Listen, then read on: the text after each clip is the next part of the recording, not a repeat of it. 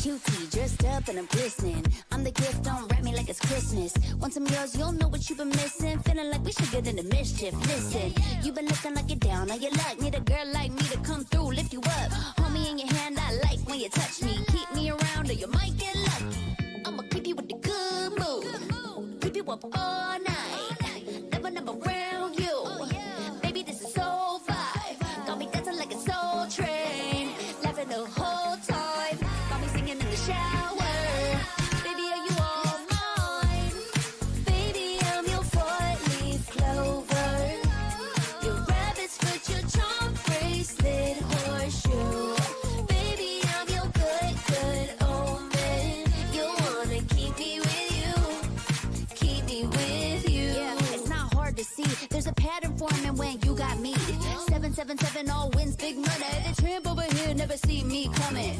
I was in your back pocket the whole time. A quiet power, a silent gold mine, a big old confidence boost. You never delude. Just know that you'll be winning cause I'm with you in the building. I'ma keep you with the good mood. Keep you up all night. Never around you. Baby, this is so vibe. Got me dancing like a soul train. Laughing the whole time. Got me singing in the shower. Baby, are you all mine? Baby, I'm your four-leaf clover. Your rabbit's foot, your charm bracelet, horseshoe. Baby, I'm your good omen.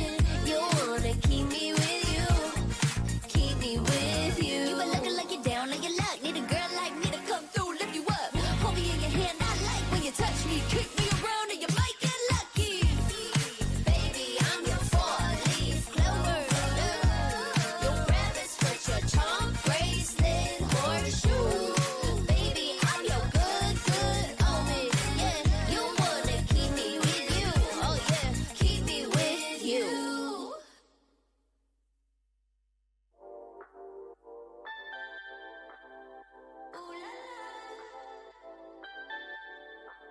Let's go. Put it in motion. Baby, we're going faster, faster, faster, faster. Seizing the moment. Baby, keep going faster, faster, faster, faster. Speed up, make that thing rough. Foot on the gas so you got nothing left. Let's drive to the top of the mountain and see the view. Let's vibe, looking back on the journey, just me and you. Ain't nobody wanna go slow. Yeah, I was chilling in the past, I was solo. Now that I got you in my life, I'm like, go, go. I be living for the thrill of it, whoa, whoa. I hear you like to gamble. Let's take the road, let's travel. No, I'm a lot to handle, but I wanna go fast with you. Think we could go the distance, although I know we're different. Together we both fit it, so I wanna go fast with you.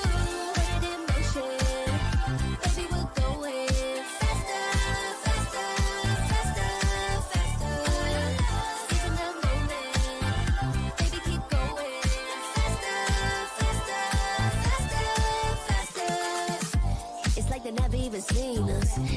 will ever get in between us. I'ma ride by your side every season, and if anyone try to stop us, we just speed up. Yeah, always keep it at 100. Top down, pretty face, so sun-kissed. Know it's scary, but I swear I really love this. Big shades on, summertime in London. I hear you like to gamble. Let's take the road, let's travel. Know I'm a lot to handle, but I wanna go fast with you. Think we could go the distance, although I know we're different. Together we both fit in, so I wanna go fast with you.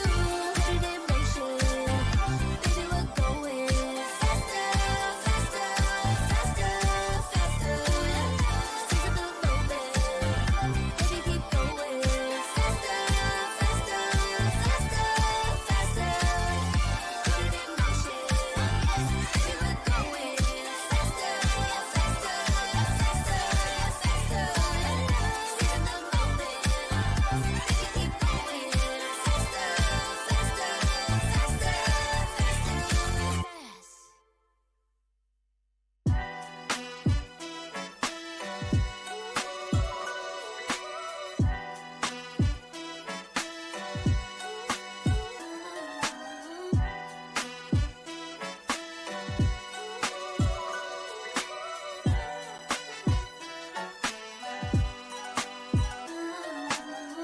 Been down before, but now I'm better than I've ever been.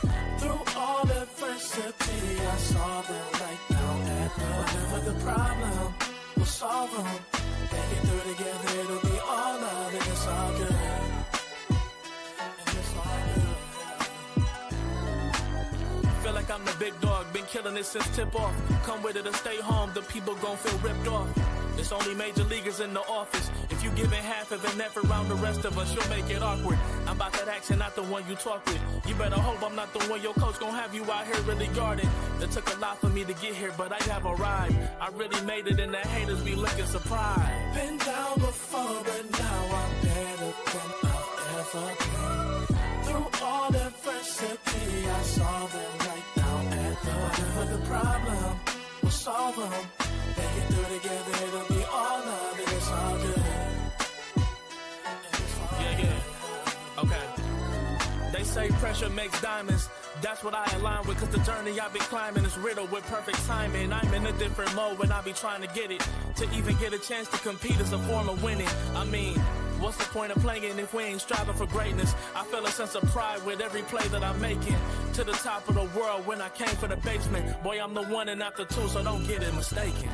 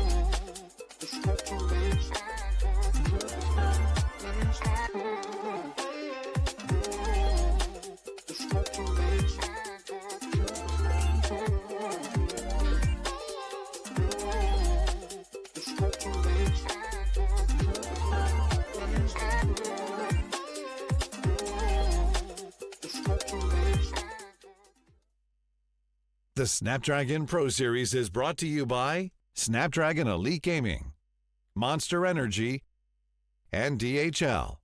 वो जो था वो past में था, वो गया, अब future पे ध्यान देते हैं। ये डिसीजन गलत ले ली जिसकी वजह से बहुत खराब हो गया।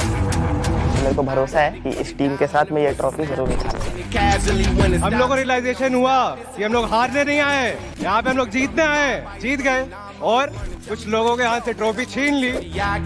AKOP जो है को तो कोई जानता ही नहीं है। There comes a time when your worlds will collide. If it's holding you back, push it right to the side. Football जगह एज को नॉक करेगा, ट्रिगर को गेम से बाहर करेगा। And the champions, they paying the price with the blood.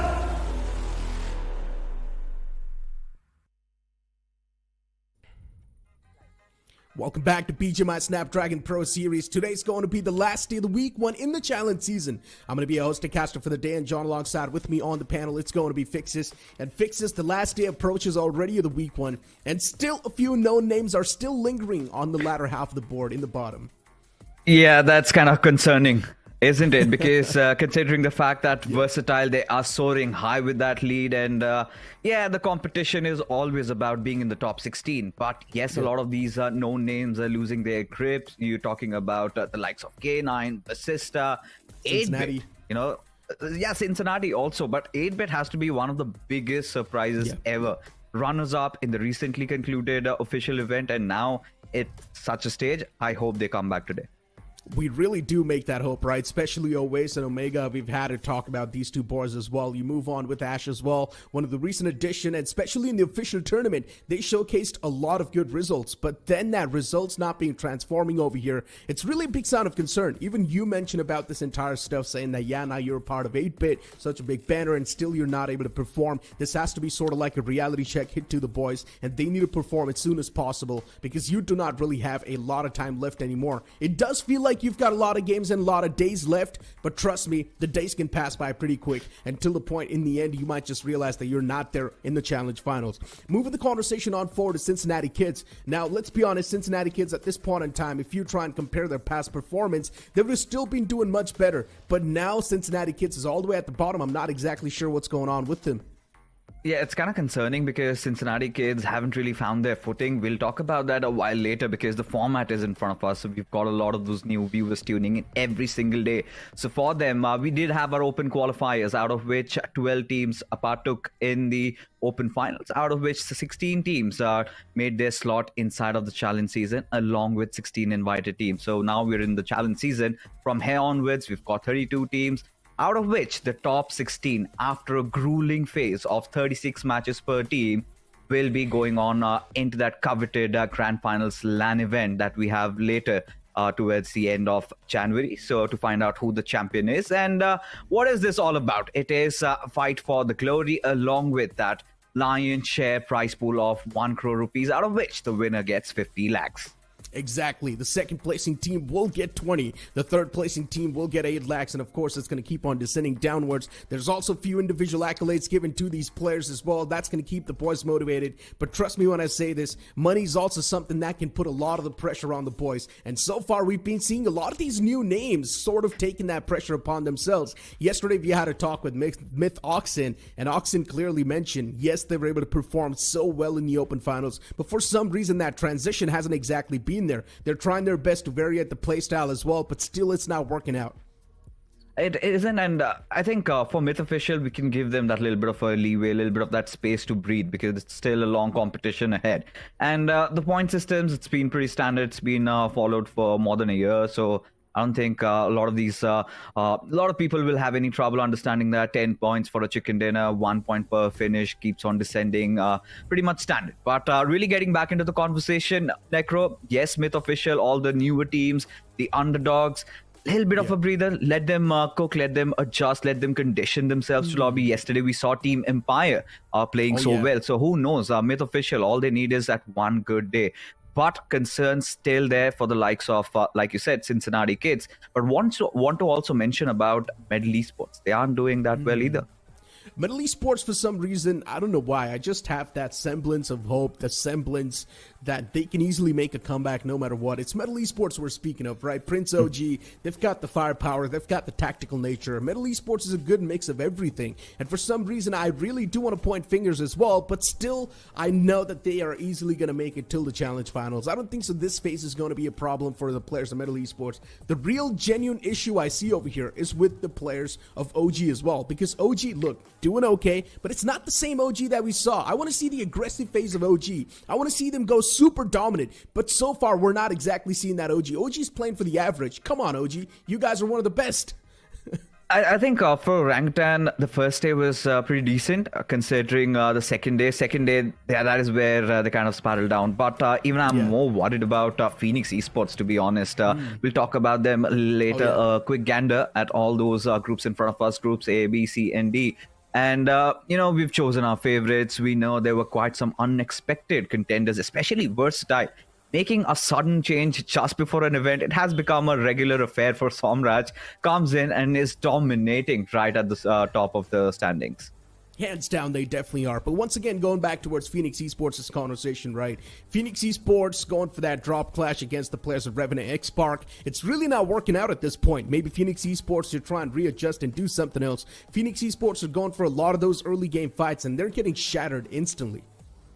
And, just putting Phoenix Esports aside, considering that they've been just going deep down the rabbit hole, it's kind of very tough to figure out when they are going to get themselves out of it. Because when you take a look at the overall rankings in the top 8, they're nowhere to be found. And throughout the 2024 season, they had been doing pretty decent just to mess things up when it mattered the most, official LAN events. So now Godlike really had a climb yesterday. I mean, they got a chicken dinner, seems unbelievable clutch. They had been quite consistent. Gujarat Tigers, however, really have impressed us. I think they've always been one of those teams, if not a chicken dinner, they're also getting enough points. You remember Sandhawk, they got wiped off. They come back really strong in Vikendi and get a chicken to their name. So, and it's just not about that. It's about how good they're as a team. Even for Ikusol, they tried aggressive, did not work out, went defensive, got a chicken. So they're also doing pretty well. Revenant X Park also on the climb, and Josh Shelley. I think he's been winning all our hearts. Hands down, he has been. But still, yesterday's day was all about Team Empire. A team that barely qualified from the Open Finals, now is doing so good in the Challenge season. What exactly went between the boys? That's my main question. What happened to Empire? These guys are doing so good. Look at them on the 11th spot with 40 points. We never saw this coming. Empire was one of the most struggling teams in the entire phase, and now look at Empire doing so good in the top 16. Red Ross, too, getting 14 points. Reckoning Esports just playing for the average, not really going for the extra bit of risk. OG, a team that we expect to see in the top 4, still there on the 12th spot in 39 points. You've got 4M as well getting 39 points. Speaking of 4M, playing it super passive, Dragon OP is always the man in the back lines going for that Met strat constantly. And, I'm really surprised, especially when you did see K9 and Godsprint perform so well yesterday in that very first game, just to kind of mess things up. For K9, I think it was still a little bit of a climb, but Gen XFM, another team we need to talk about, Necro. Day number 1, they were amazing. We loved them. And day number 2, it felt like they were nowhere to be found. And I think for Gen XFM, they really need to start buckling up because, eventually as the league progresses, you would see the known names, the tested ones, the veterans really picking up the pace. And Vasista Esports, another name we need to talk about because this is one of those lineups, if you talk about the org, after every single tournament, they've been inducing changes inside their lineup. And I don't know what's really going up there, how things aren't really working out. But Vasista Esports, we just recently saw in a third-party event, they did pretty well. But right after, when you raise this question, if they are a consistent team, if you can believe in them, I mean, that is where I have to raise my eyebrows. I cannot bestow utmost faith at this team. So they also need to get a few points up on the board. For some reason, it feels like a lot of teams are not really taking the competition serious in the week 1 itself, but maybe they're going to start to take the competition a bit more serious in the upcoming days. Metal Esports, much more than capable. Phoenix Esports, of course, in the past, quite a node ban or two. They used to play for Kemen, so even that's quite a strong team. You move on forward and you talk about another few teams, even if we know they're capable of much more greatness, but still sitting outside of the top 16. Vasista Esports as well, in the past known as Carpadium, and you know the firepower Carpadium possesses. zest. Carpedium is capable of greatness. I just think in the week 1 they do not really want to go for the hardcore moves. Instead, in the week 2, week 3, maybe that's where they're going to try to dominate a bit more. That's what I think. You know, wouldn't it hadn't been more apt if they had gone all out in week 1 and then maybe gotten a lot of points and then could have looked in for a little bit of stability? I'm pretty sure there's something not right. I think the pieces aren't falling together. But at the same time, we also raised questions on Team Tamilas, and thankfully they managed to redeem themselves yesterday. The final game, they got a chicken dinner, which was one of the most difficult circles, if you remember. It was completely stacked. So many of those teams were struggling, and Team Tamilas just stayed aloof. So the reads are there, the IGLing is there. Along with Team Tamilas, I also want to bring in Wildfangs into the mix, because for Wildfangs, Necro, there have been a couple of moments where they've really impressed us. Yes, Scout had been unlucky yesterday. That's all put aside. As a team, I think there are moments where Trey Scott, you watch him and you suddenly start believing in them. And then something happens and you're like, what on earth did you guys just do there? So that, and also even for Medical Esports, I think Dragon is still learning his ways of IGLing. So got to give them some time. Majority of the times, both these teams, it feels like they're throwing the games in some of the best possible spots that they can have. Now, speaking of Wildfangs, they're one of those teams that we know has a lot of potential. They've got some of the veterans inside of the scene as well, but still for some reason, we're not seeing that same performance as a well-knit unit. Seth has not been able to activate himself. Sensei 2, in my opinion, can do much better, but still, he hasn't been there. When you talk about the individual performance, as a well-knit unit, Wildfangs has never performed. Usually it's just a two-man squad making it till the late game scenario, and then they decide, okay, we'll see what happens in the future. And that's something that Wildfangs need to try and sort of tackle. It's a big issue with the players of Wildfangs, because as a unit, as a team, we haven't really seen them do that well. Yeah, I have a very interesting point about that. We're gonna get there a little bit later. But taking a look at the Finnish leaders, okay, I don't think anything out of ordinary. We've seen all these players come in. We've seen all these suspects perform. Yes, S-Power under a new banner. It does not matter, right? He still somehow manages to keep himself. There was, however, a little bit of a dip in the middle where a lot of reasoning had been given to him changing his layout from 4 fingers, 5 fingers. We don't care how many fingers as long as you get all those finishes. So now coming back to the conversation, Necro, I feel like Wildfangs is a team that is really good in their off picks. If it's a fight that's going on, if they have to pick somebody off from far, maybe from the mid-range battles, they do that. We've seen them do that on numerous occasions. But whenever it comes down to a proper 4v4 fight, I felt they were a little lackluster. They had been struggling. I think the synergy hasn't been there. We're talking about players like Seth. If you remember previous BGIS, the one that GDR won, the one that where Big Brothers missed out, and Seth was playing from their roster. He was one of the best players.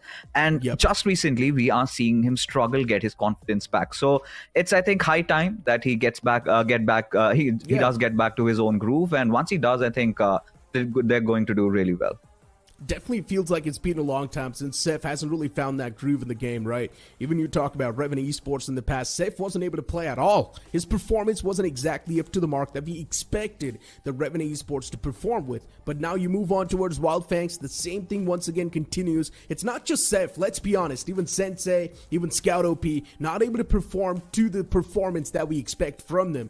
Now, let's just hope that in the future days, they can definitely make the comeback happen. Because let's be honest, as the weeks keep on passing by, things are going to get even more tougher. And that's where Wildfangs are going to face even more tougher challenges. Right now is going to be the best possible chance where you can try to get as many points as possible. And then in the future, you can try to play for the average. Just go for the Met strat if you want. As long as you're making it till the challenge finals, that's all that matters. I don't think we've seen a lot of mid strats. Yeah, we've seen a couple, but we've seen all these teams actually engaging in those battles. Yep. I think mid strat has become the last resort. It hasn't. We haven't seen enough of those. Yeah, Forum has been going for it, and again, because desperate times call for desperate measures. But we haven't really seen any team really resort to it. Like one of the biggest teams was Versatile.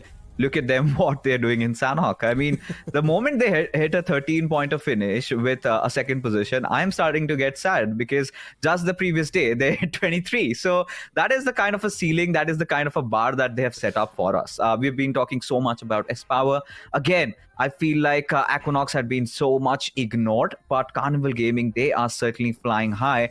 And I think we will have a quick chat. In fact, our boys on the Hindi desk will have a quick chat with them. There you have First of all, none other than Hector, and then we have Bhalu from Do or Die. कैसे हो आप लोग? How are you guys doing? भालू कैसे लग रहा है SPS पे आके? बढ़िया बढ़िया बढ़िया लग रहा है जी। पहली बार यहाँ तक पहुँचे हैं तो मतलब बढ़िया ही लगेगा। हेक्टर भाई आपका डेली का है? बहुत बढ़िया। नहीं डेली बढ़िया लग रहा है जी। बहुत इंपॉर्टेंट क्वेश्चन है मिस्टर। मतलब will start with a slow, ठीक है। उसके बाद बालू भाई क्या हो रहा है ये, मतलब कहाँ रह गई परफॉर्मेंस? ओपन क्वालिफायर में भूल आए क्या सब कुछ? क्या हो रहा है ये? नहीं, थोड़ी सी जजमेंट इशू हो रही है यहाँ पे। मतलब एमजे भाई भी जैसे उनका शायद ये लास्ट है, तो 1-1.5 महीने से वो भी खेले नहीं है, तो थोड़ी फिल्टर में थोड़ी सी प्रॉब्लम आ रही है। और जैसे मेरे को आईजी लिंक में थोड़ी सी दिक्कत आ रही है, जजमेंट इशू हो रहा है क्योंकि ज़्यादा T1 टीम्स है, तो प्रेशर फील हो रहा है? नहीं, प्रेशर नहीं फील हो रहा, थोड़ा अंडर कॉन्फिडेंट है,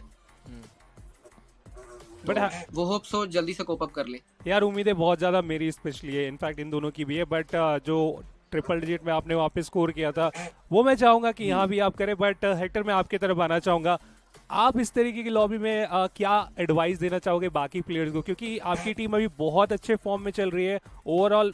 अभी जो लास्ट जितने भी मैचेस में आपके देखा हूँ कमाल के फॉर्म में चल रहे हैं, तो कुछ एडवाइस अगर सामने वाले को देना चाहो तो? कुछ एडवाइस नहीं है, काफी लंबी ली गई है, जो कंसिस्टेंट रहेगा वही क्वालिफाई करेगा। होपफुली सब अभी से सीरियस किया जाए, क्योंकि कुछ लॉबीज में तो लॉबी नहीं बच रही थी जब देखे थे। आई थिंक टीम्स को सीरियस हो जाना चाहिए। अरे सोहेल मियां, मैं ये पूछना चाहता हूँ, और मैं भालू भालू भाई आप भी पूछ लो, बिकॉज ये वो हैं जो इंडस्ट्री में कुछ नाम बना चुके हैं, इनसे कुछ टिप ले लो, फायदा हो जाएगा। मैं बता रहा हूँ, डाई रह जाएगा। कॉन्फिडेंस इशू की बात करी ना, कॉन्फिडेंस इशू पे ही पूछ लेते हैं कि हेक्टर भालू को आप क्या रेकमेंड करोगे? एक चीज तो आपने बोल दी कि focus on the longer picture, लंबी लीग है, उसके अलावा how do you deal with lack of confidence जब एक नया खिलाड़ी ऐसी किसी लॉबी में पहली बार कदम रखता है? लाइक आई थिंक मैं एज अ T1 प्लेयर हूँ, तो मुझे सबसे ज्यादा अगर डर लगता है तो मुझे अंडरडॉग से ही लगता है, क्योंकि उनके जो मूव्स होते हैं काफी अनएक्सपेक्टेड होते हैं, अनफॉर्चुनेट होते हैं। तो लाइक भालू भी एक राइजिंग स्टार ही है, तो अगर वो कुछ भी मूव देगा तो मेरे जजमेंट वो लेना, मतलब क्या करेगा वो टफ होता है। अभी एक T1 टीम हो गई मेरे अगेंस्ट, मेरे को पता है वो टीम क्या करेगी, ड्राइव बाय करेगी, अलग अलग प्लेस करेगी, मुझे पता है, बट एक अंडरडॉग टीम्स का पता नहीं होता। शायद ये लॉबी में सबसे स्ट्रॉन्गेस्ट टीम अंडरडॉग्स ही होती है।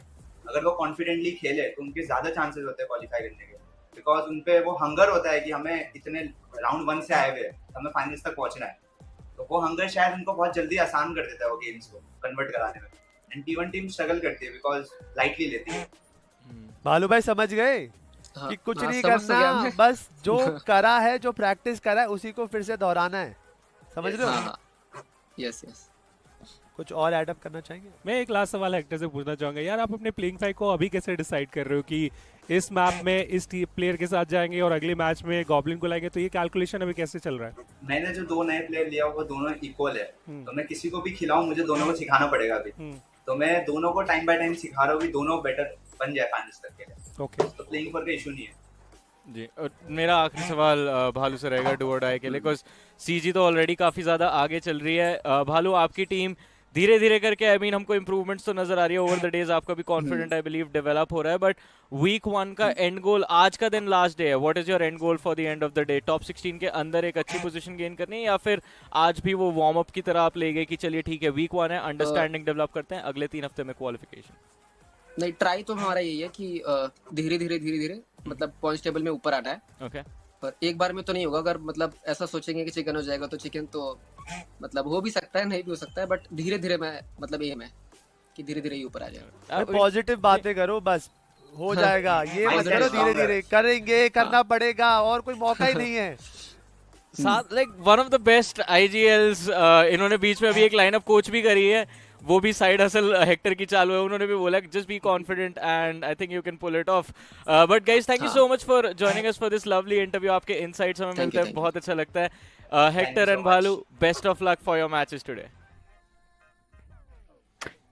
Hector clearly mentioned this, that undergods are definitely someone who are a name to be feared. If they played confidently, they can easily qualify till the upcoming stages because all the moves that they make in the playing field, they're pretty unexpected. And I wish Hector were with us. Had really some spicy questions in my mind. But rightfully said. And this has been the tell-to-tell story because whenever you've got anybody new coming up, you do not know what they are really going to do, how they're going to react to a particular situation. Just when you think that somebody's going to back off, say they suddenly decide that, no, we're going to take this fight. And maybe these tier 1 teams might be thrown off guard. But for DOD, I feel like, from Bhalu, he was looking quite underconfident. It all comes down to getting that one chicken dinner, Necro. I think one chicken dinner and they should sail through. The moment he said that there are a lot of T1 teams, we are feeling a little under the weather and all of that, that is where I felt like that confidence was lacking. And he should consider himself as one of those T1 teams because he has rightfully earned this spot. He's not been invited. They qualified, right? Exactly. And they're pretty much playing on the same stage as these teams are. So he should be someone who's looking at himself as an equal with these teams. But moving the conversation on forward to the entire team of DOD, let's be honest, as well in the unit as well, DOD, they don't seem to be performing. Even MJ has to be a prime example of this, right? A veteran in the scene, but still, even MJ himself has not been able to put up those stats that we really expect from that boy. I think for MJ, I don't know if he's just starting to lose faith in himself because let's be honest, these have been really testing times. We have called it the BGMI Esports winter lately with what's going on. And for MJ, who have been being a part of so many of those bigger rosters and now coming into play for DOD, certainly this was more of a desperation rather than his choice. At this point, it goes down to an experienced player will always have that ego along with him. And for him to put his ego aside, to go down from the scratch, build things up, it takes a lot. And if MJ can do that, that's where he wins. That's where the entire team wins. Otherwise, we are just talking about DOD. Another team after this tournament might just break down and we'll see another DOD. Definitely a big chance, right? Because Bhalu in that interview was clearly not looking that confident. Bhalu had a lot of second thoughts going in his head.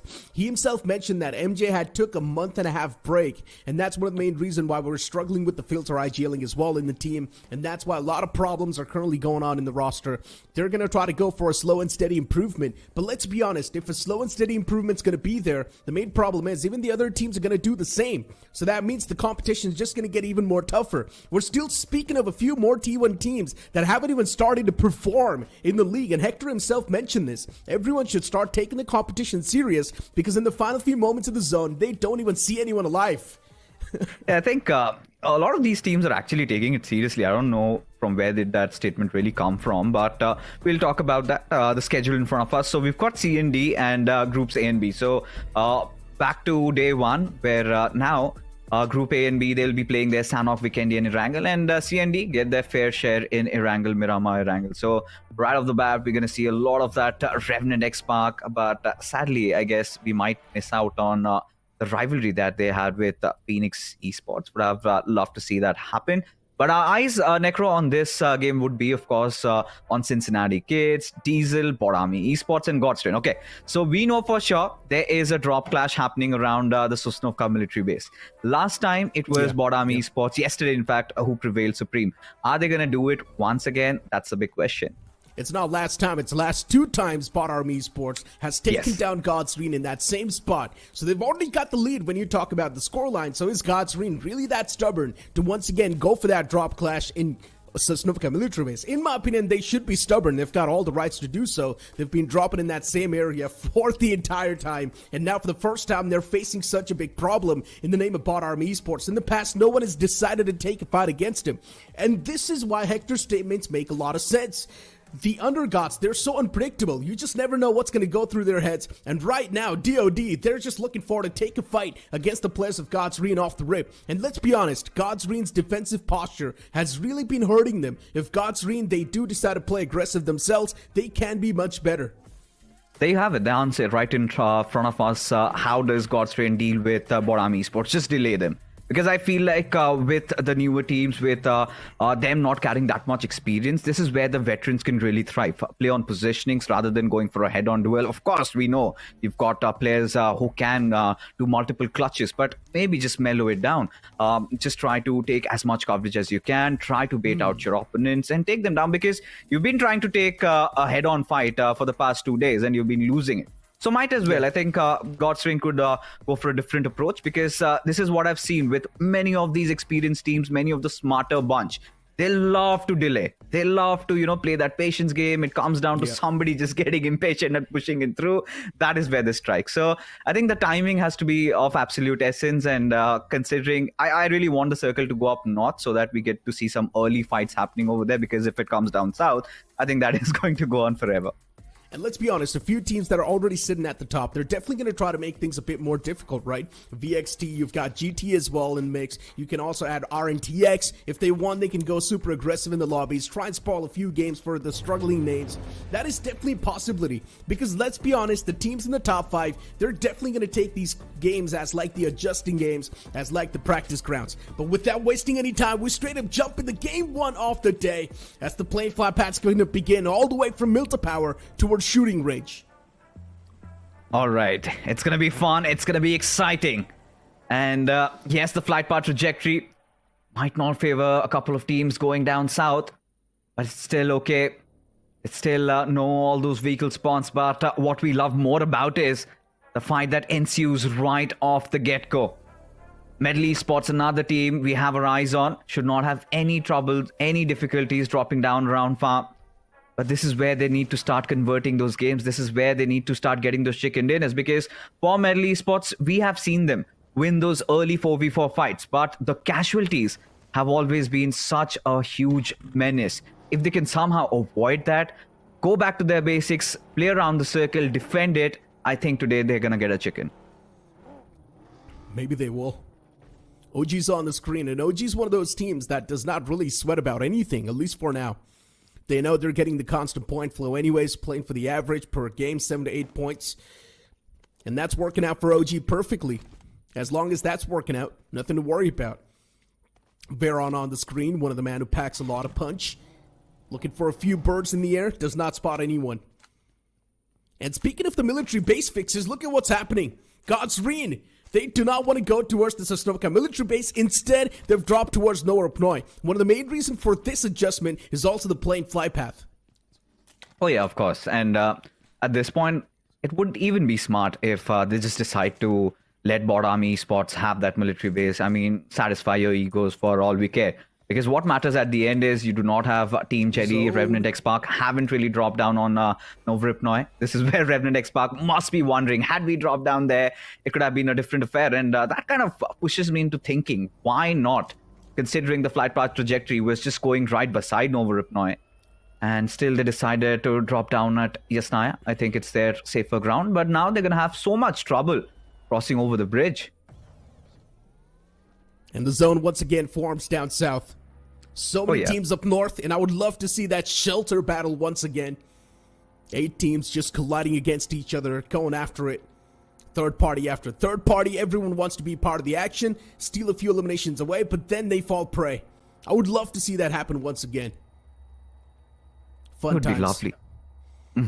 For sure. But I don't think today... Yeah, Godstrain is not going to engage in those early fights. I think they're just going to loot around the periphery and approach from the southern side. I feel like all they need to do. And in fact, we've seen in these southern circles, they love taking over those northwestern hill of Sosnovka military base. If you remember, they've gotten so many chicken dinners out of that. So I think that is one of those key areas that Godstrain must be aiming at. Hands down. Diesel Esports is one of those teams that would also not want to be part of the entire action. Just play it in the back lines, go for the med strap once again, and that's been the main playstyle. But I would love to see something else from the guys. Especially Dragon himself, but this time he's not in the mix. Or my bad, I'm speaking of someone else. Man, Team Limride really got them confused over here. But yeah, Diesel Esports, Gokul, and the boys, speaking of their entire form, I mean, especially Gokul, of course, being quite the experienced IGL in the past, he also drove such a strong force like Team Limra. Still, we have seen those struggles come through. But let's just hope that those struggles are not going to be over here again on this day 3. It's quite a known banner. Necro. And yes. I mean, look at Revenant X Spark for a second. They decided to just go hunting for vehicles, and they've gotten some bonus to themselves. Have already dealt with a couple of players of Red Ross, something that Red Ross did not anticipate in their worst of their dreams. Interesting. Revenant X Spark playing like the undergods in the lobby. Oh, surely. Unpredictable. Catch a few players off guard, get those freebies, instantly back away. Can definitely add on to the tally. God's Arena on the screen. A few teams already starting to stack up. IST Esports around the fray. Bot Army Esports, they've got their hands on the military base, and that's all they wanted. But now it feels like the alpha ones are going to be Bot Army Esports. Taking away such a team like God's Arena, humbling them out of their own spot. It's definitely a statement. But God's Arena too, quite the stubborn ones. Don't want to back away just that easily. Still contesting for that military base. Still moving in. They should know one fact, and that is there's still the players of Bot Army Esports in there. I think it was taking a bit of that casualty. What just happened? It was a team nade. I feel like they were trying to just explode that board that they used to cross the bridge, and they want to ensure that they can use it as cover later on. Maybe that's the idea. Oh, they were doing this strategy. Right. Okay. Yeah, we've seen this happen. So it's fine. I think all good in the hood. For Metal Esports, they just... Yeah, you need another grenade maybe to get it out. But whatever the case is, I think... yeah, that's going to hurt. But you know what I was trying to establish is the fact that I feel like God's Arena pushed back towards military base. And all thanks to IST Esports. This is something that they did not calculate because they wanted those compounds themselves. They love to loot if they are being thwarted off from military base. Now, since IST Esports made some quick movements, now God's Arena had no other choice but to back off. Now, even Bot Army Esports, they have left military base with even RGC Esports coming in from the backlines. Look at Bunny on the map feed. He's over there. I think he's completely unchecked. So he could be quite notorious. He could use that stealth to his favor and get a couple of finishes if he wants. But then again, all these underdog teams are quite low on confidence. They indeed are. And it makes a lot of sense too, man. I mean, let's be honest. Yeah, I do understand you should try and know the fact that, yes, you were playing on the same stage as these T1 teams. But still, these teams are someone that you've been looking at. And you've been praising them since a long time. And when you're in the same lobby as them, automatically there's going to be that nervousness hitting you. There's going to be that pressure. Which makes a lot of sense. You can't even blame the undergod teams.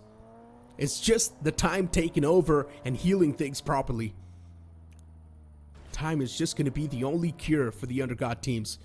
Hopefully, though, it's going to take less time. Week 1's going to be more than enough because you've still got 3 more weeks to go in the future. And in those 3 more weeks, we want to see a quick recovery. Elimination feed as well popping off this time around. And already, it will be Bot Army Esports stepping in the field. They've already gotten a few eliminations against the players of RGC. 1 man down. RGC's cover just being blown. And this is, again, something that they should have avoided. Had completely just snuck in through unchecked and could have used it.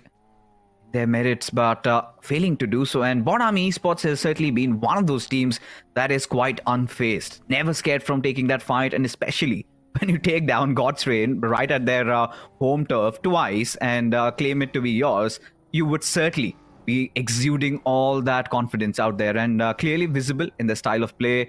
They are. We've seen multiple times, even if a couple of players get eliminated, let's say even yesterday, they went down to Novoripnoi, did make a big blunder, but still somehow managed to recover it against that fight with Team Jelly. Of course, Team Jelly came out in that fight winning, but still they did manage to drop in a few players.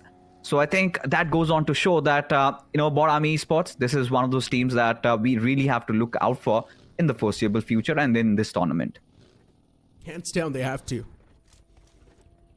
Bot Army Esports, when it comes to the firepower, everything is on point.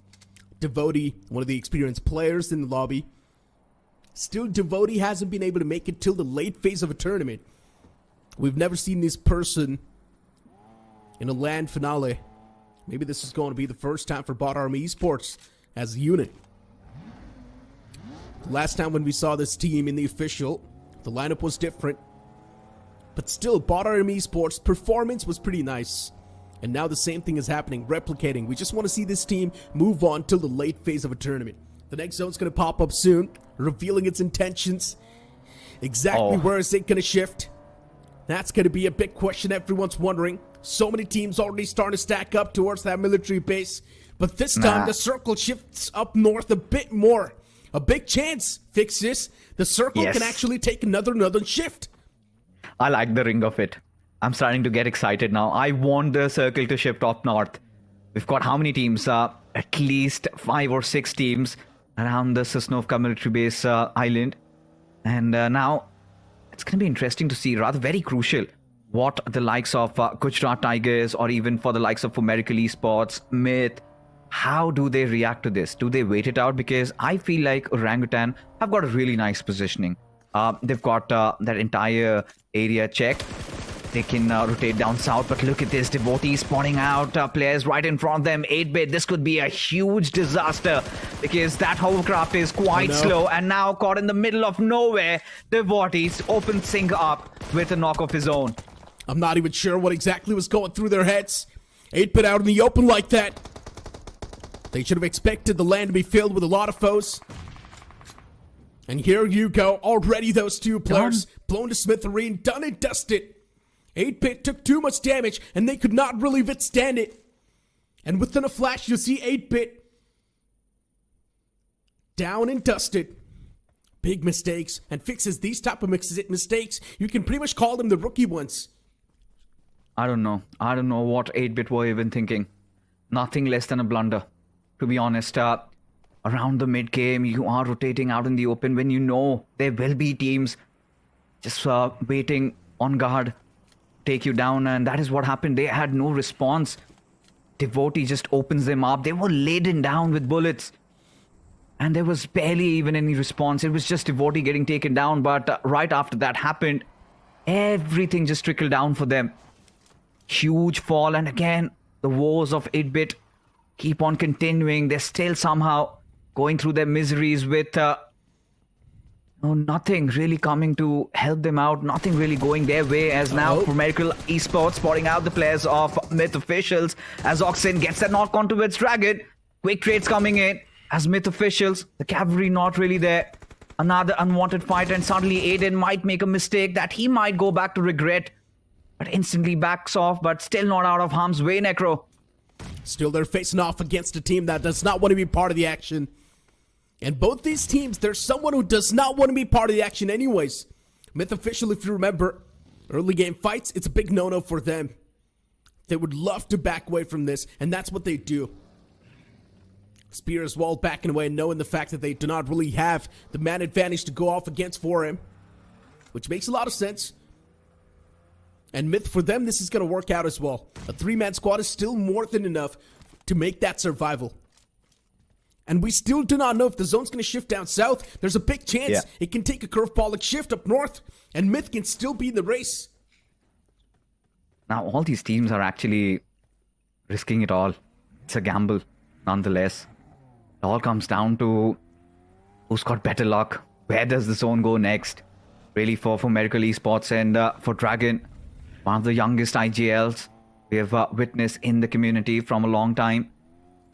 And he's got a lot to learn. Of course, they're experimenting, but they've had a rather decent start. For Orangutan, though, after a good day 1, day number 2 hasn't really been that great. Ever since AKOP did come up for that interview, and he said it out loud. We're going to go after the big heads. We're going to go after K9, and just right in the next match, they got wiped by K9. Of course, sometimes having that big mouth really does not come to your aid, does it? Because at this point, everybody is just waiting for the circle to shift, and that is when we might see a flurry of teams, everybody trying to blitz in through the bridges, anything. But right now, we've got AKOP being pushed off. It is going to be Gujarat Tigers and Zaref. He gets a taste. Talk about blitzing through. And GT, they think the same way, but AKOP. Man's replied back in style, taking down 2 players. This man is more than capable of striking down the entire GT army. And out of nowhere, OG, they swing back to life. They've got the man advantage in the scenario. A 1-on-2 now in the compound. Gods is the only player surviving, and he's trying to push himself as back as possible. Getting the high ground to play with this wall, and OG just cleaning the ground up and mopping the floor with GT's bodies. One final glimmer of hope for Gujarat Tigers against the remaining 2 of OG. The third person is much more in the back lines. He does not want to give his position away either. And within a flash, OG, they wipe out the existence of GT. A bit too aggressive in that stance, but it's completely fine. GT, they've got nothing to lose. They certainly do not have sitting quite good in terms of their overall standings. But again, I get the idea. GT wanted to secure this junction. This compound was quite pivotal, and they did not have information enough. But again, for Orangutan, not really pleased with how this fight went down for them. AKOP being that one man getting finished off. Certainly, when you have a player that gets so much finishes for your team, and they've got such a long road ahead of them. Got to deal with the likes of Revenant X-Park. They've heard all that commotion, and there you have it. The air has been lifted right now. The dust has settled. We know that the circle is going to go down south. For Orangutan, though, Aru, I feel like he has done enough of that scouting. He knows there's no team on the other side of bridge, and instantly OG make quick work of it. They want to cross over the bridge and see the circle through. But Medal Esports, Necro, I'm telling you, this is the position that they had dreamed of. This is the strong suit. They love having all their players playing around the center. This is a game where they can really go big. They indeed can. They've got a decent place to play with, but I'm not exactly sure about the cover. They're quite exposed still. Hold on. Cincinnati Kids. They take a fight against Myth, and Myth unfortunately is also falling apart. Trades did happen back and forth, but still Cincinnati Kids. They've got the man advantage in the first place. All the trades that happen, it's still going to favor the players of Cincinnati Kids anyways. And Cincinnati Kids slowly and steadily inflicting that pain and hurt as Myth, they keep on collapsing. Maxioso, the last man surviving. And I don't think so a lot can be done even from Maxioso. Last person wanting to stay alive, being the final glimmer of hope. He does not want to be part of the action as well, but Cincinnati Kids, if they want, they can put the nail in the coffin. 4 Miracles 2 from the back lines. They want to be part of this action. Squeeze a few elimination points away before they get taken down. And Maxioso now is getting charged up. And 4M is witnessing all of this action from the far fray. And look at the players getting knocked out in the outskirts. Aditya falls down. It's not a great thing for Cincinnati Kids. Juicy as well falls prey. 2 players down for Cincinnati. Even 4M, they've closed on up. Unfortunately, Maxioso gets flanked from 4M and gets taken down. A third party paying off pretty well. As Cincinnati Kids too, they're quite hurt. And that's what the players of 4M realize as they make the push up close and personal towards compound and take down the third player as well. And eventually the entire team, they come crashing down. This is sublime stuff coming in from Miracle Esports. This is what I want to see more from Dragon and the boys, because they know if they are not tactically that adept, they do have the firepower.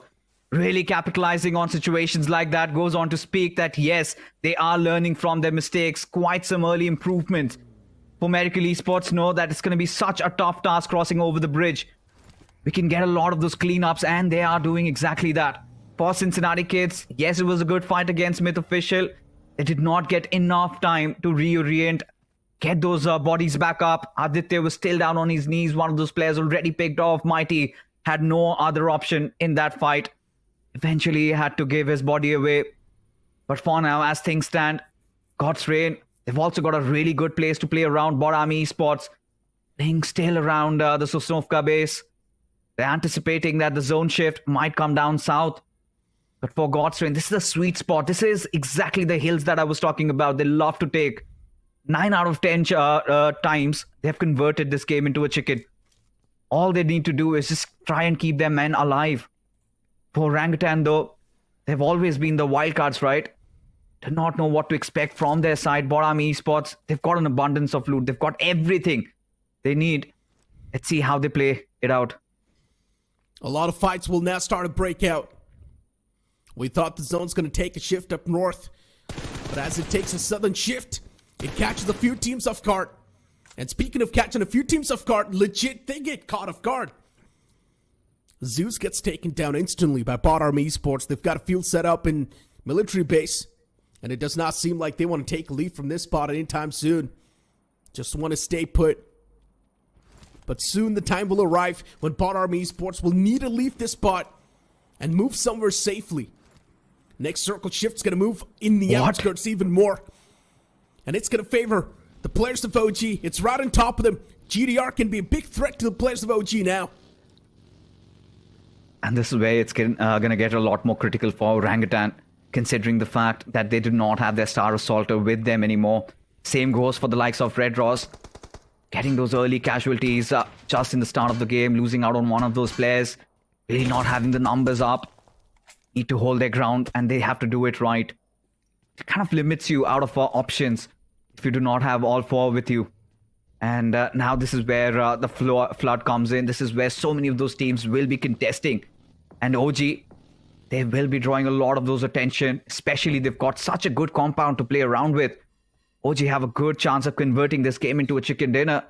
Would love to see how Aru sort of makes sure that he has his pieces placed in the right direction.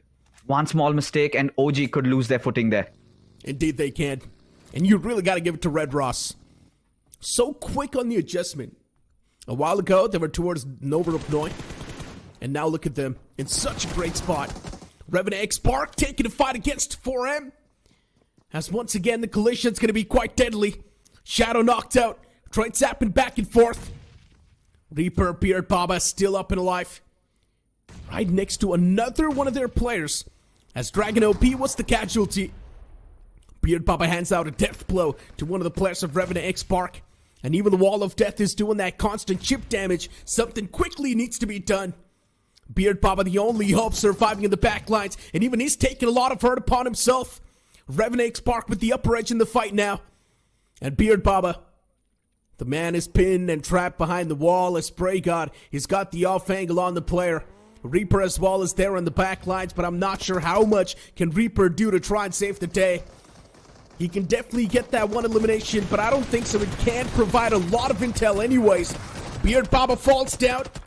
Overcommit to that spray. As Reaper's now going to try to back away from this spot and secure as many points as possible.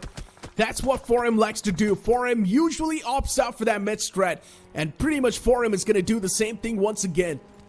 Yeah, just outsmarting the players of American Esports were Revenant X Spark. Loved how they baited one of their players and forced Beard Baba to spray in on him and just to get that knock. That sublime stuff. Of course, Prey God wasn't really pushing in. He had all that information on Reaper, holding on to the backlines to provide that aid. Good stuff, but for Revenant X Spark, has come with a cost. But hold on, RGC Esports right out in the open is going to be Bunny, Bot Army Esports. They know that Bunny is just beside them. Instantly want to push him at his direction as those grenades keep pouring over. Bunny too much on his plate. Eventually succumbs and falls down. But the other players, they've also been spotted out, Necro. And this does not make things good for RGC as of now, because Monty, he might reposition. But look at this, Diesel out of nowhere. They also come chiming in. Exactly, Diesel Esports wanting to be part of the action. They haven't secured any sort of finish points just yet. The Igils made the call. Gokul wants a bit of that piece of the pie. Shots are taken against the player. Diesel Esports in a world of trouble. Their players eject out. And I'm not exactly sure what the game plan was there. Ejecting out in the open like that. Scary, of course. He's going to have the advantage. And Diesel Esports, they easily get taken down. Or at least on the verge of getting taken down. One last man was surviving, but not for long. As even Orlo's going to meet his makers. Oh, this is not looking good, Necro. Not looking good for Diesel, of course. Panic really ensued over there, and they lost their minds. Just driving their vehicles right out in the open, and Bot Army Esports, look at them. 9 finishes secured already, and hungry for even more. As Orangutan have successfully defended their base so far. No trouble whatsoever, keeping others at bay. At this point, Bot Army Esports, they are the forces to be reckoned with. Surely would not want to engage against a completely charged up Bot Army Esports at this point. While Scott's Reign, they've slowed down their pace. They know that it's fine if we want to just let the other teams fight and we go to third party. And the best case scenario for them would be legit Esports trying to push in on OG, and they come in as the party poopers. It does seem like Revenant X Spark want to charge on forward. But Revenant's holding themselves a bit more in the back. Still looking to find that spark. And Bot Army Esports have definitely spotted the players. Monty's got the information. He's got the number. Spray God moves up close and personal. Took a few shots. A few connections worth there. Just a few bruises, that's it. But Revenant Spark once again somehow finding themselves on the upper edge. I'm not even sure how they make this happen every single time. No matter what sort of scenario you put the boys in, they will always come out on top. They're on a different level. And look at Revenant Spark. What am I even watching? This fight isn't serious. There's no way. What? And still Revenant Spark is winning the fight. Sarang was completely overshadowed. No one focused on Sarang there. And he kept on doing that damage as Bot Army Esports. They're getting ripped apart by Revenant X Spark. And of course, Joker, this man is dominating. Henry's going to be the last man standing, and he's pretty much going to try to play for the survival. It's still come at a cost, though. It's down to a 1v1. Joker spotting out Henry. Has dropped down the smoke. Of course, Revenant X Spark have the upper advantage, but yes, Joker being the last player surviving, in order to get that chicken dinner, really does make the chances very slim. Position out in the open. All he can do is just try and delay the inevitable. As this is what I was talking about. God's Reign have really closed in on Orangutan. But to their misery just keeps on continuing. The circle shifting away from them does not make it any easier. As Vasista Esports and Metal Esports quite close to where the circle is. And look at Legit just creeping through the grasses. Has spotted out majority of the players of Vasista Esports. This is going to be such a crucial moment. If we can get even a single knock, Necro, I think Vasista Esports might crumble. Vasista Esports is moving up slowly and steadily. Fierce is taking too much damage upon himself as he once again moves back. Vasista Esports is one of those teams still looking to put that foundation. Still, they want to get those points secured. Gumla Boy, Rage God, Fierce in the back lines, and Vasista Esports, they want to play for the intel, at least for now. It's chaos ensuing all across the board. A few individual shots taken as well. But we're not seeing anything hit the deck just yet. Metal Esports, they want to make some slow and steady moves in the circle. And they're also catching a lot of hurt doing so. The vehicle's about to explode. Red Ross too, pretty much doing the same thing. Tossing out a trail of smokes, but Red Ross is taking a lot of damage upon themselves. As they also inflict some pain and hurt against Metal Esports. Metal Esports looking to reply back. They take some return shots, but those shots are not going to find any sort of connections just yet. Metal Esports is the only team who's surviving in the circle. Prince will be taken down soon, and that's what happens. This is starting to get so close. A nail-biting moment, at least for Arto. He's got the vision on the players of Metal Esports. Cydric silhouette spotted out that pixel there. Still not letting loose of those bullets as Phoenix constantly bombarding Metal Esports. They do not have enough cover to play around with, especially Sarvit. As now Fierce gets the better out of Joker and Revenant X Spark. They're done. As Metal Esports in the middle of nowhere, being dished down, so much damage from multiple directions as Vasista Esports regroup, recollect, have all their forces well knit. And yes, Metal Esports, they are pretty much annihilated. But Arthur, look at him. He's just being ever so patient. But look at Rage God gets a knock onto its Phoenix, and for Red Ross, does all come down to this young man. Red Ross is being played so well. Shattering the opponent's Metal Esports with just the utilities. And now Vasista Esports having the upper edge because they've got the man advantage in the final few moments. Sanchit, Ardell, individual survivors for their teams. And not a lot can be done. A few death blows being handed out by the players of Vasista Esports. They've got every single piece they needed on the board. Even Pucar is still playing. And we pretty much know what holds for the future. Red Ross Arto is definitely going to try to play that spoiler. He thinks there's someone in that wizard tower. But Arto, now the main focus should be on the future, which is Vasista Esports and Sanchit right next to him. Arto is not going to survive for too long as he gives his life away to the play zone. And now Sanchit, the last glimmer of hope of life. But even Sanchit is pretty much going to try to do the same thing. Vasista Esports, they've got no clue where Sanchit is. And even he's going to give his life away to the blue. I'm pretty sure he's done his bidding.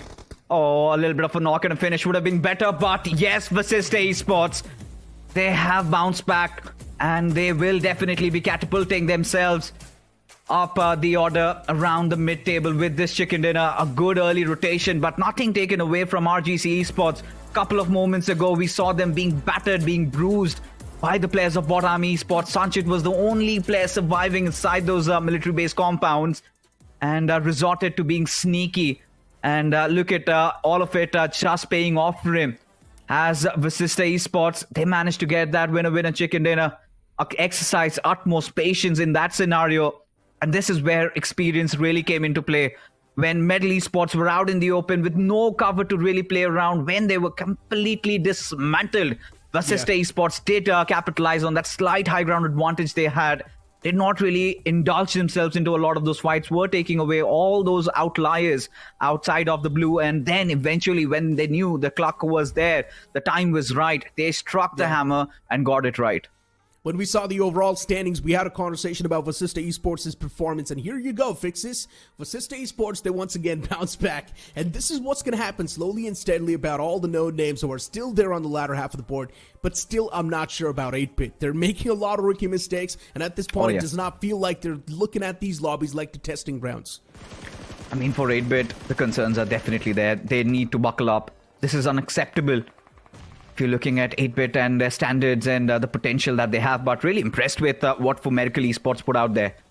Just to get outsmarted later on. The way they dealt with the players of Cincinnati Kids was really good. And these are those moments, right? AKOP not really anticipating that grenade coming up and did not have a lot of information. Aru wasn't really there. But Cincinnati Kids, yeah, they were doing good up until the point they dealt with the players of Myth Officials. But later on, I think For Medical Esports just rampaging through their houses and they had no answers for that. A few known names that are genuinely struggling are 8-Bit and Cincinnati Kids. They're trying their best to get a lot done in the lobbies, but still they get denied every single time. 4 Miracles this time third-partying and taking them down. Revenant X Spark as well, putting in a lot of work against a few more names, including GT right next to him. And GT is one of those teams that has got nothing to lose. They were still there in the top 5 with 52 points, so it's all good in the hood for GT.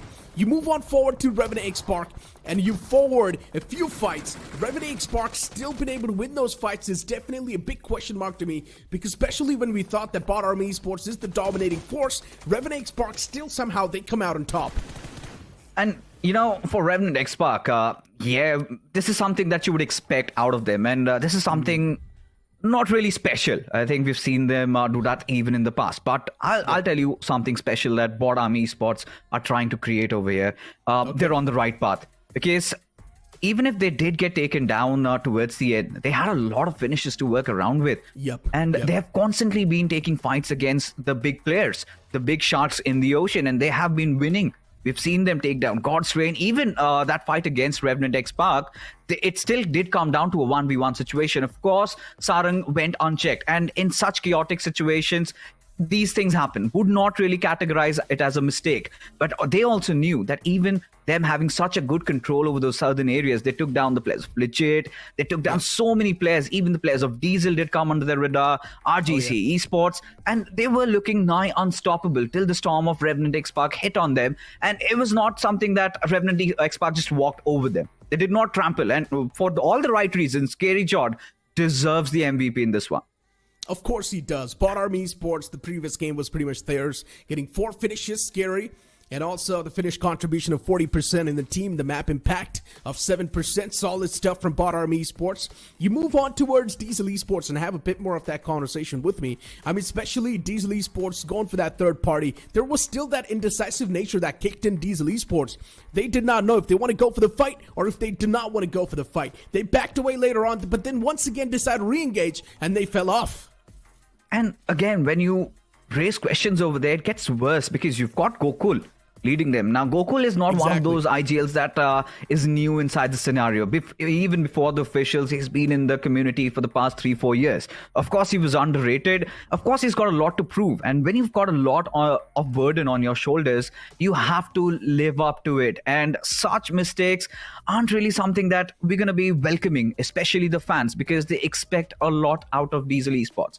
And that was nothing short of a blunder where they had no clue what was really going on. They were just traversing by. They found an opportunity where RGC and Bot Army were engaging against each other. All right, they decide to strike in, and that moment they realized that RGC Esports, couple of players, they're done. And suddenly, Bot Army, they have their numbers up. And that is the moment they realized they messed up. And just to make sure that they run away from it, it just made matters worse for them. And as a result, Diesel Esports went in for a collapse. I think a lesson that Gokul has learned. I hope this mistake does not happen in the future. New teammates, new team as well, so it's definitely going to take a bit more time, even for Gokul to adjust and know exactly what's going on, even in his own teammates' heads, right? At the end of the day, IGL trusting the team as well, it's something that needs to be there. And in the past as well, we've seen a lot of the times, a lot of teams falling off just because the IGLs do not trust their own teams and they do not know what sort of fights they want to put their team in. Moving the conversation on, LB was still there though in the final few moments, going for that med strat constantly. We saw him in the outskirts, we saw him in the blue going for that med strat. So Diesel Esports still did pretty okay when it comes to the placement points, but not exactly the amount of points Diesel Esports should have got from that previous game. You move on towards the match rankings. Vasista Esports getting that chicken dinner, of course, at the top with 18 points. Revenant X Park with 12, Bot Army Esports with 10, God's Reen with 9, Red Ross as well doing so good. All their cards, they were played right. And for RGC Esports, I'm really happy that they could secure 7 out of this game. This was pretty much a lost cause. And still getting those 6 position points, Sanchit, take a bow. For Orangutan, yes, had they not lost out on AK, could have even converted this into a chicken dinner. A lot of foes around them, even for Godstrain, a decent outing so far. But not really happy with Middle Esports. They had everything going in for them. They had all the informations. I do not know if they could not save their vehicles towards the end. Out in the open, just relying on smokes. What were you expecting? You're not supposed to be welcomed with garlands, right? There were so many bombs being dropped at your directions and they had no response. Having the central position in the circle and just walking away with 2 points, not even a single finish to your name, that is going to raise a lot of those fingers at you. Fixes, we also saw a major switch in the pace from 4M, getting 7 elimination points and 0 placement points. I think that's for the first time we've seen 4M play so aggressive, and this is the exact 4M we wanted to see as well. If they keep on playing the same way, if they survive till the late game, imagine the amount of points they can easily gather. And even if they do want to go for the med strat, just make sure you're getting the same amount of elimination points that you did in the previous game. So please go aggressive. We would love to see 4M try and variate the pace a little bit more, especially Dragon OP is one of those players. Still a bit confused about his IGL shift. We've seen a lot of those decisions from 4M that they do seem pretty indecisive in some of the moments, but as the time keeps on passing by, definitely we're seeing that improvement, and the previous game was a big change in the pace, and I love to witness that. You move the conversation on towards a few more known names, and honestly speaking, 8-Bit has to be one of the biggest blunders in the previous game. With the way they played, I'm not exactly sure what was going through their head. All the 4 players in that one single vehicle moving through an open ground, and of course the circles down south. 8-Bit should have thought about this. They should know that yes, the land's going to be filled up with a lot of foes. We can't really pull off a move like this. Yeah, I mean, to be honest, in that situation, 8-Bit, the only idea was to try and find some cover. They were kind of getting a little cocky and having no information. This is something quite unacceptable. But taking a look at the overall rankings, Revenant X Park finally earned their spot inside of the top 3 and now are on par with Hero Extreme Godlike. But still, Godlike having that one extra game to play really helps them. But for Versatile, 74 points. Pretty decent, pretty good. They're doing pretty good for themselves. Gujarat Tigers holding on to that 54 points. A little bit of a letdown over here. CG, Josh Shelley, they're yet to play. Red Ross keeping things afloat with 48 points. I think towards the end, Red Ross, considering so much casualty early on, they somehow made up for it. 4M's doing pretty good as well on the 11th spot with 46 points. Vasista Esports, look at that catapult. 37 points now in the top 16, easily just by that one single game. Godsreen doing okay as well, 44 points. Godsreen once again getting consistent points flow. Even in that previous game, Godsreen got 9 points. That's more than enough. You move on towards the latter half of the board. Of course, as I mentioned, Vasista Esports is the one to make that comeback. And honestly speaking now, Vasista Esports, as they've got the win of the sales, we pretty much know Vasista Esports is going to be that unstoppable force. And Vasista Esports has always been quite the aggressive bunch. I would love to see them once again go back to the old ways. Very important points for Vasista Esports, and fingers crossed, I hope they make it theirs. Could be the next Team Empire. And at this point, you know, for Diesel Esports, languishing at the 18 spot, could have done so much better in this particular game, but really bombed with how Medley Esports came out to play. But Bot Army Esports, do not have a lot of those placement points. Seems like they just do not care. If they can kind of keep on going with this momentum, they will do pretty well for themselves. But Cincinnati Kids, this is horrendous. 12 points out of 7 matches played. When you look at the players inside that team, oh my God, you would have to have your hopes high. But for Phoenix Esports also expecting a little bit of a bounce back. But I really want to get back to the old conversation we were having around for Miracle Esports. I mean, look, it's kind of a difference that you and I both have when we play BGMI. You love to go aggressive. I like to take things slow. And again, when you're young, when you've got those fast fingers, that's the way to go, right? You've got 4 players who are hungry, who are out for blood. Go for it. Take as many fights, learn from your mistakes, and you would keep toppling down. That is how so many of the legends were carved, the big names. And I think even for Miracle Esports, being representing one of the most biggest organizations, if not in India, outside of India, they know they've got also a burden to carry. And for the organization, giving so much faith in them, putting it there, I think Dragon, he can cook. All he needs is a little bit of time. So what Bot Army Esports, what for Miracle Esports, they're doing is a work in the right direction, something really appreciated. Exactly. I mean, look, Dragon, nothing taken away. He did say he does have a bit of that IGLing factor in him. He used to IGL back in 3 years back. So still, it's quite a long time in the makings, but Dragon OP can definitely make that happen. He can definitely cook.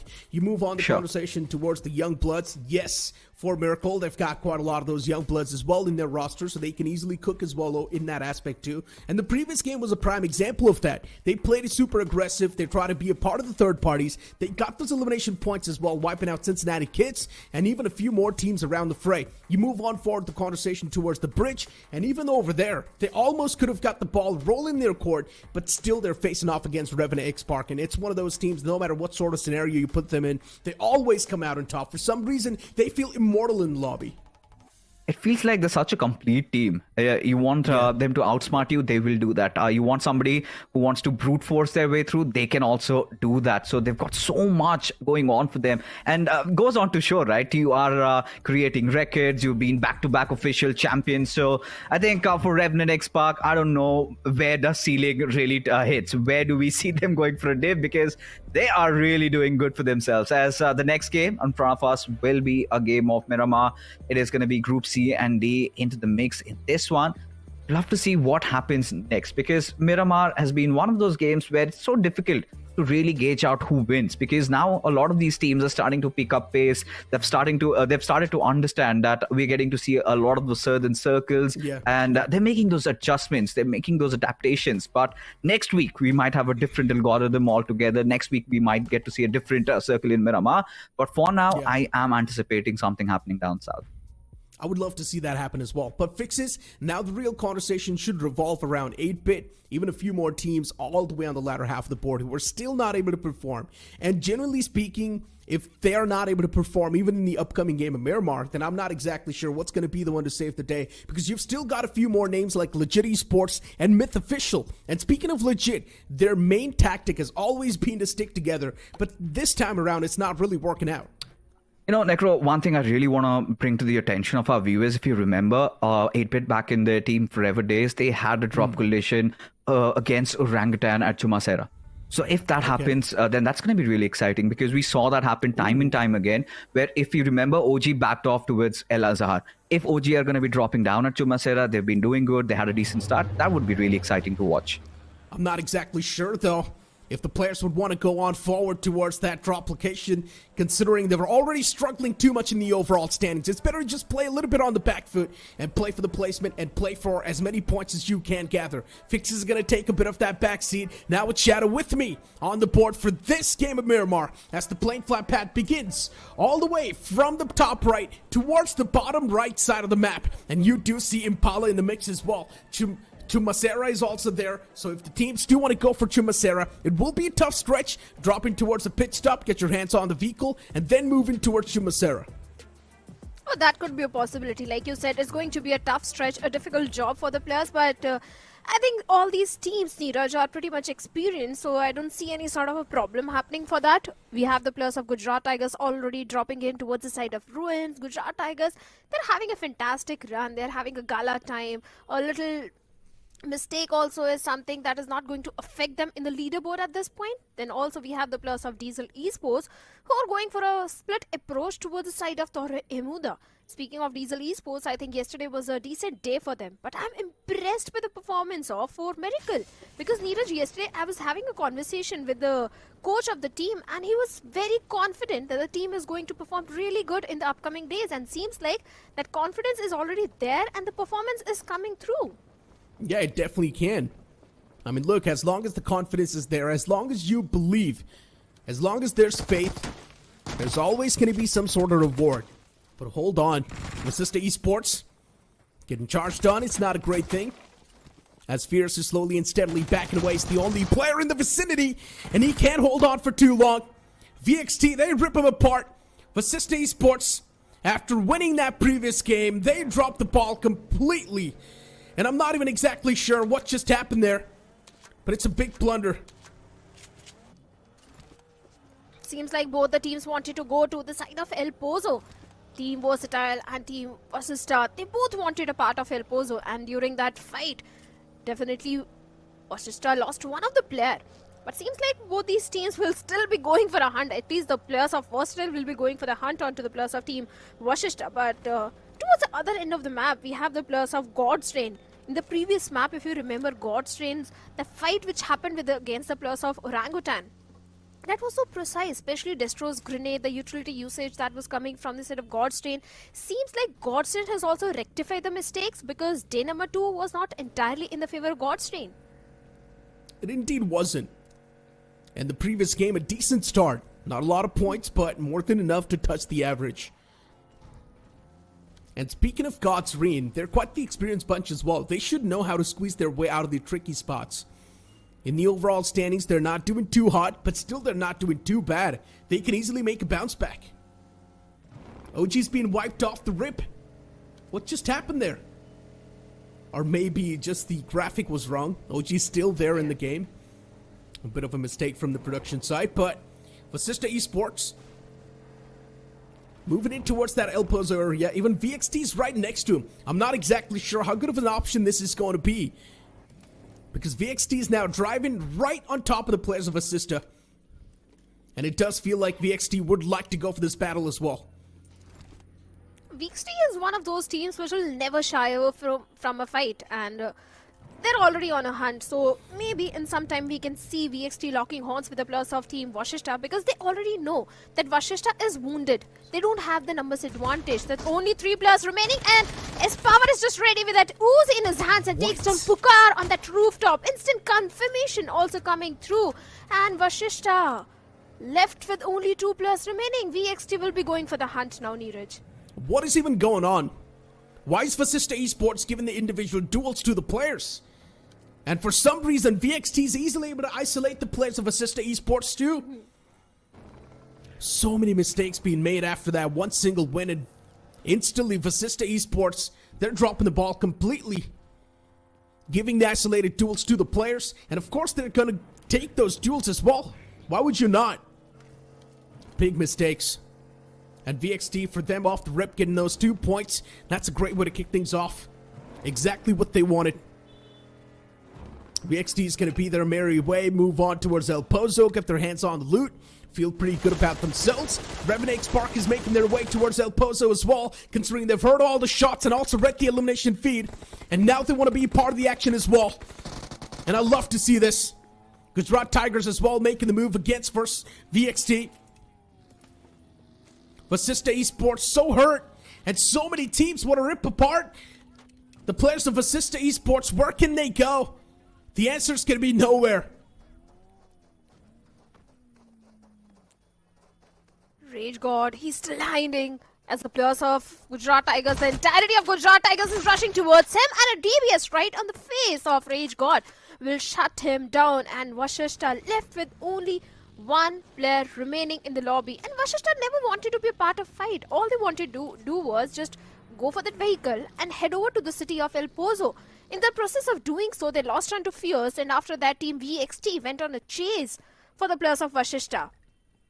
In the process of escaping from VXT, they just walked into the arms of Gujarat Tigers. Vasishta, a really bad start to Miramar. Gamla boy left all by himself. He may be going for the slow approach at this point because placement point is something where Gamla boy will be focusing on. But Vashishta, speaking about this team, even Neeraj, day number 1 and day number 2 was not entirely in their favor. So this Miramar game is definitely going to hurt them. It indeed will. I mean, look, still game 1 a chicken dinner, maybe you can say. A bit of that cushioning is still available. They're there in the top 16. This game is messed up. Fine. They can still recover in the upcoming games. Gamla boy's still alive. If he gets snuffed out, everyone knows how to take him down because he's the only player surviving. Look at Revenant Spark. Even they're there around the fray. Towards Crater Fields. Gamla boy just wants to get his loot done and play for the survival. Play for the placement points. Squeeze as many points as possible. That's what the main motto is going to be.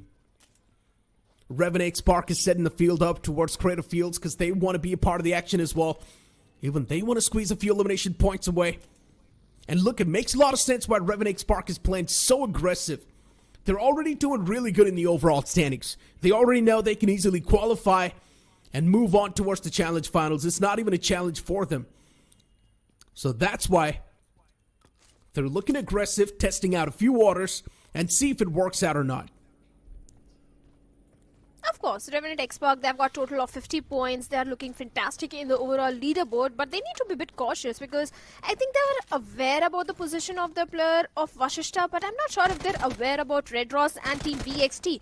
But for now, Shadow in close frontal battle with the last player of Vashishta, well, deals with Gamla boy and shuts him down. And with that, Team Vashishta becomes the first team to be eliminated from the lobby. Revenant Xbox, just a finish point to their name, I think a good start. And they're in fact going for a slow approach. They just need to be cautious of their surroundings, Neeraj, because if they're not aware about the position of VXT or Red Ross, I think maybe they can face some sort of casualty. They indeed can.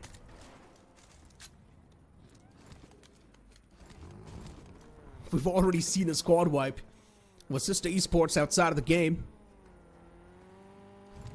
Rough luck on their part.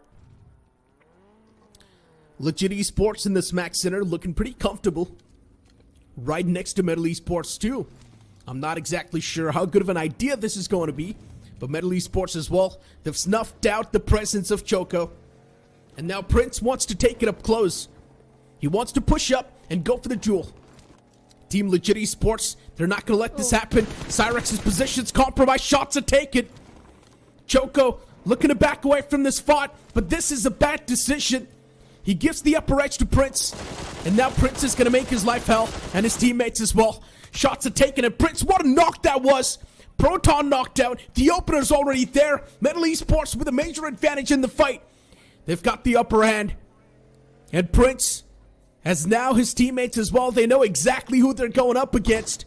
They would want to press on the charges even more. Team Legit, experience clearly lacking, do not exactly know how to deal their hand, especially in the uphill scenarios. The man tried to back away in a really bad spot. And that's why even Choco now is trapped big time.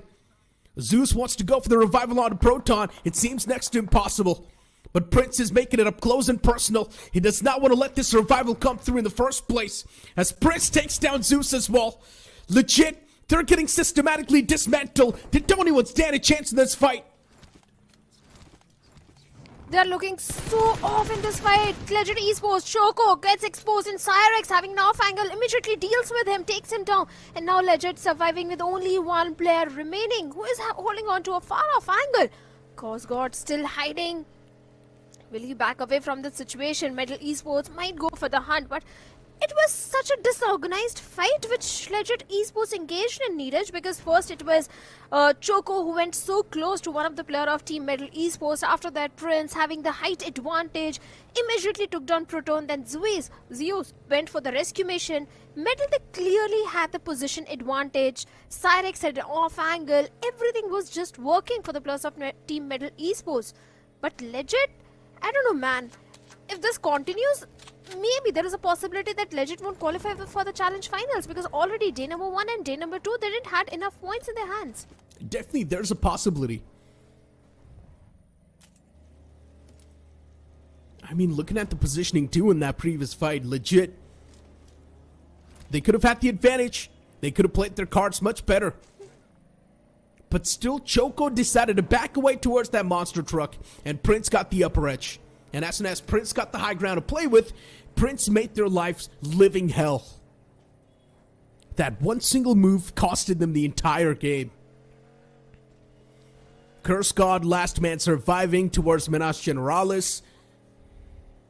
And even Curse God's position, it's uncompromised. That's a great thing.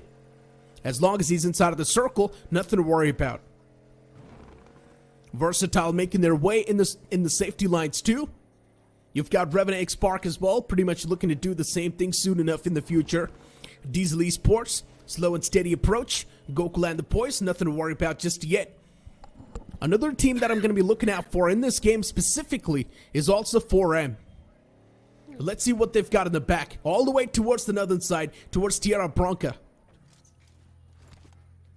4M, they're going for the late rotation for all the good reasons, because they had just a decent run in the previous Erangel and they're looking to redeem themselves. So maybe they'll be going for the late rotation. All they need to do is just be cautious of the plus of Diesel Esports, because if they're heading in their direction, Diesel would definitely want to welcome them with open arms.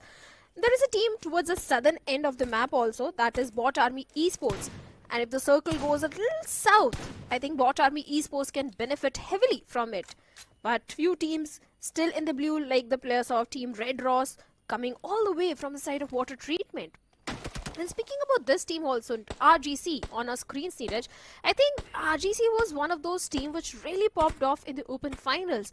But in the challenge season, that aggression which they were bringing in is completely missing. And that's quite understandable, because now you have got 16 invited teams. The competition has definitely increased 10 times in the challenge season. But still, that RGC of open finals is quite missing. It indeed is missing.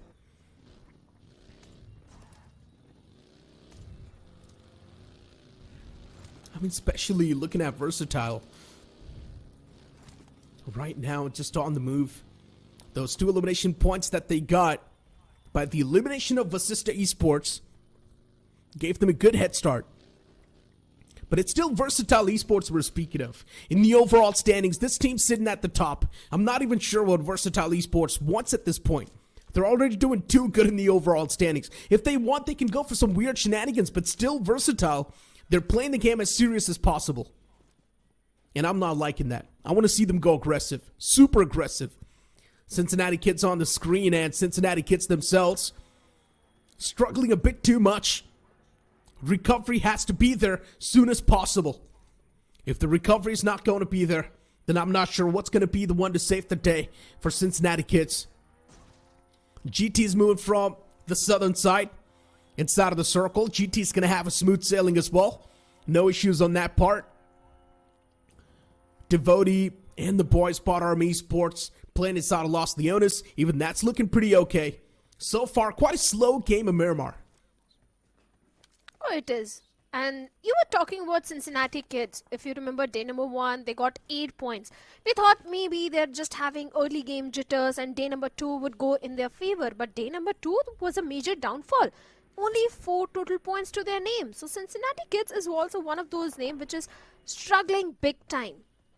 Obviously, today's games are of extreme importance for them if they want to feel comfortable for the upcoming week. So this Miramar, maybe they can go for a very slow approach. Yes, the circle is definitely favoring them as they dropped in the city of Los Leones, and they have the safety of the circle. I think the next circle is also going to favor them, and certainly it is going to favor them. And along with that, look at the position of Medal Esports, Neeraj. Medal are in such a prime spot as they've got the control of the hills of La Bendita.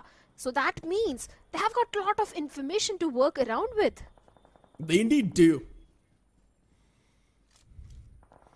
But still, Medal Esports is a bit too spread out. Too exposed. They've got the high ground to play with, but soon enough as the teams, they decide to close in. Medal Esports, for them, the threat's going to keep on amping up. It's not going to go down. Medal Esports, they need to fight their way. It's going to be a tough fight for Medal Esports, yeah, but they can definitely make it happen, and this is exactly what I'm speaking of. If a team does have the high ground, they're also going to be attracting a lot of attention. And right now, Medal Esports is also in the smack center So they're going to be the center of attraction. A lot of shots will be taken against them. A lot of teams would want to be a part of the fight against Metal Esports. Because if they do take down Metal Esports, they can get a solid cover to play with and a solid place to play with. Curse God, position and compromised. He can definitely catch a few players off guard. Shots taken. Gives his position away in that scenario. And he messes up big time. Team Legit Esports, especially Curse God, could have played things much better. He could have gotten at least one elimination secured before getting taken down, but he still broke the silence. For Miracle, definitely having a good start. One finish point to their name. They have the entire control of the northern periphery of the circle. They have got a good compound to work around with. Metal Esports, Prince is also knocked out. They need to go for the rescue mission.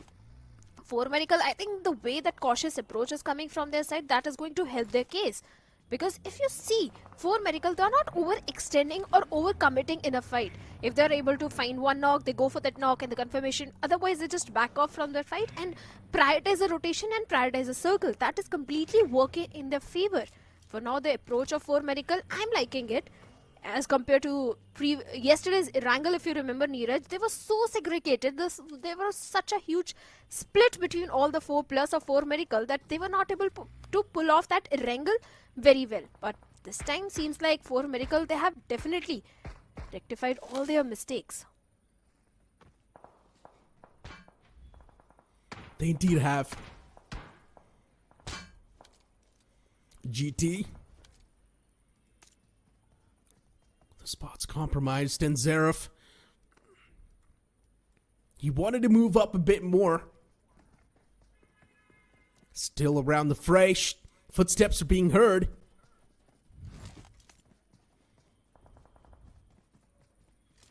And Monty keeps his position anonymous. He's waiting for Xerath to overextend, but Monty's position, it's now known that Xerath's presence of mind, amazing. But Xerath unfortunately exposes himself too much to risk, and Devotee finds the striking point. Xerath knocked out. The confirmation though does not follow up instantly. Xerath is backing away to safety, and Devotee's position now known. Bot Army Esports, what a field trap it is. Anyone who tries to walk down south will be caught in this field trap, and Xerath himself was playing it a bit too aggressive. The rest of the GT, they need to come for rescue right now, but they're a bit too far away from this scenario. Monty Bay, definitely, like you said, is in a very good position at this point to go for the confirmation point onto Xerath.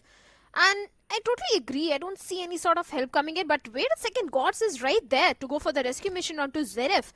The revival will be coming in. This is the moment when the plus of Team Bot Army Esports can go for the aggressive side and just directly push on to the plus of Gujarat Tigers. But maybe they lack that crucial information to go for that kind of a push. The circle also takes a southern western shift, and it is heavily favoring the players of Bot Army and Cincinnati Kids as well. This is definitely a game where Cincinnati Kids can definitely redeem themselves or try to redeem themselves, because the circle is definitely favoring them. At the same time, even the players of Myth officials who are coming from the western front of the circle can have a good outing. But wait a second, Scary Jot from the up top takes down Flock. The knock is there, and we'll be looking for the confirmation. And look at that, Aditya, as he was going for the revival, the shots are being taken on to him as well.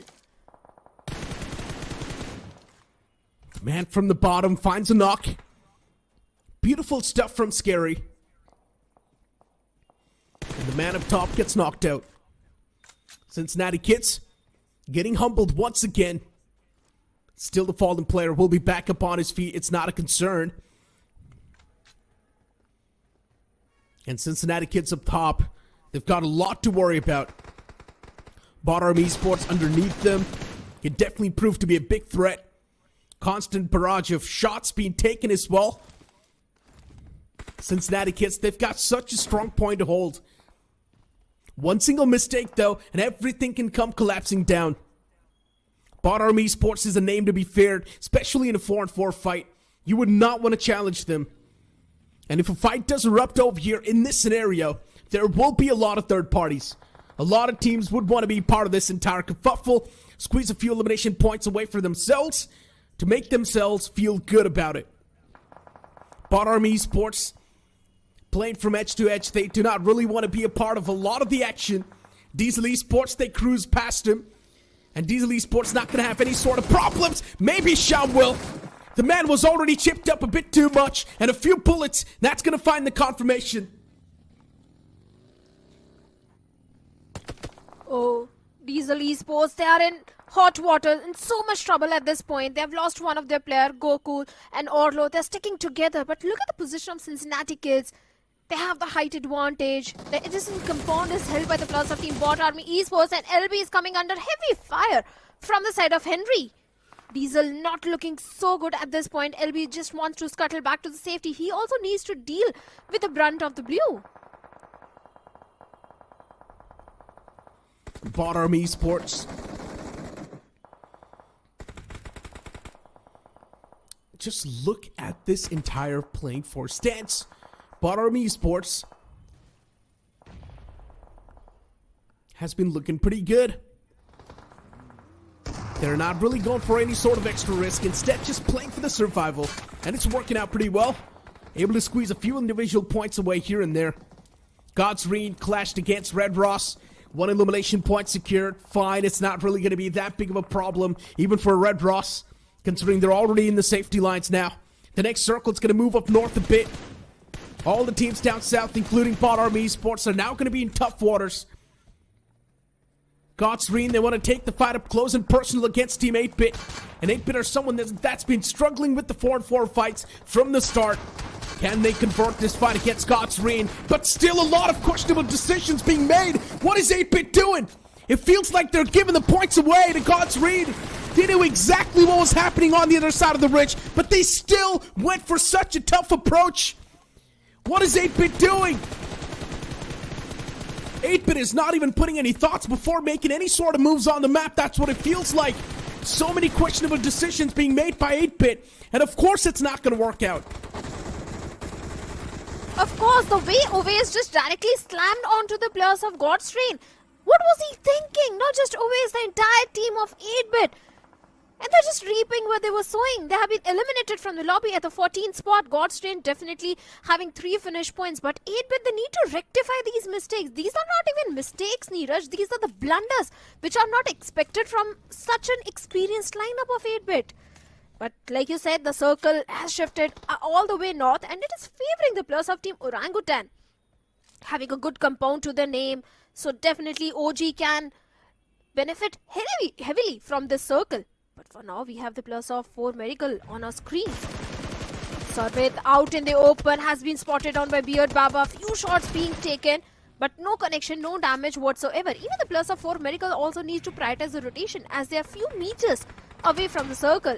Everyone, VXT, Medal, 4 Miracle, wants to have the northern control of the circle. And maybe we can see a rotational clash happening between these 3 teams at this point. Maybe. Still, it's a big maybe. And Dragon LP struck down. 4M, they wanted to be on the aggressive part, but this time for 4M, it's not really working out that well as they collide against the formidable foe, VXT. And here comes the Lions, as VXT are easily getting rid of the players, and now it's also Metal Esports in the mix. What is going on? 4M up against Metal Esports, up against VXT.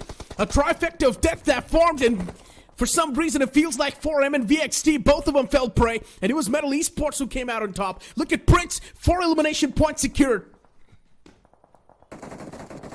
Medal, they are playing as a unit, and Beard Baba out in the blue has been spotted on by Legit, and Legit is definitely hungry for one more finish points as Prince gets a confirmation onto Equinox. These 3 teams, they wanted the northern control of the circle, and seems like Medal, they came on the top, but wait a second, Sarvit is also coming under heavy fire as he has been knocked out. Prince might be looking for the confirmation. Orangutan definitely raining on the parade of the plus of Metal Esports as Metal is on the lower ground. On the other end of the map, we have the plus of Bot Army Esports also locking horns with Cincinnati Kids. As Bot Army has been eliminated, 7 finishes, and Metal is looking so strong. They just need to move inside the circle. They need to breach into the compounds of OG.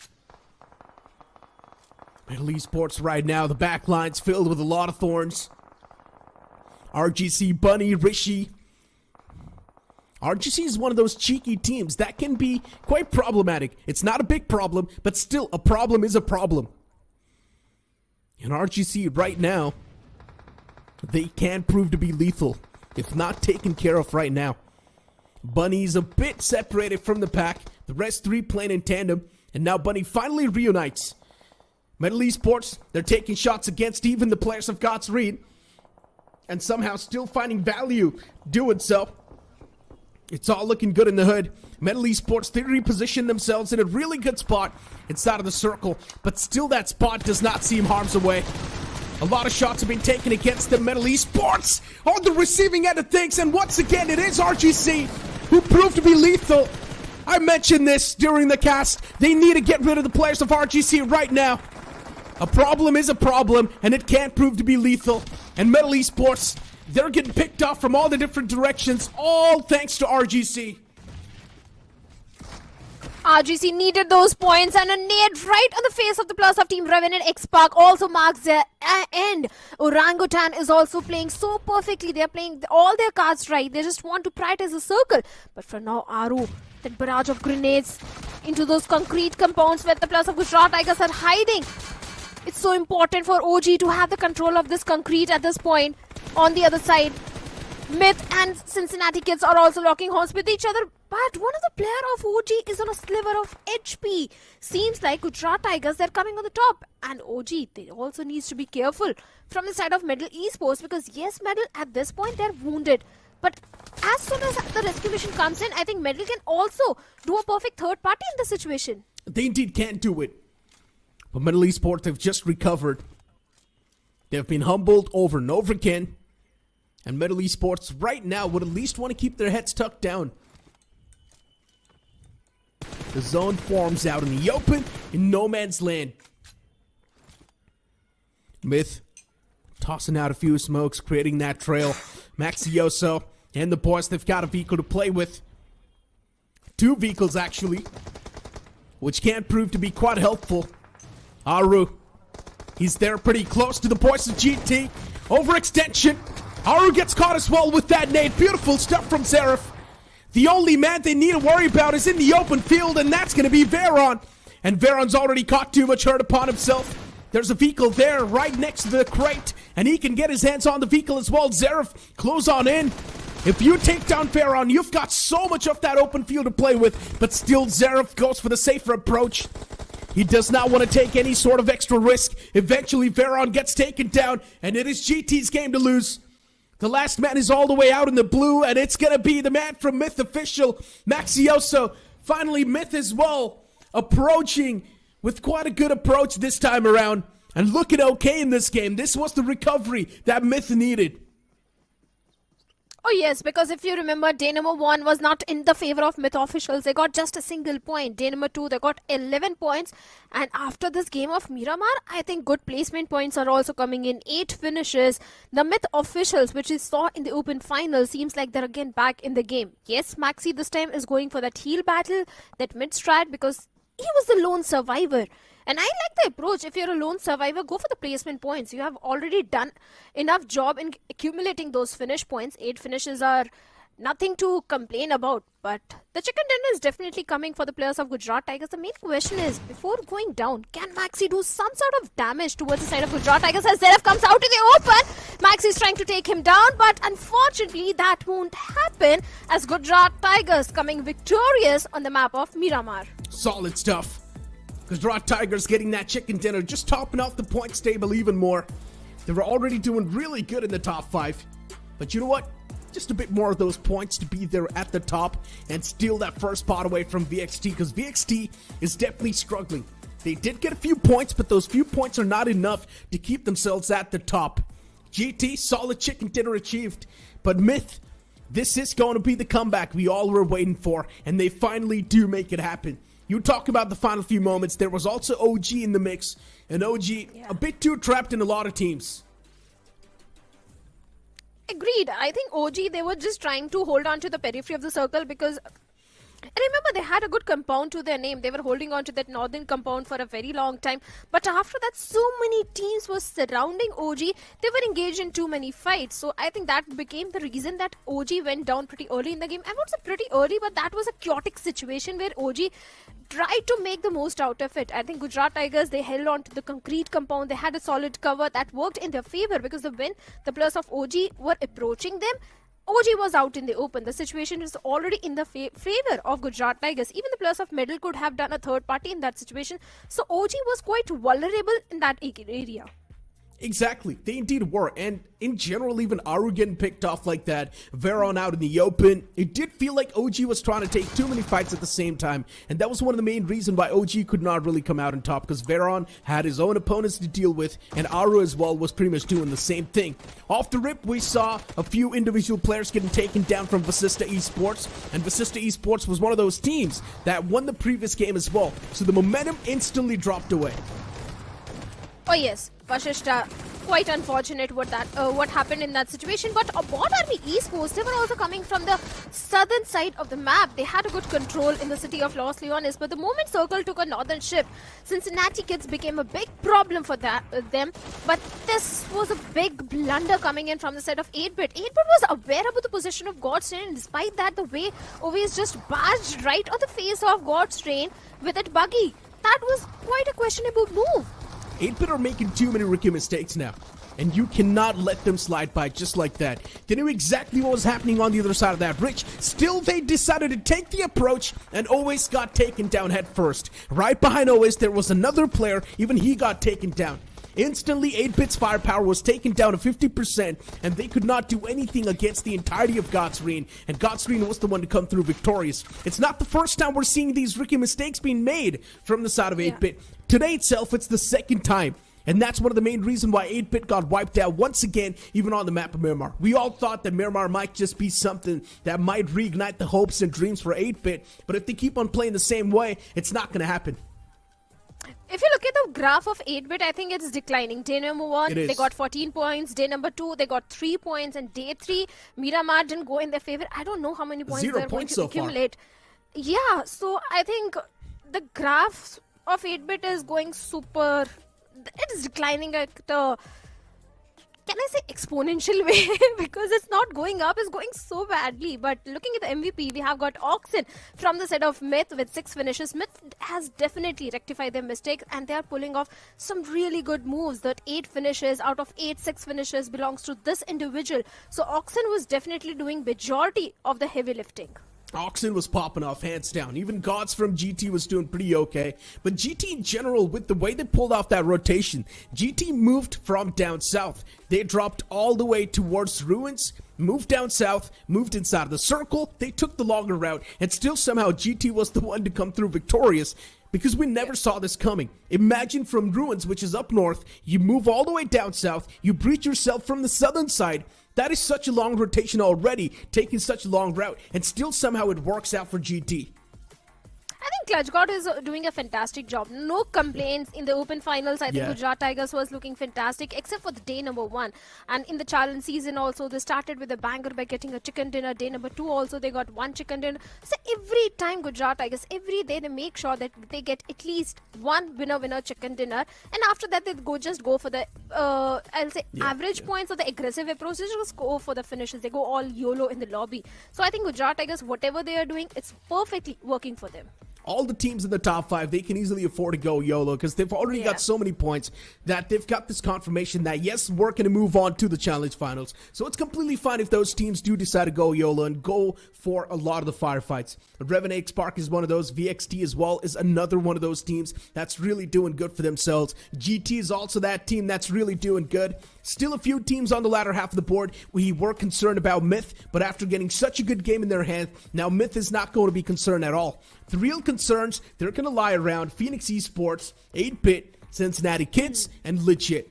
These teams are going to be the teams now. They need to step up in the upcoming game. If they don't, week 1's done, and you still are at the bottom of the page.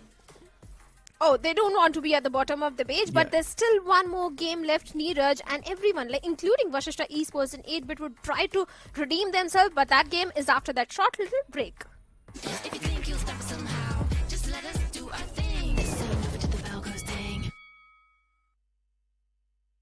और कहीं दर्द हो रहा है? थोड़ा सा shoulders में, back pain. Hello dentist. वसूलना तो पड़ेगा। 10 नंबर वसूल तो करना पड़ेगा। फुल वसूल करने का है शौक तो do it like a boss. BGMI royal pass, यहाँ मिलते रहेंगे अमेजिंग इमोट्स, कूल स्किन्स और बहुत सारे रिवॉर्ड्स और साथ में फुल कैशबैक UC में। तो अब सोचना क्या, गेट फुल वसूल with BGMI। Whoa, whoa. I hear you like to gamble. Let's take the road, let's travel. No, I'm a lot to handle, but I wanna go fast with you. Think we could go the distance, although I know we're different. Together we both fit it, so I wanna go fast with you. Put it in motion, baby, we're going faster, faster, faster, faster. In the moment, baby, keep going faster, faster, faster, faster. It's like they never even seen us, and nothing will ever get in between us. I'ma ride by your side every season, and if anyone try to stop us, we just speed up. Yeah, always keep it at 100. Top down, pretty face, so sun-kissed. Know it's scary, but I swear I really love this. Big shades on, summertime in London. I hear you like to gamble. Let's take the road, let's travel. No, I'm a lot to handle, but I wanna go fast with you. Think we could go the distance, although I know we're different. Together we both fit it, so I wanna go fast with you.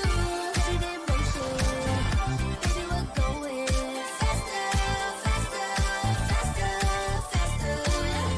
Seize the moment, baby, keep going faster, faster, faster, faster.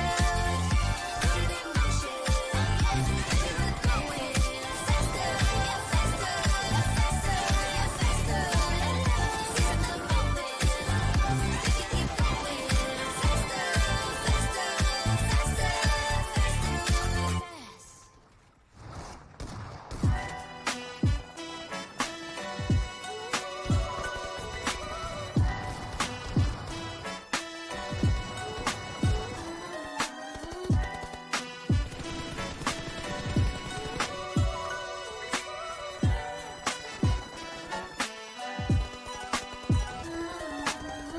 Been down before, but now I'm better than I've ever been.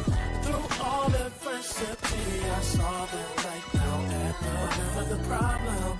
We'll solve them. Make it through together, it'll be all love, and it's all good. And it's all good. So we're just gonna do our thing, ain't never do the Broncos thing. We're gonna bring you down. If you think you'll stop somehow, just let us do our thing. So never do the Broncos thing. The Snapdragon Pro Series is brought to you by Snapdragon Elite Gaming, Monster Energy, and DHL. Welcome back, everyone. You guys are watching Snapdragon Pro Series Challenge Season Week 1 and Day number 3. With last game for this particular group of Day 3 is coming up. Erangel and Fix is going to be with me for this one. And Fix is the last game, the previous game, the winners of the first game. Vashishta Esports, what really went wrong? They got eliminated off the rip. Everything is sort of swinging like a pendulum. One team gets chicken dinner, suddenly next game they kind of drop the ball, and then they've got the likes of Gujarat Tigers also, who've had a very bad first game, and suddenly they bounce back getting a chicken dinner. So I think this atmosphere of uncertainty is something that I'm really enjoying in this tournament so far, because every single game we come, we have our expectations there. Some teams deliver, some teams fail. But overall, it was such an intense game of BGMI in that one. All these teams trying to survive, but really impressed with RGC tonight, especially with how they played the first two games. Even for Orangutan, after that huge collapse in day number 2, they certainly have also recovered. But Gujarat Tigers, man, they never refuse to give up. That sort of tenacity coming out of Clutch God kind of brings in so much hope for his fans. And I'm really excited to see how he performs throughout the entire league stage. Well, Clutch God had a lot to prove. I think he's doing the fantastic job. He's proving that how good of an IGL he is.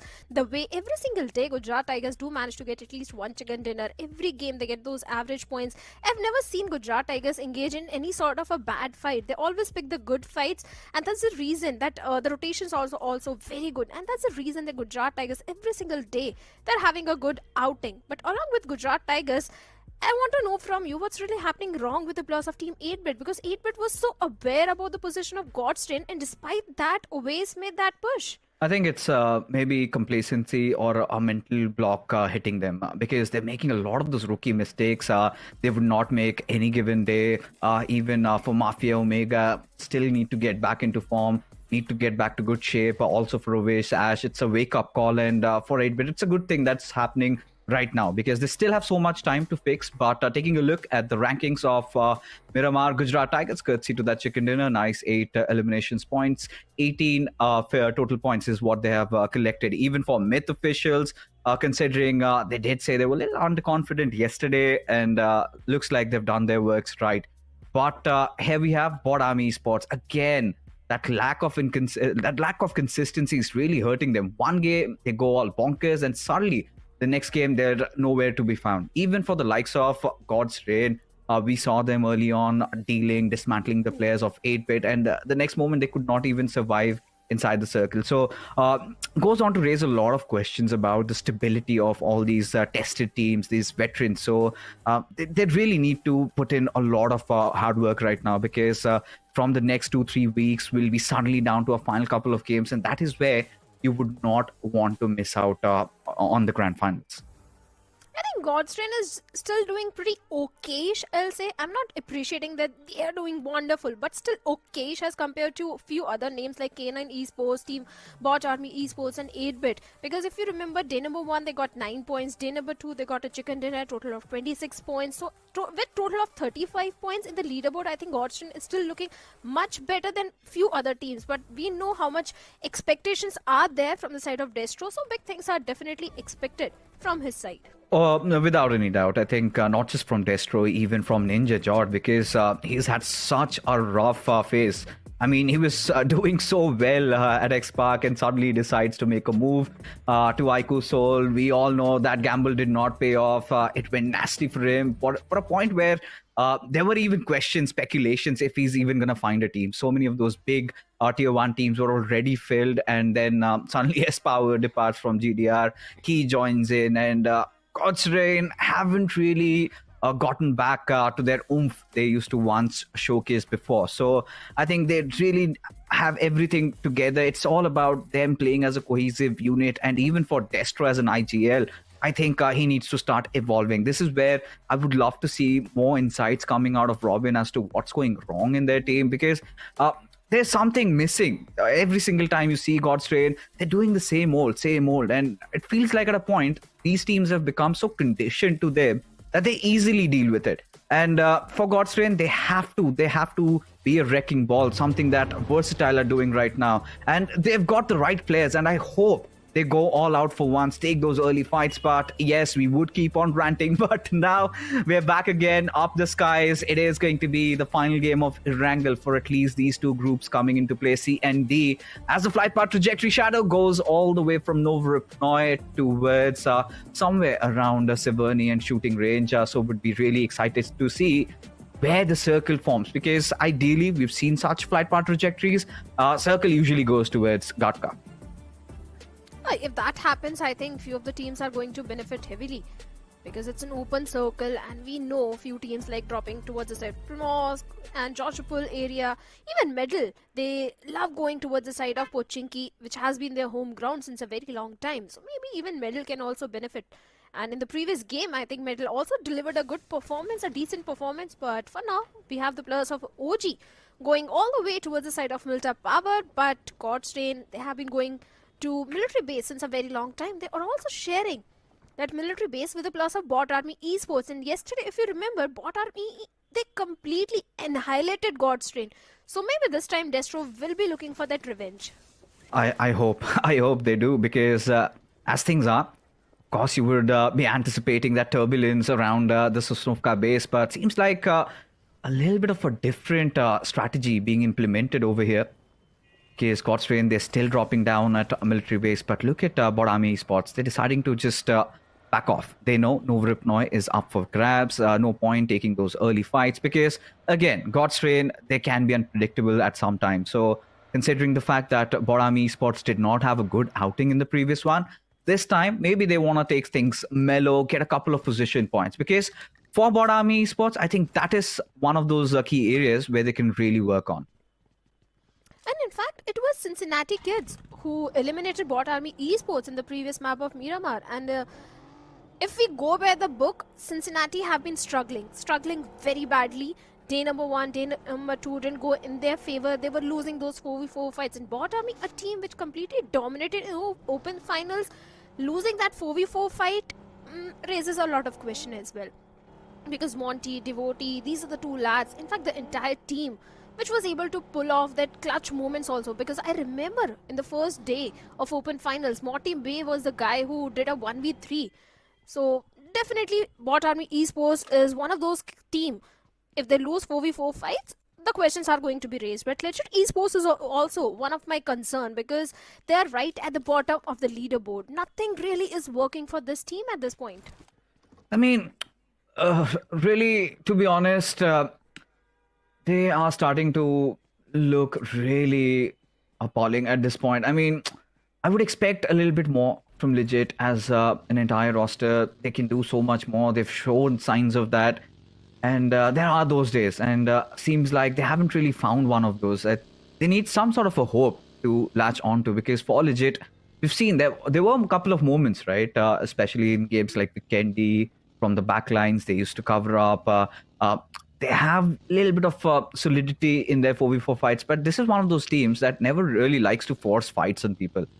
If you are bringing in the heat on them, they've got their backs covered, but yeah, a lot of work needs to be put in if they have to see the days of the grand finals and attend it, not just as spectators, but as players. But Versatile Esports, they've been making a lot of those headlines lately.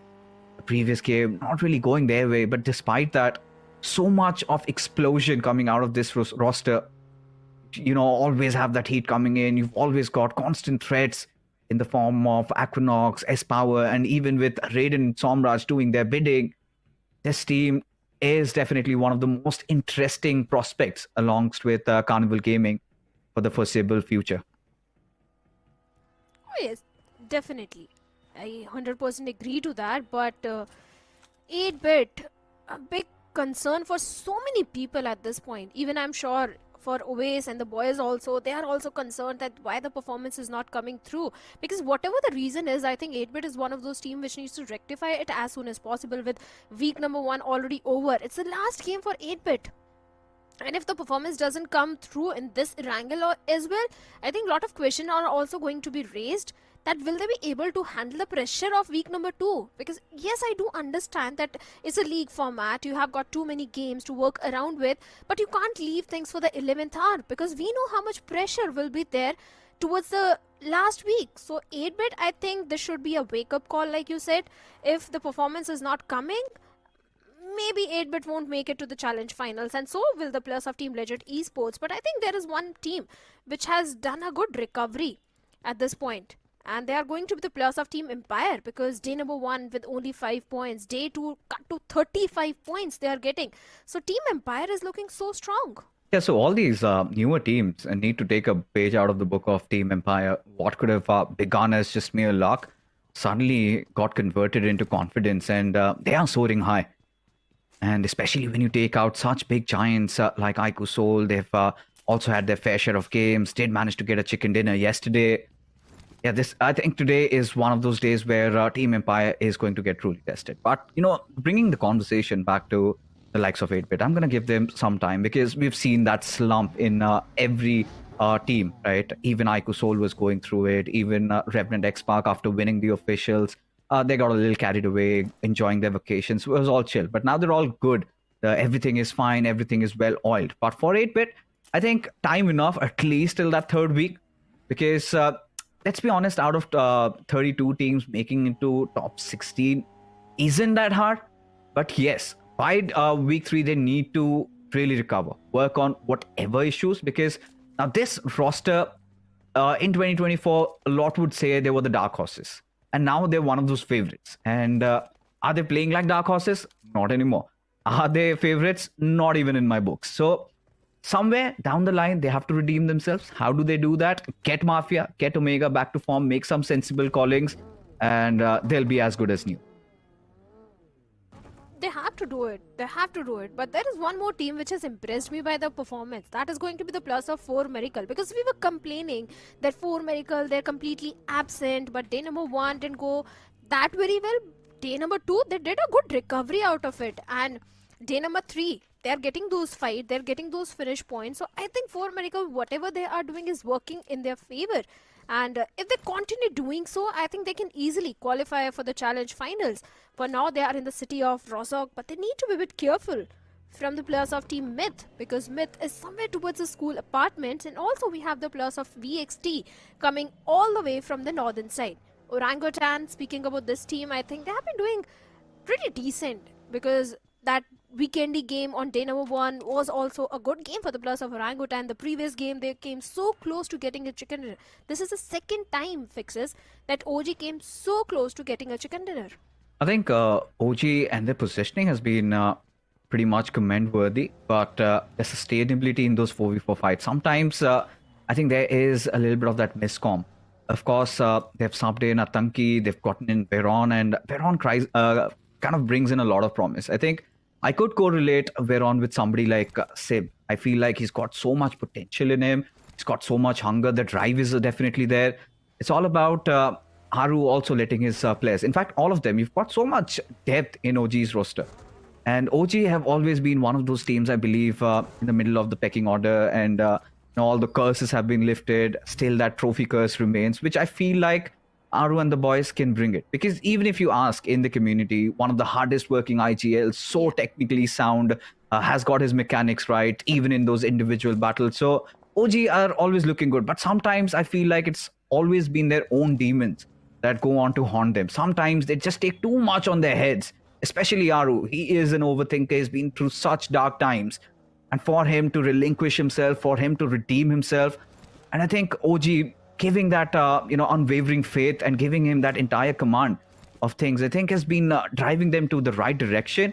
But so far what we've witnessed from OG's side is what I feel is AKOP has to survive, has to be somewhere down the line, playing those safer games, or maybe a little bit more stability, because more often than not we've seen AKOP, he's done his bidding, he's getting those finishes. But him not being there in those final circles when OG need that extra bit of oomph, that has been one of those concerns that OG has to really deal with. Now that you pointed out, even I also noticed that AKOP is mostly missing in those 4v4 fights towards the end of the game. So maybe OG will rectify those mistakes, because the way they are performing, for sure, they're qualifying for the challenge finals. But looking at the map, we have few teams going for a very late rotation, like the plus of Team Red Ross, a team doing pretty okay in the overall standings. Then we have the plus of Bottom Esports also bearing the brunt of the blue. Diesel Esports is still my concern, because the way this team goes for the rotation, most of the time the problem for Diesel Esports has been the rotations, because they get picked off mid-rotation, and that's something that Diesel Esports needs to work on. Oh, there you have it. Yeah, I'll get back to Diesel, but the cursed hovercraft, and think twice before you take that out for a spin. It's massively so slow, has a lot of utility, of course, but it comes with its own demerits. So getting the conversation back to Diesel, it's been their old ways, always lurking around the edges. Hold on to that thought, because for Miracle Esports, they certainly are men on a mission. At this point, they're all over the place, and you could see that instant adjustment made by Apoko. He's like, I want to figure things out. It's all right, Dragon taking those IGLing realms, and he's been doing so good. And at this point, there's no stopping for Miracle Esports. They're not getting the chicken dinner, but they are certainly getting there. And now just ramming the vehicle straight on the faces of the players of Cincinnati Kids. Of course, Aditya responds back, but that comes at a cost. Aditya still keeping the hopes alive for Cincinnati kids who were in a whole world of trouble. As for Miracle Esports, now this is what happens when you have a kamikaze strategy like this. This is what happens when you blitz through. You've got lack of information. If there's one sneaky little bugger somewhere hiding down the lines, he's going to cause so much trouble. Now, Cincinnati kids, they'll have their pieces back. But for Miracle Esports, it is a goner. Oh, wait a second, Fixers. OG is also in the nearby vicinity as they're ready to strike onto the plus of Cincinnati, and Might is still down. Aditya wants to make a quick escape from the situation, but seems like OG, they're in a mood to pick up a fight as Juicy gets taken down by Visgod, and Veron is also going for the spray, but no connection.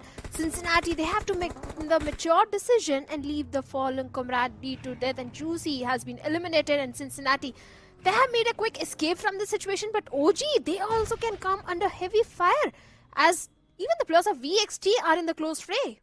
You would not want to mess up with Versatile. Doesn't matter if you are Orangutan, if you are the Apes, these are your jungles. I think they also understand Versatile as a team not to be trifled with, but look at this. It just gets instantly demolished. Knocked out and finished off, and Diesel Esports got a finish in their bag right now. And for Diesel Esports, of course, a lot going into the heads of Gokul. Have to severely rely on him and how he's going to make his shot calling so much for him to prove himself, show the world that he's still got it in him. He's been a fighter, he's been a hustler. And for Cincinnati kids, yeah, they started things off really well, gave the taste of their own medicine to the players of for Miracle Esports. But it's come with such a nasty cost. Losing out on Juicy and Flock, that's really looking quite awry at this point. Reaper, the lone survivor of 4 Miracle. All the 3 players they went for the hunt, and they were the one who got hunted. That was a fight out in the open where 4 Miracle had not the 100% information, still they engaged in the fight, and that's the reason that 3 of the players have been eliminated. And Reaper this time will be going for a little passive approach. And even the plus of Cincinnati kids might be looking for a safe compound to hold on to. But there are few teams on the periphery of the circle, like the plus of Gujarat Tigers towards the western side. They have the complete western periphery control. They have the control of the Gatka as well. So Gujarat Tigers, I think they are looking fantastic in the circle. For now, they're just waiting for the next circle shift. But there is also one more team, which I personally have high hopes in this one. And that is going to be the plus of Team RGC, because they are somewhere around Gatka.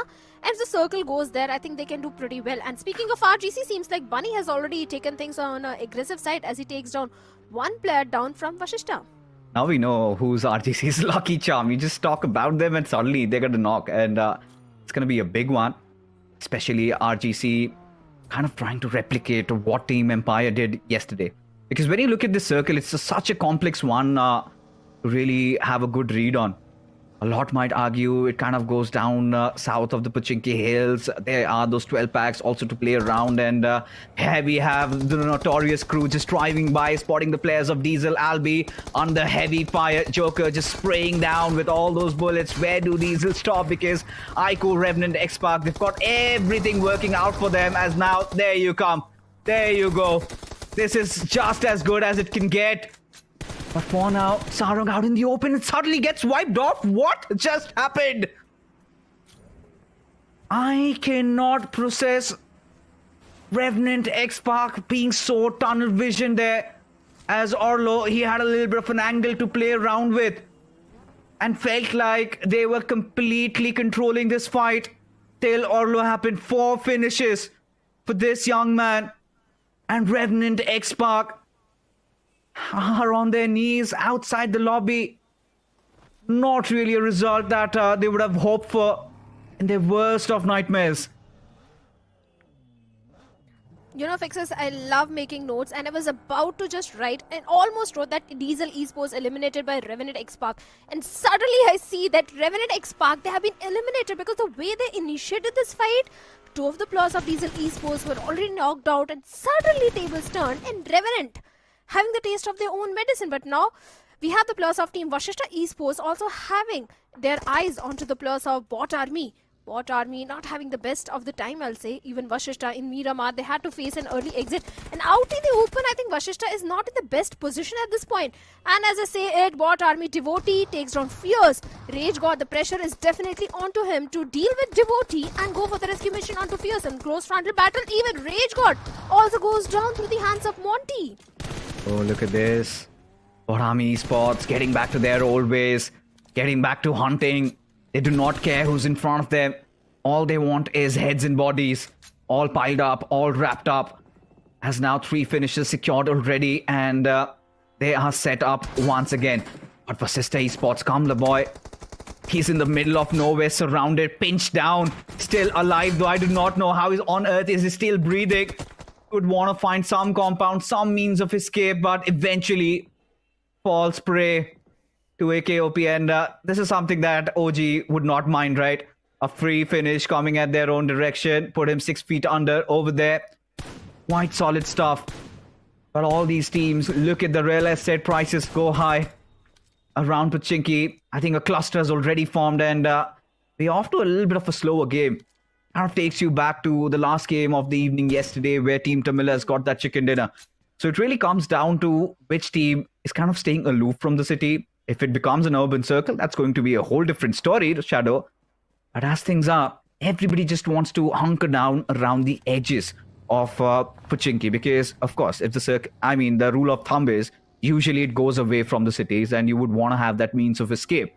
As a result of which, a lot of these teams are kind of staying around those outskirts of Pochinki. You've got a couple of warehouses to play around, good positions. You've got those Eastern Pochinki hills also to hold ground. Somewhere I could see, I think OG or maybe for Miracle Esports. I think Reaper has a nice control over it. But for Bot Army Esports, still having the certain Pochinki hills to their control, have an abundance of loot, no trouble whatsoever. Let's see. Let's see what happens next.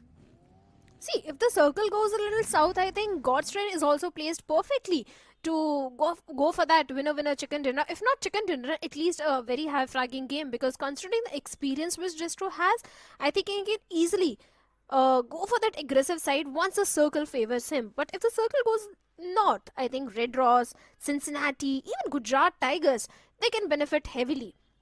For now, kind of a stalemate situation, as everyone is just waiting for the next circle shift. But the players of Diesel Esports are still out in the blue, going for a very late rotation and taking the brunt of the blue. OG, it's one of those teams who are very comfortable in the leaderboard, so maybe this time they can go for those fights, and they are certainly doing so as well, because we saw that OG went against the players of Cincinnati as well. But here is a circle shift, and seems like this time the rule of the thumb is not going to work. We might have an urban circle. There are always exceptions, aren't there? And we would all love a little change in taste. But still, a tingling in my heart says that there might be that shift outside. Somewhere where myth officials are, even Red Ross, making their rotations, making sure they've got everything in check. But as things stand, look at so many teams pouring in, getting inside the circle, trying to find some concrete cover to play around with. You've got the likes of God's Rain playing right from the back lines, and Equinox, he's been taken down on his knees. This is looking a little bit concerning because RGC Esports really need to get inside. Bunny out in the open, but Aiden running out of ammunition, but still Oxen strikes, gets a knock onto Wiz Bunny. And for now, for RGC, they have to get the numbers back because Myth Official, I do not think they would be really going in for the push. It comes with its own adversities there. Might expose themselves to fire from different angles. Even Cincinnati kids have a really good position to latch onto. The only thing that's pulling them back, they do not have enough men on them. See, the thing is, when you're holding on to the Pochinki Churchill, you get a lot of information, but you also need to defend that area. And seems like for Miracle, Last Man Reaper has been spotted down by the plus of Diesel Esports. Just that they're not aware how many people are there, how many players are hiding in that warehouse. So that's the reason that barrage of grenades is coming in, and Reaper, being the lucky man, is still surviving that, although on a very low HP. Kind of a 1v3 situation for him. If he clutches it out, I'm going to be a fan, but seems like Orlo is going to make that push and deal with the last player. And for Miracle, they have also been eliminated on the 14th spot, but they are looking okayish in the overall standings. But wait a second, we have the players of Versatile also going against the players of Godstrand. Legit and Gujarat Tigers also contesting for the same compound. Oh, it's getting so exciting. It's starting to heat up. Look at all those Molotovs. The floor is lava there. Arman, ill isolated from his teammates, and he's really low on his HP. Needs some assistance and needs that ASAP with so many of those details being flung over. Arman somehow managing to survive by the skin of his teeth over there, as the ref is constantly bombarding, but Choco's position has been revealed. Good utility coming out of Mudit, just trying to block that entrance with that smoke, as Zeus is brought down to real low HP, and Legit just somehow trying to survive this artillery barrage coming out of the players of Gujarat Tigers, as Proton just around the emergency room or maybe even over the rooftop, as Gujarat Tigers going for the ambush, going for the breach, trying to infiltrate, trying to press in. Mudit needs to patch himself up over there, as now Legit, they have got their flanks cut off. Leaves Choco, he needs to come out in the open, needs to provide some sort of cover fire. But there you go, it was inevitable. It was bound to happen. As Proton, he already falls. Zeus holding a very crucial angle, does get one knock. Buys enough time at least to halt the push coming in. But Choco, he's still stationary, he's still not moving. He knows the moment he comes out of his hiding, he's gonna get taken off. But God, he's being very calculated, he's being very methodical. And here comes Zaref. He's being fired upon from multiple directions. Proton still back on his knees though. But all the information relayed on the players of Legit. As now Gods, he has to go in. He has to take that risk. And there you go. Those pre-fires really coming handy over there. But somehow Proton keeping the dreams alive. Gods, he has to clutch it out. And so he does. Gets that final knock over there. We'll get that quick revive because Choco, he was far off, cut off from his squad as Gujarat Tigers barely survived this big jump there. Oh, kudos to Proton. Valiant effort from his side. He took down Zaref, he took down Arman, but Gods was there to strike at the right moment and save the day for the entire team. Gujarat Tigers, they have a job to do. They have to move inside the circle, but they also need to deal with the players of Metal Esports as Prince takes on Gods. Instant confirmation also coming in, and Gujarat Tigers, now they're wounded as Arman needs to patch himself up. It's only 3 players from the side of Gujarat Tigers. Legit with that grenade is looking for some sort of connection towards the side of Zaref. Let's see if we can find so. Because one fight after other, 23 seconds on the clock, and Gujarat Tigers and Medal, they also need to move inside the circle where the players of Myth are just waiting for them. Oh, Medal Esports coming in as the cleanup crew, and not a lot of resistance being provided on them. But Sarvid gets taken down. It is going to be Myth officials. Got adrenaline coursing through their veins, getting a lot of those finishes to their names.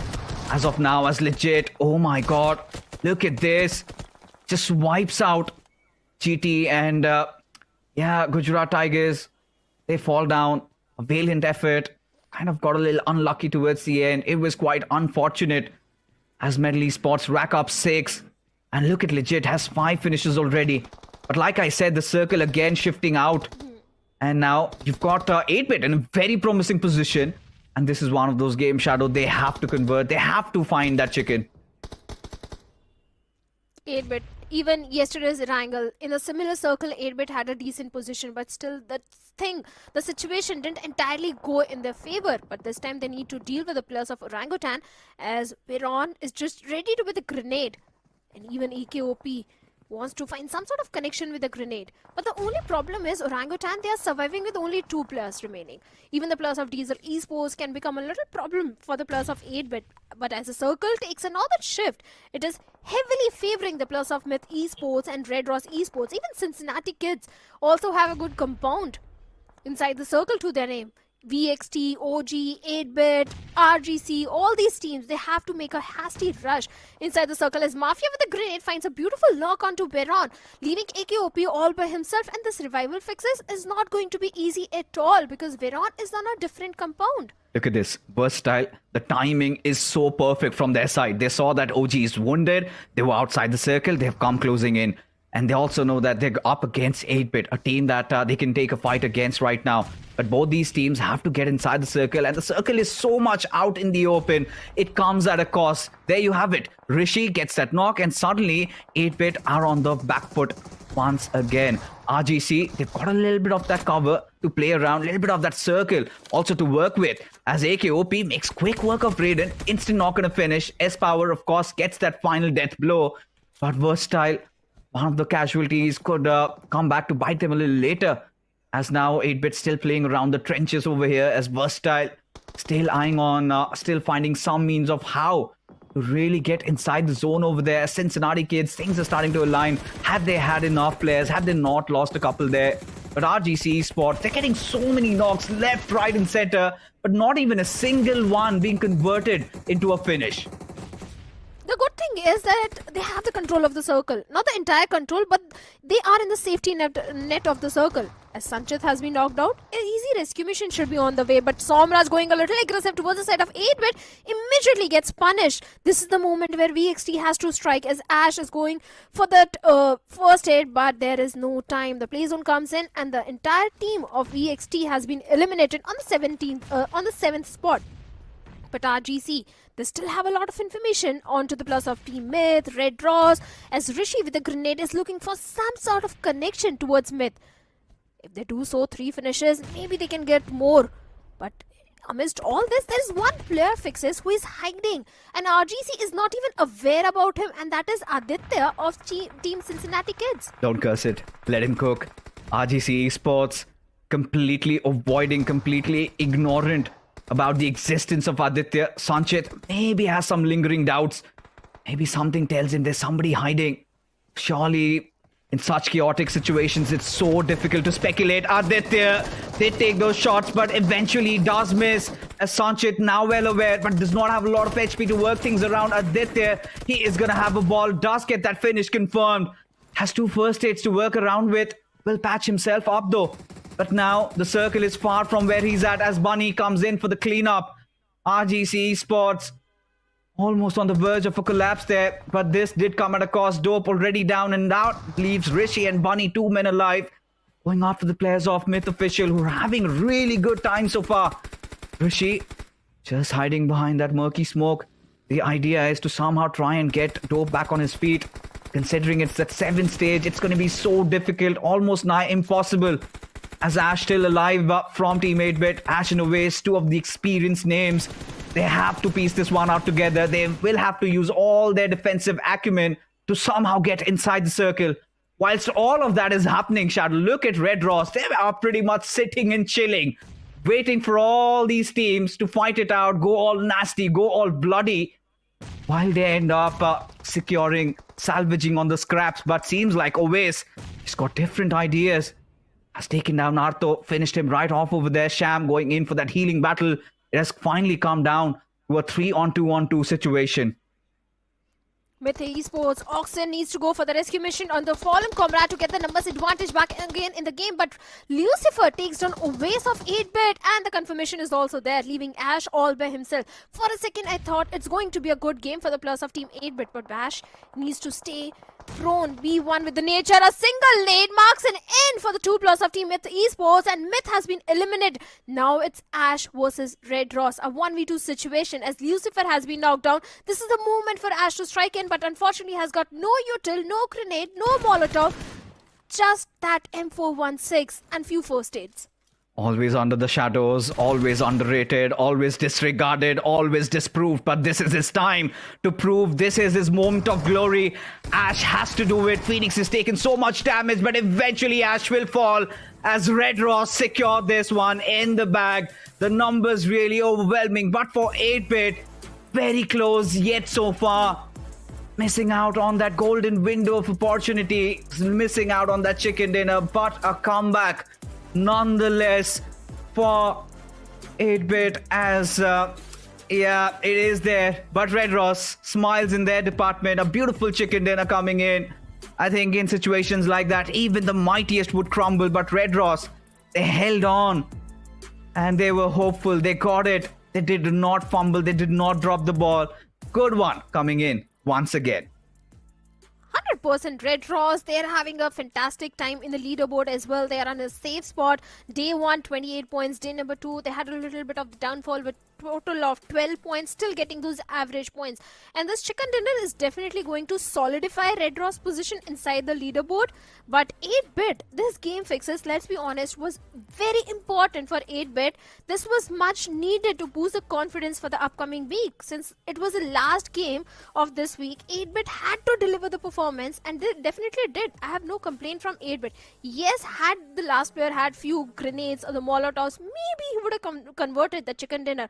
But still, I think a decent game from 8-bit. They've been battered, they've been bruised, they've been dealing through so many teams. So I'm not really gonna, put the buck there that they needed util. Of course, that would have really come in handy. But in that particular situation, I think Ash had anything and everything going against him. Red Ross had the little hay bale to play around with, and they had that cover.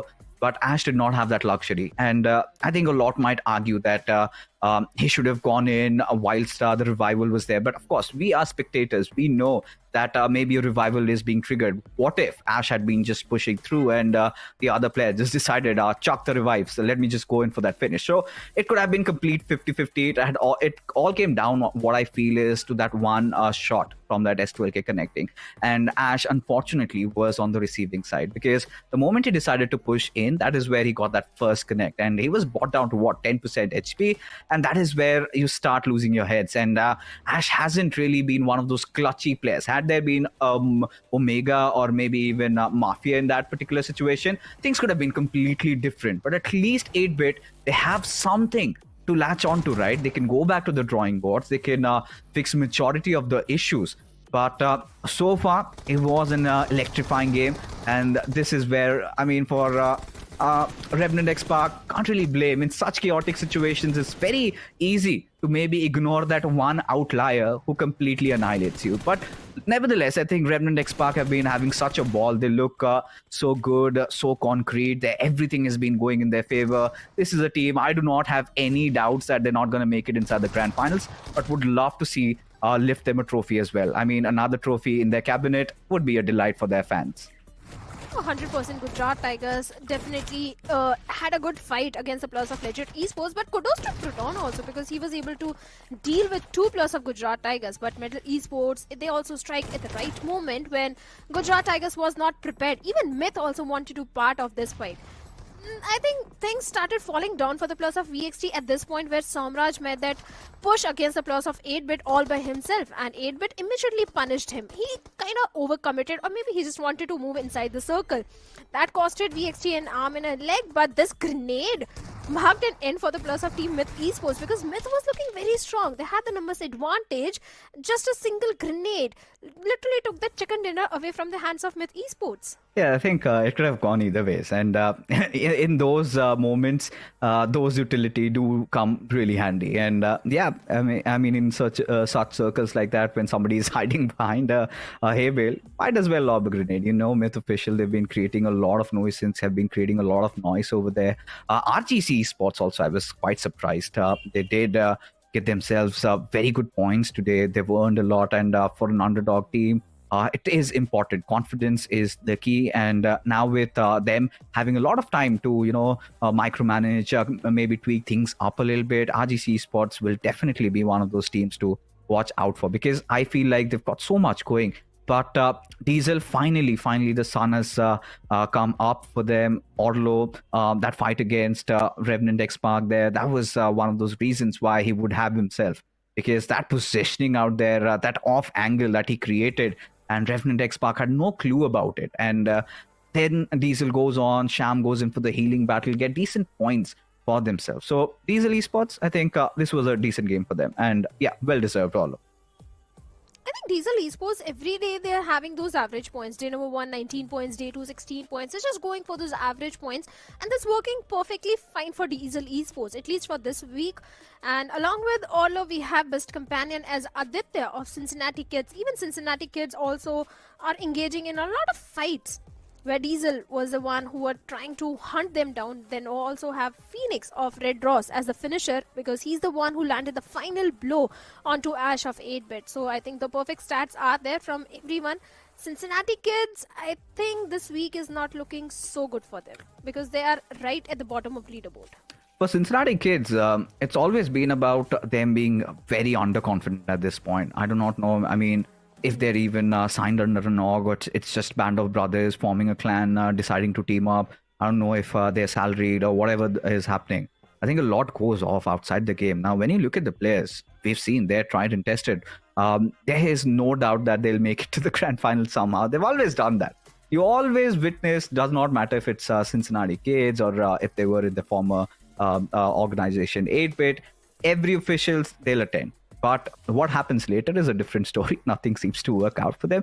But they've made some interesting changes. If you look at their roster, they've gotten in Flock. Now, Flock comes in with a lot of promise. He's one of those assaulters. He's got such a bright future up ahead. So I think for Juicy to figure things out, he's got that little 3-4 days break. This is where he's got to sit down with his teams, practice a lot of scrims, try getting aggressive, start taking those fights. Because when you've got the likes of Aditya, Mighty, Flock in your team, you would expect them to play something or somewhere the likes of how For Medical Esports went out today.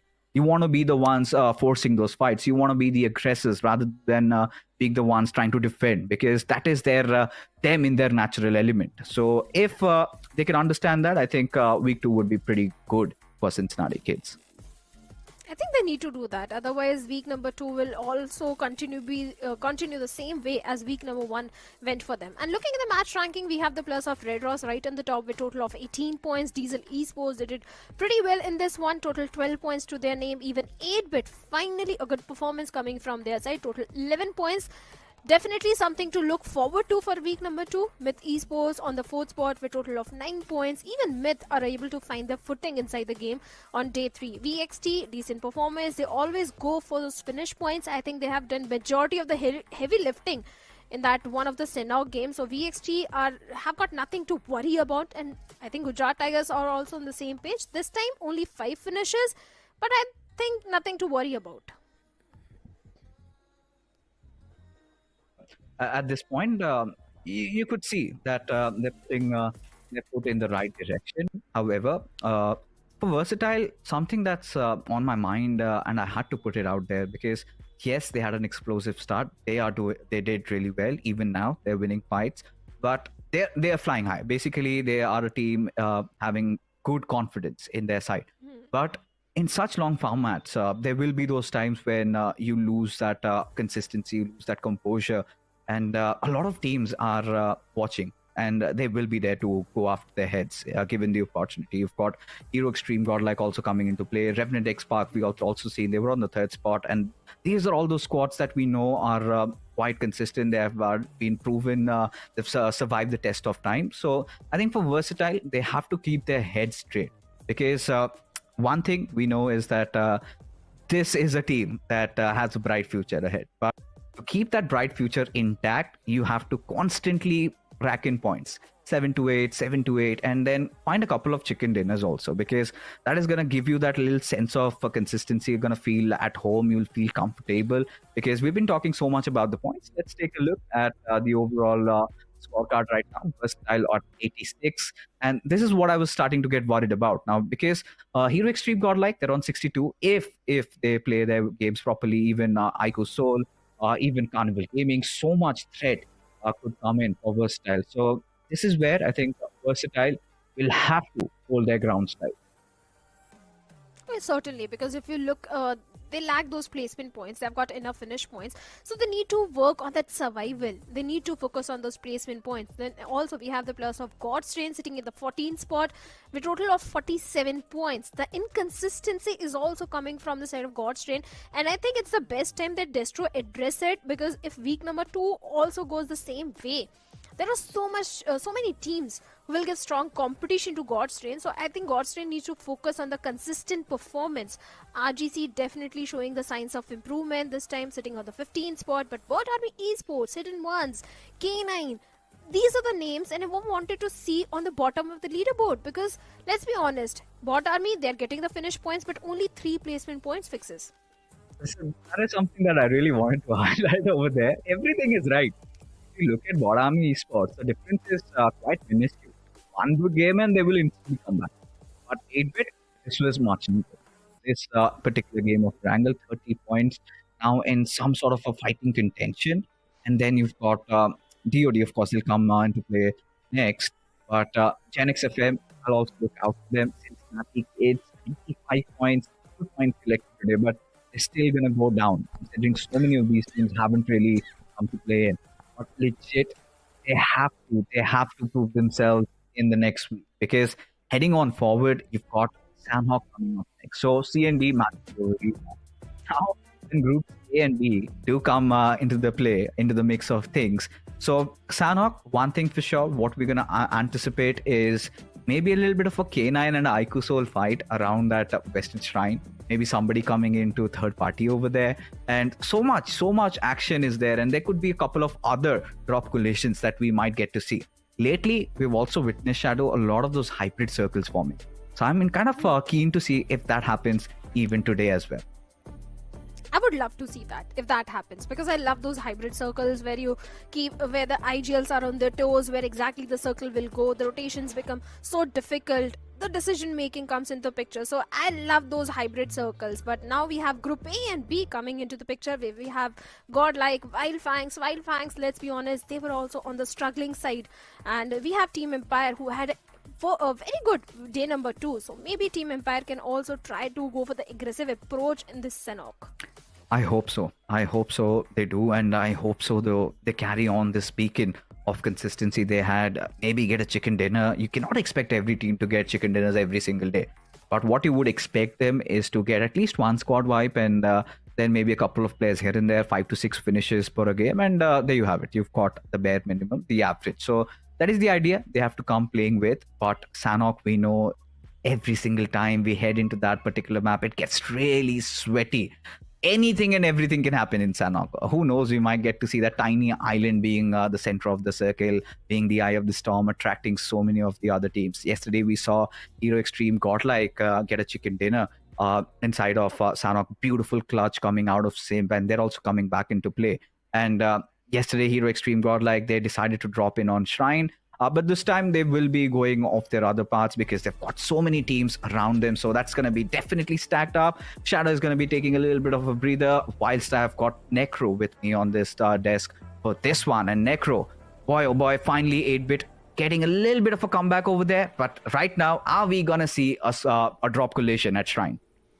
I mean, that's what we're expecting, right? We really do want to see a drop collision and would love to see a few more clashes happen on the mix, especially for the teams that are doing really good. You might as well try to get that done. Even a few teams like Hero Extreme Godlike can definitely try to take a bit more of those things serious. And yes, as you asked me, are we going to see a drop collision happen? And the answer is pretty much going to be yes. K9 Esports and Aiku Soul moving towards that same spot. The Temple's going to be heavily contested. Would love to see who comes out on top this time around. K9 Esports haven't been looking that sharp recently, but you speak of the opponents, Aiku Soul, they've been looking quite formidable as well. It's going to be exciting. It's already begun. There have been bodies dropping down. Look at them. Daggers being stabbed. Also, Knuckle barely has anything to play around. No weapons, but can't say the same for K9. They've got a couple of players who do have those guns on them. But Slug, he wants to take this fight, will get the heads of Knuckle over there. Oh, as no. Aiku Soul, they get eviscerated. Having, yes, done a little bit of a damage. 2 players chopped off. But for K9, quite a good affair. 4 finishes in the bag, and this is another one of those ego battles that these two teams have been resorting to for quite some time. And the crazy part is K9 Esports hasn't even been looking that sharp. Still coming out on top from that duel is something that really proves volumes about this team. Individually, still K9 Esports, they do pack a lot of punch. Unfortunately, as a well-knit unit, sometimes they do tend to struggle quite a bit. Right now, K9 Esports doing super good. I'm not exactly sure why Slug is playing on that position, but it's better for Slug as well to back away and play with Omega. Good reason is that Hotten is not taken away. So Omega is going to make his way towards Hotten slowly and steadily. And somewhere down line, these guys pretty much know that Hotten is going to be contested on the map of Sanhok. They must have done their research, so they can easily move on towards the map of, towards the side of Hotten. Interesting. Because, yeah, of course, K9, that's the ideal way of approach. But Team Tamila, this is one of those teams that they will have to be wary of. And we did touch upon the fact that Hero Extreme Godlike dropped down at the shrine area yesterday, given that K9 and Ikusol weren't in the lobby. So they've opted for a different approach this time. And seems Indeed. like, yeah, they are down at Quarry. They've been so flexible with their drop locations. Now, I think we need to talk about this. Do you really like it? Because I feel like having a set drop does really bring in a lot more consistency, a lot more stability, especially in games like Sanhok. It sort of does, yeah. Knowing your ins and out can really help you out quite a bit. And sort of varying that drop location is something that can definitely catch you off guard as well in the future stanches. You're still playing in the lobby where everything's going to be unexpected. There's so many of these newer faces on the block that can catch you off guard easily. So having a set drop location can actually give you that assurity that yes, you are going to make it out alive from the drop location that you dropped in. But hey, if it's working out so far for that team, then whatever it is, because they're doing pretty good in the overall standings anyways, right? But a team that's not doing that great in the overall standings is Phoenix Esports, and we need to have a talk about this team. Phoenix Esports, quite the formidable foe, nothing taken away from that. We've also seen them perform in the past as well, and we know what Phoenix Esports is capable of. But still, for some reason, so far in this tournament, Phoenix Esports hasn't been able to activate themselves. Yeah, for Phoenix Esports, there have been those moments, Necro. They indulge themselves into fights. They come out victorious. But more often than not, we've seen it comes at a cost. We've seen a couple of players being dropped down, and I think they made some good plays yesterday. That first game of Erangel, that push against GDR, was very well timed. I still feel like Phoenix Esports, I think their go-to ways has always been that aggression. They're known for that. They've got players like that. But these have been testing times for them. They have been choking really hard, especially when it matters the most, especially in those LAN events where they go in as favorites and suddenly they drop the ball. And don't get me wrong, I still feel like Phoenix Esports, we're going to see them in the LAN this time around. They are going to recover. But what facet of Phoenix Esports we'll get to see, that is still a mystery to me and their fans. Team Empire, a team that rose back up from the ashes with the way they performed yesterday. The hopes they just keep on amping up even more. Predator, Ace especially. Ace has been the man who's been the main playmaker for Team Empire every single time. He's the one to ignite that fight and also give the advantage to his team. And Team Empire as well in the unit doing much better, especially yesterday. I would love to see that same transition even today as well.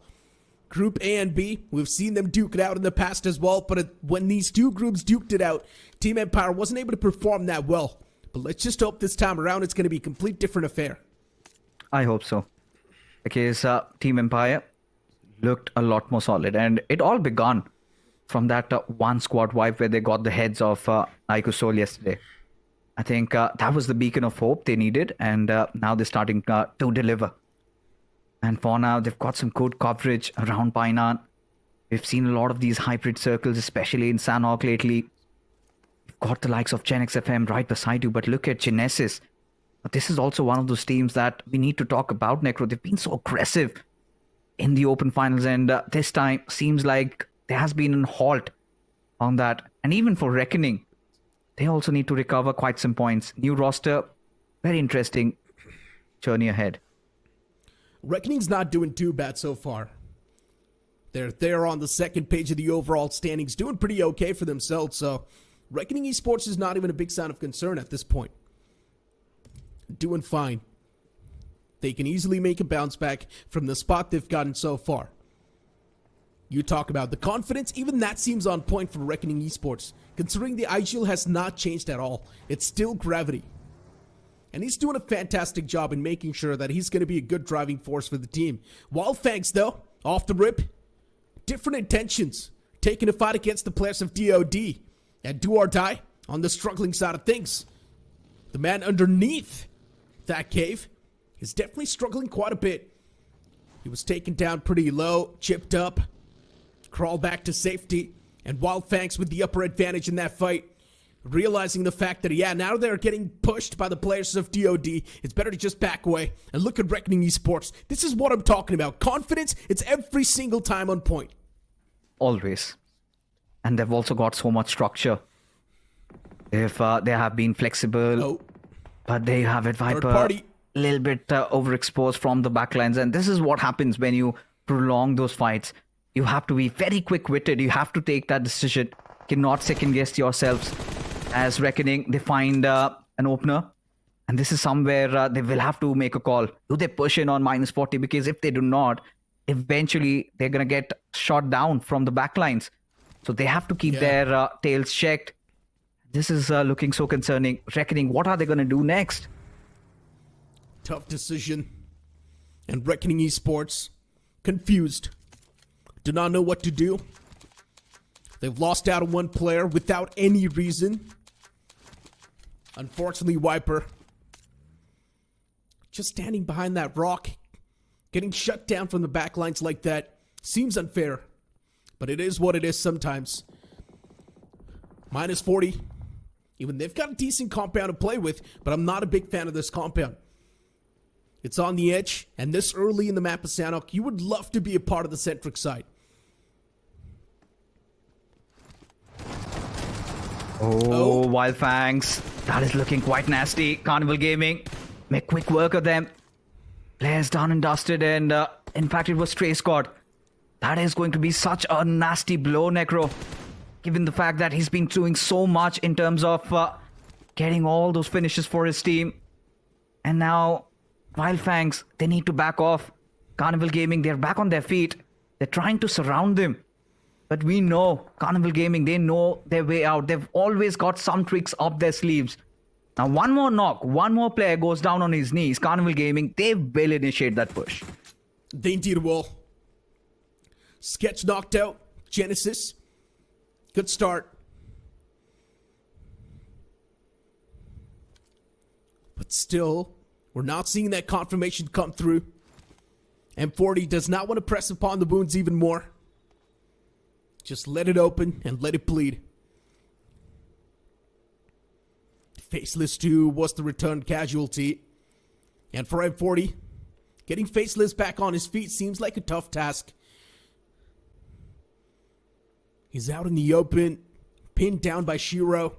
And Shiro is just waiting for someone from M40 to move out in the open. And look at where Fragger's positioned too. Fragger's positioned for success. As soon as someone moves out in the open, wanting to save the day for their own teammate, Fragger's going to go for those shots. But Sketch is still looking okay. Oh, just a casual galloping being done there by the players of Genesis. I feel like they're playing with fire. So much out in the open. Yes, it can be very rewarding. But at the same time, it's so risky. A lot of cover, but the only good thing is that they've got nobody on their backs yet. Steam Tamilers and K9 could be on the verge of a face-off as well. Ashiro gets that finish onto its Faceless. It's Carnival Gaming still, they're going paranoid at this point. They need some information to play around with because Wildfangs got such a wild spread. Got two players on the other side. You've got Sensei keeping guard. And for Sensei, that's such a risky position to be playing with in the very first hand. Who knows that maybe Team Jelly just comes from the back lines, call him out, and take him down. As Carnival Gaming, at least this time, they've put it out. They're just waiting for Scout to reveal his position. But this is what I was concerned about, Necro. Because Josh Shelley, they're closing in on the distance. And if Sensei is caught with his pants down, this could go wrong in massive proportions for Wildfangs. It could. The next zone shift's going to be there on the board. A Centric shift. Siege in the smack center. Looking pretty solid. And still Genesis is going for this fight. It's surprising to me. For 2 free points, you're still wanting to go for such a big camp. And it does not seem like it's going to be too rewarding. It's better for Genesis to just disengage and focus on the future lines. Be part of the circle. Position yourself in a better spot. That's going to help you a bit more. Just Chili on the screen. It's one of those teams that's been doing remarkable so far. They've been doing really good. Ninze, one of the assaulters. The entire team of Just Jelly, it does not seem like they're going to be facing any problems anytime soon. But someone who's going to be facing a lot of problems is Phoenix Esports. Phantom's out in the open, gets knocked out. Jonathan gets traded instantly. Godlike, trades happening back and forth. It's not looking good for both these teams. And Admito steps up huge in that scenario. Phoenix and Altu. Fury right next to him. Altu with a beautiful nade on the Phantom, just knocking out his own teammate. That's a great way to kick things off for your own team. Hero Extreme Godlike. They should take the advantage of that team nade right there. That's the crack that Godlike was looking for, but still both the players, they're way too chipped up. Finally, Fury tosses in a nade. That's going to catch Admino, and eventually the entirety of Godlike, they come crashing down. But Phoenix Esports, that was a big blunder. What was that team nade? Yeah, that was unintentional. Of course, wanted to just thwart his enemies off, eventually picked off his own teammate. But still, for Phoenix Esports, a little bit of that confidence once again instilled. We know this is a squad that loves engaging in those fights, loves picking foes off, especially when they are off guard, because Hero Extreme Godlike did not know what they were really walking into. When Phoenix Esports just blitzed through, they were so quick with their response, with their trades. And suddenly, Godlike did not have numbers. 2 players were just alive. Simp was instantly dismantled. And Phoenix Esports did have that high ground, did have a couple of util to play around with, and they wrapped up. That was sublime stuff coming in there from Phoenix with no response coming in from Hero Extreme Godlike. Of course, for Phoenix, they've lost out on a couple of their players, but it's okay. It is okay as long as you can restrict Hero Extreme Godlike there. Look at Infinity. On with the nature, hiding inside the bush. As Carnival Gaming have got such a commanding position inside the circle. As Wildfangs, they've also managed to retreat. Now around Camp Charlie, so that threat of Sensei being so exposed, that has been resolved.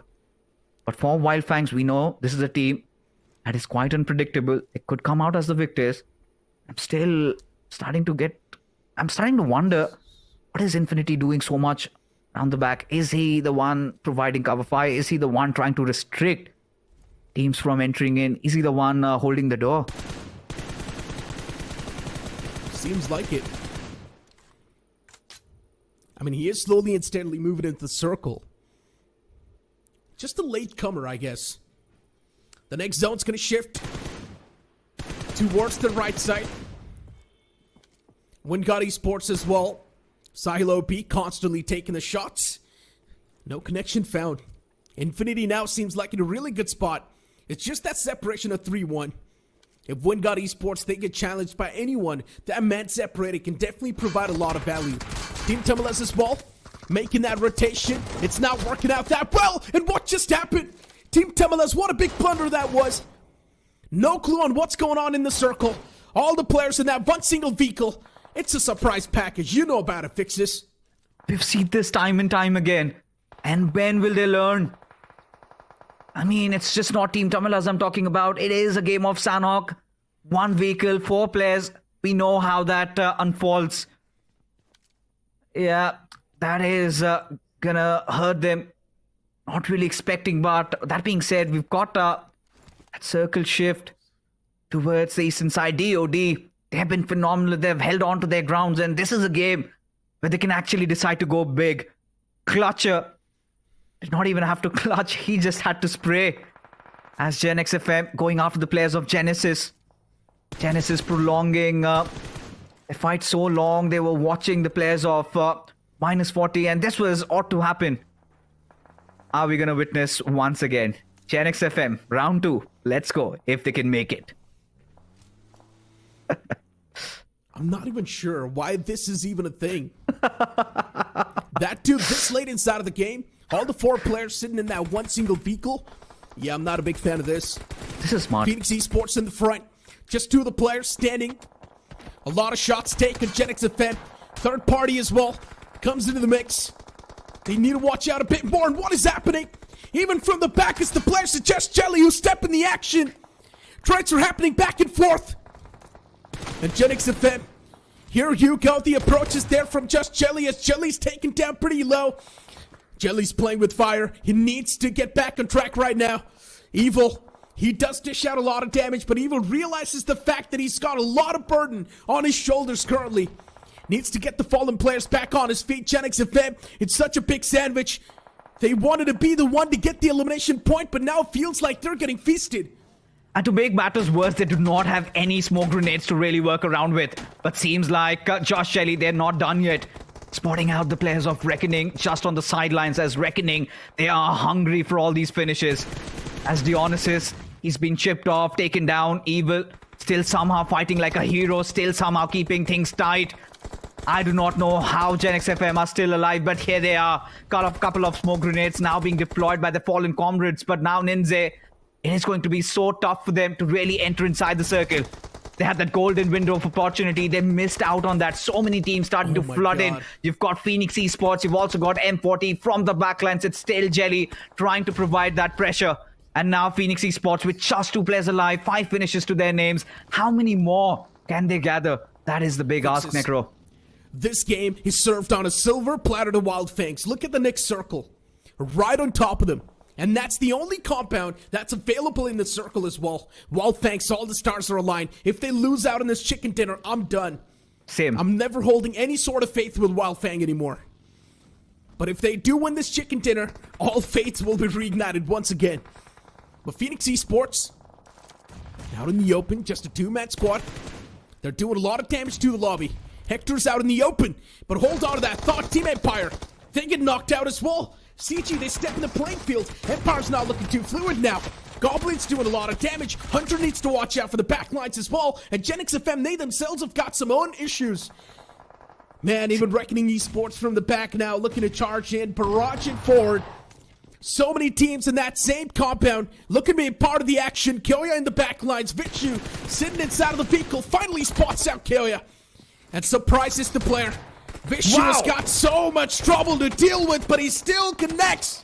Has eventually hit once. They wipe out the existence of Gen X FM, but still at the cost of so many of their own. Yeah, the only bomber though finished really not secure, at least for Gen X FM, but it's still good. Vishu, somebody displayed why you need to keep those vehicles alive and how to properly use that as hidden ones right out in the open as they are being blasted down by Fury. A lot of the shots being peppered at his direction. Pot shots, in fact, nothing really connecting, but Fury hopeful that he blows that vehicle open as Daniel makes a very narrow escape, leaving alienated from his squad. Maybe a little bit for that bait and switch strategy. And like informed Phoenix, they are on a whole different level right now. 2 players, and look at them, still forcing fights, still fighting it through, still seeing things through. As Sensei finally puts a hold onto it. The players of Carnival Gaming, everything starting to align for the players of Wildfang as Reaper from the backlines gone unmarked. He deals the death blow as Phoenix Esports. They have been eliminated, Necro. It's fine now. Phoenix Esports, they made the best possible scenario for themselves out of the worst. Just a 2-man squad still. Getting decent amount of points secured. It's fine as Phoenix Esports. Okay, in a recoverable spot. Team Empire, they were still doing that constant damage. Team Empire, they seem activated. WinGod Esports tossing out a few more utils. Hunter and Empire right next to each other. Infinity as well with that nade. Maybe he can catch the players as well. As I mentioned, a chicken dinner served on a silver platter to the players of Wild Fangs. It is their game. WinGod Esports, if they want, they can definitely put a bit of that spanner in the works. Empire's pushed up a bit too deep. Gets caught. Hunter in the back lines. Even Hunter's taking a lot of shots upon himself. And that's going to be Wildfang Scout OP who puts that nail in the coffin. But now WinGod Esports, they've got a lot to worry about. Daniel is right underneath that bridge too. And Daniel too can play a big spoiler. Oh, but everything, like you said, is starting to align for Wildfangs as they finally come out of their hiding. They've had enough. They've sat down to these compounds for quite some time, and now they are hungry for all those finishes. But WinGod, again, these young lads could prove a menace. One misstep, this is what I was talking about. This is what I was worried about. Yash opening things up against Seth, having no response, no retaliation, no trades. And suddenly WinGod, they have to be on the back foot. Sensei needs to get that revive ASAP as Scout needs to hold the doors. As now even Executor, the one man alive from Hidden Ones. But let's also not forget the threat from Reaper. That could prove quite fatal for the players. And oh my god, what? Scout, you cannot be doing things like this. These little mistakes might really cost heavy. As Sensei just making sure that he notches things down a little bit, dropping down smokes in order to maybe initiate that push. And finally, it is the end game, Necro. I don't understand one thing. Why is Wildfangs panicking from the best possible scenario? They've got the best possible cover to play with. And now slowly and steadily moving out in the open. A 2-on-3 man advantage is Wall stacked up. But what a nade that was from Yesh. Wildfangs is throwing this game away. They need to recover. Sensei, the last man standing, and Wingard Esports. They've played this scenario perfectly. All the cards played right, and Sensei's wall gets taken down. All the hopes shattered. And I don't care how rude I sound, but I'm done with Wildfangs. I am not going to have any more hopes with this team. This is unbelievable stuff. I mean, of course, we'll talk about Wildfangs a little later, but Wingard, kudos to these players never really giving up. But Reaper, he is still a menace. The only thing really concerning me is that his position has been compromised, but this man knows how not to bow down. Gets a beautiful rock, and now it is a 1v1 situation. Reaper against Yash. And now Yash also constantly dancing around, trying to confuse Reaper, as Reaper's still so concrete to his position. I'm starting to tremble. It could go either ways, Necro. It could. Reaper is playing much more pushed back. Passive. Opponents pulled out the shotgun, and Reaper should do the same. And he does it as well. Gets that confirmation first. And I like that. He's got 0 spare ammo on that shotgun. He's still got 3 more bullets. He pulls out the shotgun once again. But it's the opponent who land the first shot. And Wingard Esports, they play so well. They secure the chicken dinner from the worst possible spot. And they make the most out of it. What a game that was from Wingard Esports. Masterminds. Take a bow, Yash. This man just refused to die. Alongside this young lad, Infinity, just kind of conjuring that chicken dinner out of nowhere. Nobody would have really thought in their wildest of dreams that Wingard is going to cruise through. When everything was served on a silver platter for Wildfangs. Constant mistakes being made up. I'm pretty sure a lot of miscommunication, a lot of unwanted shot callings going on. They had everything coming into them. And Wingard, they just refused to bow down.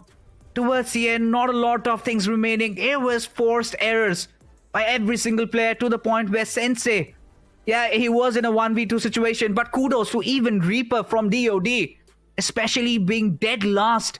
They had nothing to lose, but everything to achieve, and they made so much out of that given situation. I mean, they took down so many of those players. They took down, in fact, Reaper, he himself annihilated Phoenix. He goes after the players. He was causing constant trouble for Wildfangs also. Even against Wingard, he got it down to a 1v1. And of course, in those situations, shotguns are there. It is going to be 50-50. But Reaper, you won both our hearts today. Hands down, he did. I mean, DOD, they really did need this recovery too. And if you remember at the start of the day, we also had a conversation with the players of DOD, especially Balu. And he himself mentioned that, yes, they are struggling a bit with that confidence considering they're playing against so many demon teams. But here you go. That's the momentum they were looking for, and off the rip, they got it. In Game 1 itself, today, they got the momentum on the map of Sanhok. Now, all DOD needs to do is keep on looking forward for the future and keep on moving with that same pace. But Fixes, would you like to elaborate a bit more on that Wildfang scenario that just happened? For some reason, it felt like Wildfangs was playing it scared, even though they had all the odds stacked with them. They had the compound to play with, they also had the circle right on top of them. Still, they messed up big, and Seth was the first man to get knocked out. You know, to be honest, I feel like this is where they needed Trace God. Because I feel like he's one of those players still in form, still looking good. And for him to be taken down so early by the players of Carnival Gaming, things really did not go well. Of course, there were mistakes committed. Saif coming out of his compound just like that, and suddenly he gets shot. He gets taken down. Then Sensei had to go in for that revive. Scout, maybe in those situations, yeah, of course, we could see that panic set in. With that button, he was quickly trying to toggle and maybe just throw that Molotov, trying to ward off that threat. But I think for Wildfangs, there's no way on earth he could justify that there were some other mistakes. I think it was just a choke and something that they need to recover from. And this is where, you know, I would want Seth to get back to his old self. Because we have been talking about this even when the day begun, right? Seth in Big Brothers in his prime time. I don't think that was his ceiling. This is a player has got a lot of potential, even for Sensei. We've seen lately, he's been improving in terms of his IGLing front. Even as an assaulter, he's been MVP in a couple of games. But this was as close as Wildfangs could have gotten to a chicken dinner. and still letting it pass like this is something that they really need to talk it out tonight. No matter how much you try and overshadow the fact that, yeah, they missed out on that chicken dinner, still, it's really tough to sort of ignore the fact that everything was aligned for them. Zone was right on top of them. They also had the best compound to play with, by the way, in that scenario. Backlines were cleared. The only thing they needed to clear was the sidelines, and still they got caught off guard. Zeph was the man who fell down to Reaper from DOD. And then later on, of course, Wingard Esports, once they got the win in the sails, they kept on moving forward because they knew it is their game. And for some reason, Wingard Esports, they were just not scared at all of the opponents. While Wildfangs, they were scared. And I don't understand why were they scared in the first place, because they had everything stacked with them. Match MVP of the previous game, it's going to be L2 from Phoenix Esports. As I mentioned, Phoenix Esports was another one of those teams that was taken down to just a two-man squad, but they still made the most out of it.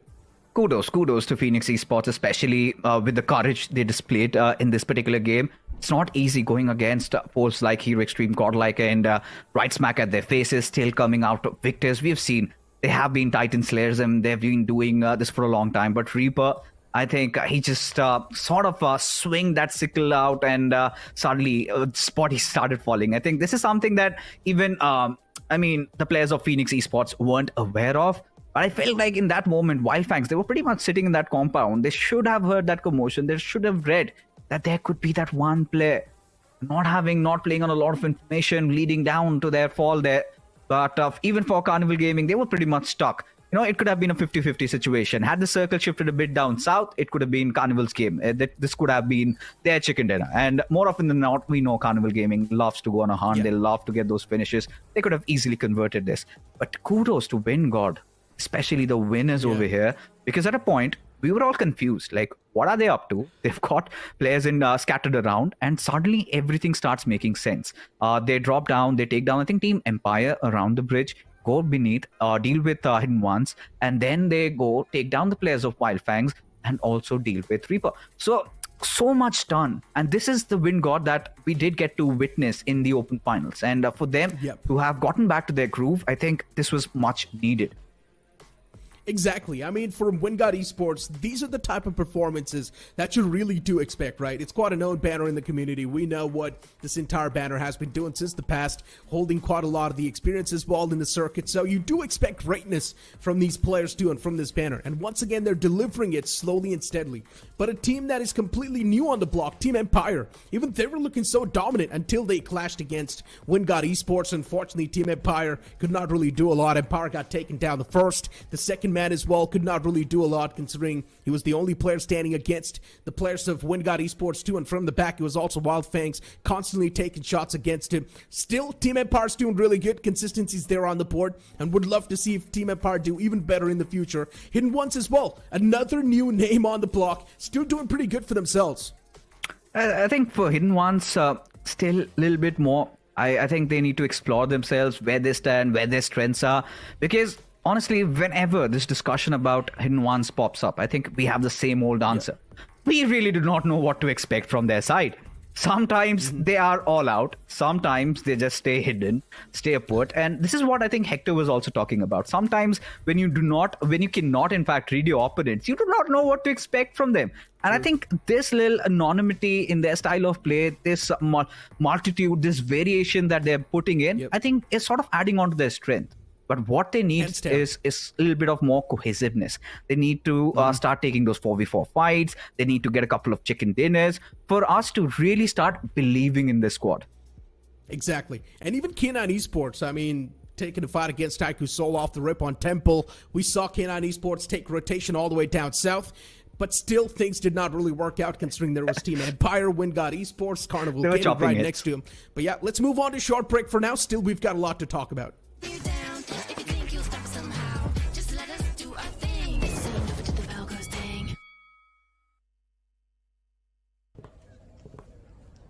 So Neeraj slide path देख के आपकी landing strategy क्या होगी? बस सही angle, right grip, focus, और फिर इसको फेंकना नहीं आता. ओके, फाइनल सर्कल, 20 बंदे बचे हैं, क्या करोगे? प्रेशर नहीं लेता मैं सर, जेवलिन में दिमाग को ठंडा रखना पड़ता है. और फिर इसको फेंकना नहीं आता यार। नहीं आता। क्लोज रेंज में आपका फेवरेट वेपन कौन सा है? सबसे स्ट्रेटजी और टाइमिंग का खेल है सर, जेवलिन की तरह। अरे मेरा मतलब गन्स, M416 ग्रेनेड फेंक देंगे सर, सब फेंक देंगे। यार इसको सच में फेंकना नहीं आता। नहीं आता। अच्छा ये लो, नेट स्पैम करके दिखाओ।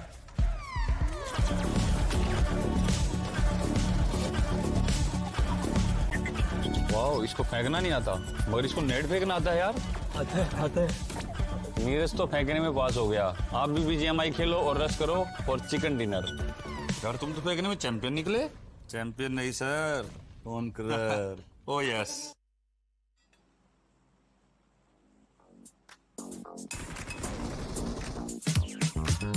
Cutie, dressed up and I'm glistening. I'm the gift, don't wrap me like it's Christmas. Want some yours, you'll know what you've been missing. Feeling like we should get into mischief. Listen, you've been looking like you're down on your luck. Need a girl like me to come through, lift you up. Hold me in your hand, I like when you touch me. Keep me around or you might get lucky. I'ma keep you with the good mood. Keep you up all night. Never, never around you. Baby, this is soul vibe. Got me dancing like a soul train. Laughing the whole time. Got me singing in the shower. Baby, are you all mine? Baby, I'm your four-leaf clover. Your rabbit's foot, your charm bracelet, horseshoe. Baby, I'm your good, good omen. You wanna keep me with you. Keep me with you. Yeah, it's not hard to see. There's a pattern forming when you got me. 777 all wins, big money. The tramp over here never see me coming. I was in your back pocket the whole time. A quiet power, a silent gold mine, a big old confidence boost. You never delude. Just know that you'll be winning, cause I'm with you in the building. I'ma keep you with the good mood. Keep you up all night. Never, never around you. Baby, this is soul vibe. Got me dancing like a soul train. Laughing the whole time. Got me singing in the shower. Baby, are you all mine? Baby, I'm your four-leaf clover. Your rabbit's foot, your charm bracelet, horseshoe. Baby, I'm your good, good omen. You wanna keep me with you. Keep me with you. You been looking like you're down on your luck. Need a girl like me to come through, lift you up. Hold me in your hand. So we're just gonna do our thing. Ain't never do the broken thing. We're gonna bring you down. If you think you'll stop somehow, just let us do our thing. So you never do the Velcro thing. The Snapdragon Pro Series is brought to you by Snapdragon Elite Gaming, Monster Energy, and DHL. After watching Wildfangs throw that game of Sandhawk, now the hopes, they sort of start to fade away even on the map of Vikendi. Vikendi is much more of a slower map, but we've seen Wildfangs play it in the past as well, and we haven't really seen the proper results from the side of Wildfangs. But what do you think, Shadow, about that previous game? I completely agree with you, Neeraj. Even I have lost hopes on Wildfangs after that game because everything was just perfectly working for them. The circle was in their favor. They had the control of the compound. They had the numbers. Everything was lined up for that winner chicken dinner. And I don't know how on earth Wildfangs was not able to come victorious on that one. That's a serious concern at this point for the entire team and the fans also. Exactly my point. I mean, that was one of those places that any other team would have gotten a chicken dinner easily. That compound was in the circle till the end, and still Wildfangs messed things up. They did not even have a lot of elimination points to back him up as well. You can see just 7 elimination points, and they've gotten 12 points in total. Look, it's not a bad outing, but still they could have gotten a chicken dinner. They could have gotten 22 points. But Wildfangs missed out on that opportunity and messed everything up. I think this Senok Neeraj was entirely about the teams who qualified for the from the Open Finals, because if you look at Edwin God, Do or Die, all the teams who have qualified from the Open Finals, they are in the top 4. So all the experienced teams somewhere are lacking that factor to go against them, especially on those off maps like Senok and Weekendy. -40 Team Tamilas. A big blunder from the side of Team Tamilas as well, because all the 4 players going in the same vehicle. That's one of the basic rule we know, that if you have to go with the vehicle rotation, never ever opt for a single vehicle. Exactly. Genix FM was doing the same thing as well, and unfortunately for Genix FM, it did not work out too. All the 4 players, they ejected out before, and then from the backlines, it was also just Jelly taking shots at him. From the front, it was Phoenix Esports. Did not know exactly where to go. On Genix FM2, they completely crumbled down. So it's completely fine, though. Still, we've got 2 more games to go. The same thing can be said for Wildfangs as well. 12 points to kick things off. It's not bad. Wildfangs can do much better, but still, after throwing such a game, their mental's not going to be on the right side of things. While Wingard Esports, what a way to kick things off. Team Empire as well doing pretty good for themselves. CG is, of course, one of those victor teams that's already doing really good for themselves in the overall standings. You can't really take that away. Even Hidden Ones, a decent start. DOD, a team that we all wanted to perform, and now they finally are showcasing some signs of improvement. Well, certainly, do or die, they came on the second spot. They survived for a very long time. But now the map of Weekendy, a map which is so unpredictable and so slow, where you need to be inside the circle, when you need to have a good compound to your name. Group A and B will be playing on this map again. And like you were talking about Hidden Ones, I think the fight which happened against the players of Genix FM, Executor did pull off a really good grenade against Genix FM. Because I remember in the finish feed, it was not just 1 player, but 2 players of Genix FM going down by just a single grenade. So I think Hidden Ones are also being the dark horses in the game. Hands down they are. I mean, for Hidden Ones, look, there's always going to be that consistency hidden in them, right? And speaking of that inconsistency as well, Hidden Ones, sometimes they do really good, sometimes in some games, there's just nowhere to be seen. But the good games that Hidden Ones really do pull off, that instantly catapults them in a good spot in the overall standings. And that's exactly what I'm talking about. Inconsistency, fine, but as long as you know that you can pull off the good games, it's okay. And still, it's just the week 1. You've still got 3 more weeks to go in the future. So many more games line up, and if you keep on playing the same way, you can easily make a comeback. And definitely, because if you, in week number 1, if you have that safety cushion, you can go for that extra risk in week number 2. That is going to give you the confidence for week number 3 as well.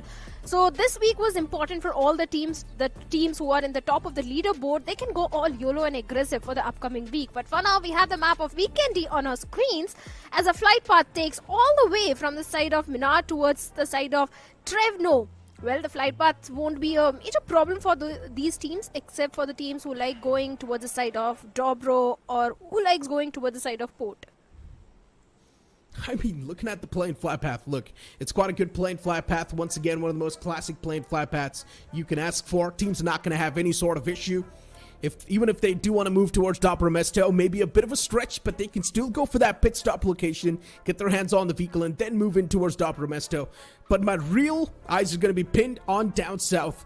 There's so many teams who like to go down south. IQ Seoul, CG, Phoenix Esports as well, right next to him. And this time around, even DOD's looking for to drop down towards Hot Springs and Kantra.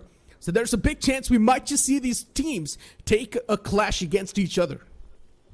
Oh, they can. If you remember yesterday's performance, even Godlike, Hero Extreme Godlike had a decent run. They got a total of 12 points. But there were a few teams like Do or Die, Genix FM, they had 0 points in Weekendy. So this Weekendy might be the map where they will be looking for some sort of redemption. And looking at the position of Godlike, the split which they're having, I think it can work in their favor. They can gather a lot of information at this point. But see, Sensei, just have a look, Neeraj. Where exactly Sensei is, so close to the players of Team Genesis at this point, where his entire team is towards the side of Tovar. Sensei needs to be very careful. Finally, he decides to regroup with his teammates. Thank God.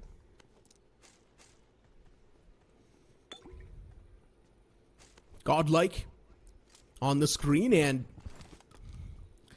speaking of them, even they've got the zone to play with. So Godlike for them, it's going to be all good in the hood for at least the upcoming 3 circles. They don't even need to do anything, because the real fights, they do start to ignite from the stage for the game itself. Wildfangs, you mentioned, Sensei a bit far away towards Castle, but that's how they've been dropping since day 1 of Weekendy. So it's completely fine. It's their drop location, that's how they like to drop. But Wildfangs, they just need to make sure that they're being as quick as possible to make it inside of the circle. It's the map of Weekendy. Once you find yourself a centric spot to play with, you can pretty much be on that same spot and not even need to move for at least 3 stages of the game. Well, yesterday's game was not entirely in the favor of Wildfangs because they got only 3 points. So this game is definitely important for Wildfangs, especially after that choke which happened in the map of Senok. That is also going to affect the confidence of the team, but they need to turn a new leaf and forget whatever happened in the map of Senok and just start afresh on Weekendy and try pulling off a good performance, because after Weekendy, it will be the last game for even the players of Wild Fangs for this week. -40, speaking about this team, I think they're also doing pretty okayish, I'll say, because if you remember, day number 1, -40, were not looking that in the form. They got only 8 points. Day number 2 was also a downfall with only 5 points. So -40 also needs to pull up the socks, because the pressure will be mounting on their shoulders for week number 2. So this weekend is important for even the players of -40. Indeed. Team Empire looking unsettled off the rip. Adjustments on the board. That's what we see. A few potentials for a few clashes are definitely there, but I highly doubt these teams want to be part of action this early in the game. Maybe a few teams that are already doing way too good in the overall standings can definitely go for that risk. Hero Extreme, Godlike, Just Jelly, if they want, they can flip the switch on and go for the aggressive nature. WinGod Esports too, getting that chicken dinner off the rip really puts them in a comfortable spot in the overall standings as well. So even WinGod Esports can try to go on the aggressive phase if they want. A few teams that are quite desperate though, Phoenix Esports is one of those. Even DOD, after having a decent game, still DOD, that's not going to satisfy them at all. And even their needs in the overall standings. Even Wild Fangs, they were not doing too good at the start anyways. So even Wild Fangs needs this game in their hands. They need to hit that consistent marker. Oh, the consistency is a key, always. But speaking about Phoenix Esports, I think the way they were engaging in fights in the previous Senok, I like their approach. Despite having numbers disadvantage, I think they pulled off some really good fights. I think they got, like 7 finishes? So a decent run from the side of Phoenix Esports, a step in the right direction. I think Phoenix Esports are definitely working on their mistakes, and every game they're coming much better. But speaking about the players of Team Reckoning, who are on our screens at this point, if you look at the performance of the first Erangel of day number 1 and compare it to today's performance of Reckoning, there is a stark difference, Neeraj, because that day they were going for the finish points, they were going all YOLO, but this time Reckoning is looking more calm, composed and controlled. They're playing by the zone, they're prioritizing the rotation instead of going for those 4v4 fights and going for the aggressive approach. This might work in the long run, but they also need to get those average points. Yes, they are in the safe spot for now in the leaderboard, but I still want to say that aggressive Reckoning which I saw on day number 1. As I've had a conversation with Fixes, a lot of these known names are just playing for the average. Get 6 to 7 points per game. Yeah, fine. It's satisfying our needs anyways in the overall standings. And as long as that's happening, it's all good in the hood for them. And somewhere down the line, even Reckoning Esports, they seem to be hiding a lot of their cards, which is completely fine. Still the early phase of a tournament. And that's one of the smarter ways to play as well. Keeping your cards hidden, letting the opponents guess what your next move's going to be. So let's see how Reckoning Esports actually performs in the late stage of the tournament. Right now, it's just the week 1. You've still got week 2, week 3 to go. I would love to see how a majority of these teams do perform on the week 3 if they're still down at the bottom. One of those teams that is definitely there down at the bottom is also K9 Esports. After taking down a team like Ico Soul, still the hopes they've been reignited. And K9 Esports can do much better. Unfortunately, there were a few casualties off the rip. This time around, though, they should play like a well-knit unit and play together. I think they did that yesterday because day number 1 they got only 2 points. Day number 2 they got 32 points. There was a stark difference in the performance of K9 Esports on day number 2. But day number 3, still they need to keep up the consistency. Yes, I do understand the entire team, the entire lineup of K9 is a very experienced lineup. It's just the IGL which has been changed, and maybe the team is trying to adapt to that. So nothing, no complaints from K9 as such now after that performance of day number 2. But there are a few teams who are really living up to my expectations, just like the players of Team Hidden Ones, because every single time this team impresses me with their performance, either they are completely off in the game or they're clearly popping off. Just like in the map of Senok, they were popping off really good by going for those fights and getting those finish points. So Hidden Ones are impressing me the most. Understandably so. There is that inconsistency in the performance, as we had a talk even at the start. But then that one game comes where Hidden Ones, they just cover up for all the losses they've had. And that's a good thing. Even Hidden Ones is constantly maintaining that average that they need to satisfy themselves in the overall standings and keep themselves in this marathon. Here Extreme Godlike, previous game, not so good, not so smooth. When they took a fight against Phoenix Esports especially. Hidden Ones just had a conversation about them, and Daniel falls down. Main playmaker not in the game anymore. Daniel needs to be brought back on his feet. Even that vehicle can't be exploded. If everyone from Genesis decide to take the shots, Daniel gets confirmed too. Alien's out in the open as well. He's just got a rock to play with. The man can be bombarded down by just utilities, and that's what Sketch wants to do.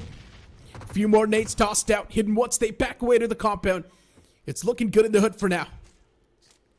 They have to back off. They have to back away and scuttle back to the safety, because Hidden Ones, they do realize that out in the open is not one of the best position to fight against the players of Team Genesis, because Genesis, they are in the compounds, they have got hard covers for themselves, whereas Hidden Ones were quite exposed. That's where the mature decision came from the side of IGL to back off and just hold on to the compounds, because if you look at the circle, Hidden Ones are right in the epicenter.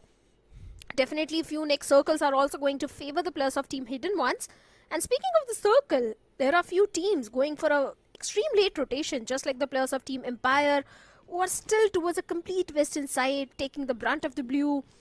Team Tamilas, Team Just Jelly, Gen XFM, -40. -40 have got the players of Team Phoenix Esports right on their tail. So many late rotations are coming on this map. They indeed are.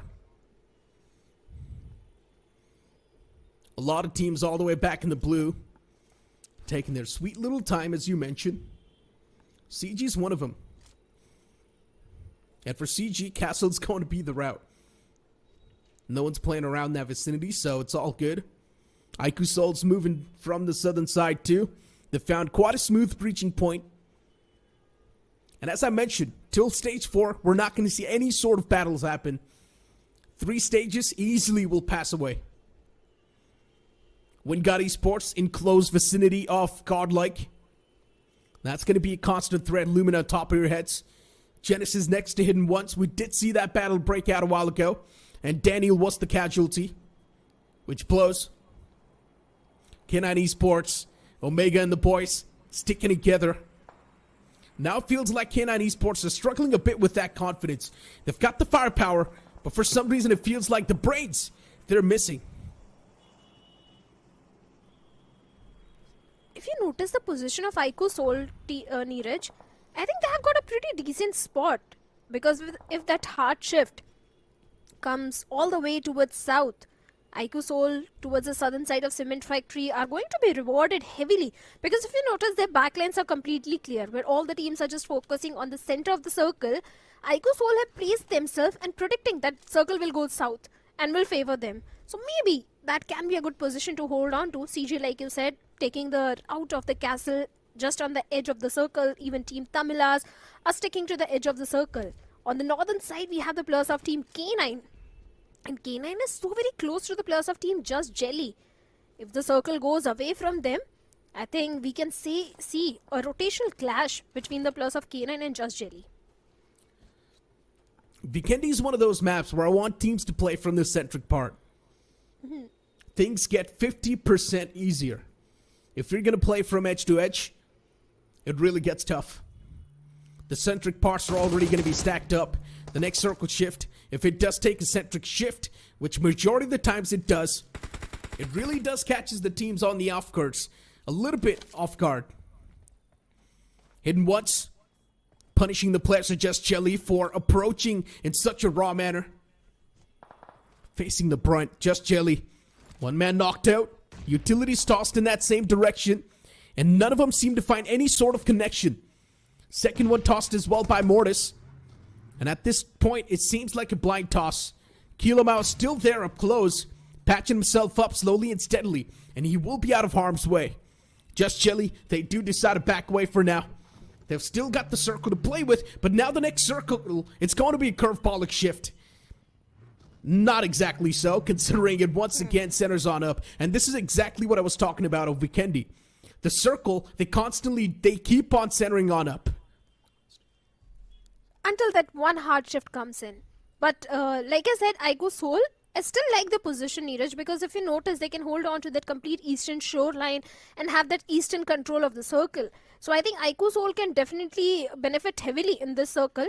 Team Phoenix Esports again going for the late rotation, still in the blue, fighting against, bearing the brunt of the blue and fighting against each other. Other players have been got Esports and Wild Fangs. Wild Fangs, after the performance in Senok, they really need to deliver a good performance in Weekendy if they want to win the hearts of us and all the supporters and the fans. But there are a few teams who are fighting in the blue as well. That is going to be the plus of -40 and Team Empire, Neeraj. Indeed. I mean, especially looking at what's happening right here. Wild Fangs on the screen. Looking ever so comfy. But don't let that comfort zone take over. Wild Fangs, soon there's going to be a chance. There's going to be a point where they need to step outside of that comfort zone. And there's a big chance they can be screwed because of that.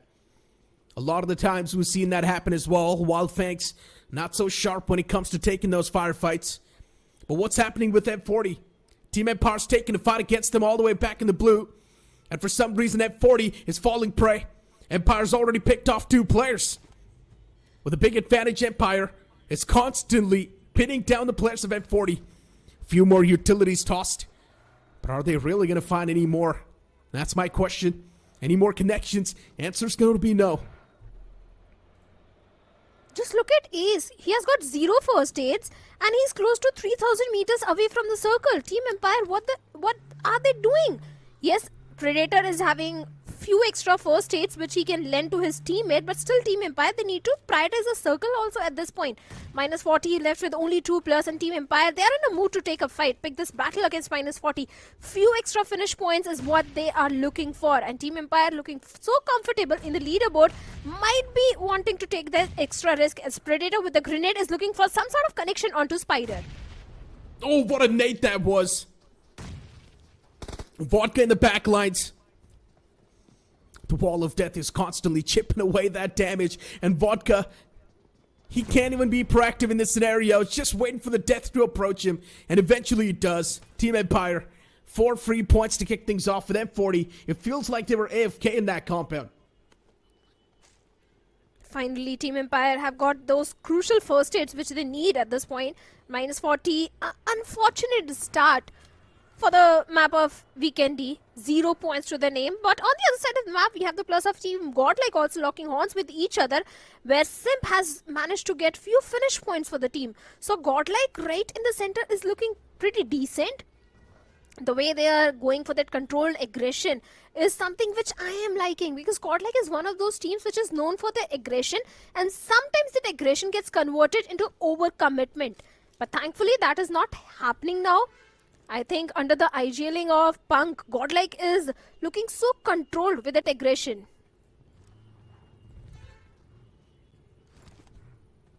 I mean, I would love to see that aggressive Godlike too. If you compare this Godlike to the past Godlike, this Godlike seems much more aggressive, much more proactive. Yes, on Weekendy, they don't have any other option. They need to play discipline. It does not even make any sort of sense, especially when you're in the smack center. Why would you want to take any risk? So that's why Godlike's playing it passive, which is completely understandable. They've got the intel to play with. They've got the best possible spot they can ask for. And everyone at this point in time is just waiting for the next circle shift to hit the deck. We haven't seen a lot of fights happen so far. M40 and Team Empire, quite a pointless fight. Happening all the way back in the blue. No outcome out of that. Team Empire, they got those eliminations, got those 4 free points to kick things off with. Just Jelly getting charged on. Genix and Fem, they want to be a part of this compound, but what just happened? Shogun is making so many rookie mistakes, and what was that call? Why did this happen in the first place? Why did Shogun approach the compound in such a blind way? Winze getting the confirmation point also on Shogun. Genix FM back to back on the map of Sanhok and Weekendy. Some rookie mistakes coming in from their side. In Sanhok, all the 4 players were going in the same vehicle. This time Shogun just going into the compounds of Team Just Jelly. Just inviting death. Genix FM really needs to figure out what's really happening wrong with them. Yes, they are in the safe spot in the overall ranking, but still they need to play all their cards right if they want to qualify for the challenge finals, because the competition challenge finals is going to be much more. So they need to prepare themselves for that as well. For now, the next circle shift is also going to be important. If it goes south, it is going to benefit the players of Godlike, even the players of CG as well, and Aiku Soul. Hidden ones in the back.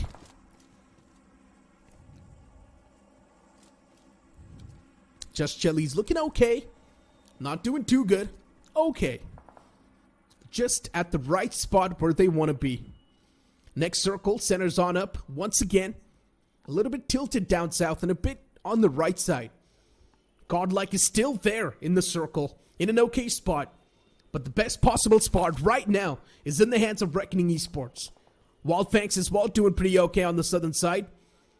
But Wildfangs is surrounded by so many formidable foes. And one of them is also WinGod Esports. A team that took them down in the previous game as well. And might be looking to do the same thing in this one. Because a lot of information WinGod is having onto the players of Wildfangs, whose entire focus is on the players of Team Aiku Soul, who are on the eastern periphery of the circle at this point.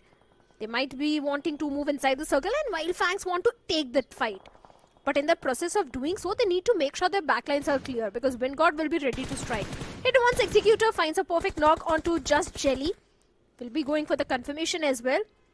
Team Just Jelly, the way they were popping off in the open finals, day number 1, they did pop off like that, but now that controlled aggression is also coming from the side of Team Just Jelly. Few angles didn't go entirely in their favor, and this time an easy rescue mission should be on the way. But still, hidden once. They don't have the numbers advantage, so they need to be careful. In once. I mean, a lot of the shots are taken around them. You can hear so many gunshots. Admino eventually bursting the vehicle open. Team Empire. Desperate times, desperate measures. And that's what has costed Team Empires their life in this game. Phoenix Esports too on the receiving end of things. That's Carnival Gaming. They start to make some move, and look at Hero Extreme Godlike. Taking shots and all across the fray. Phoenix Esports. Phantom's knocked out towards the compound wall. Goblin's there around the fray as well. Venom too. He's there in the front. Phoenix Esports. Do they want to go for the retaliation? That's my question. Phantom is still crawling, begging for mercy to his opponents, but it does not seem like they're going to be giving that mercy anytime soon. Hector approaches the compound. The man in the front gets slapped down as well. Shotguns this time. They start to reign supreme. As Carnival Gaming, there's a lot of damage even inflicted against them. From the top, it's the players of Hero Extreme Godlike. From the front, it's Phoenix Esports constantly peppering them down. Where can they go? Pretty much stuck. Carnival Gaming not in a good position. Venom's grenade took down Neo, and Goblin and Viper are the only 2 men remaining from the side of Carnival Gaming, as Fury is trying to fight it out against them. Goblin, he also needs to patch himself up, but there is no first aid and there is no time, and out in the open he also gets taken down by Punk of Team God, like a perfect third party coming in, leaving Hector all by himself. This survival is not going to be easy, as Fury steals the finish point for his team, and Hector with 22 first aids going for the mid strat at this point. He indeed is.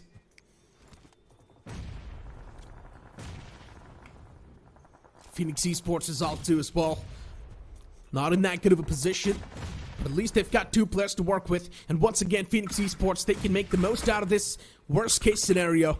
Genix FM now looking at points on top of the players. As even Team Tumblers, they make a move against Godlike. Rico OP is taken down pretty low. 1 single shot, and even Rico can be dealt with. And that's what happens. It's the players of Genesis from the back who take shots against him. As Rico gets knocked out. What can a poor man do?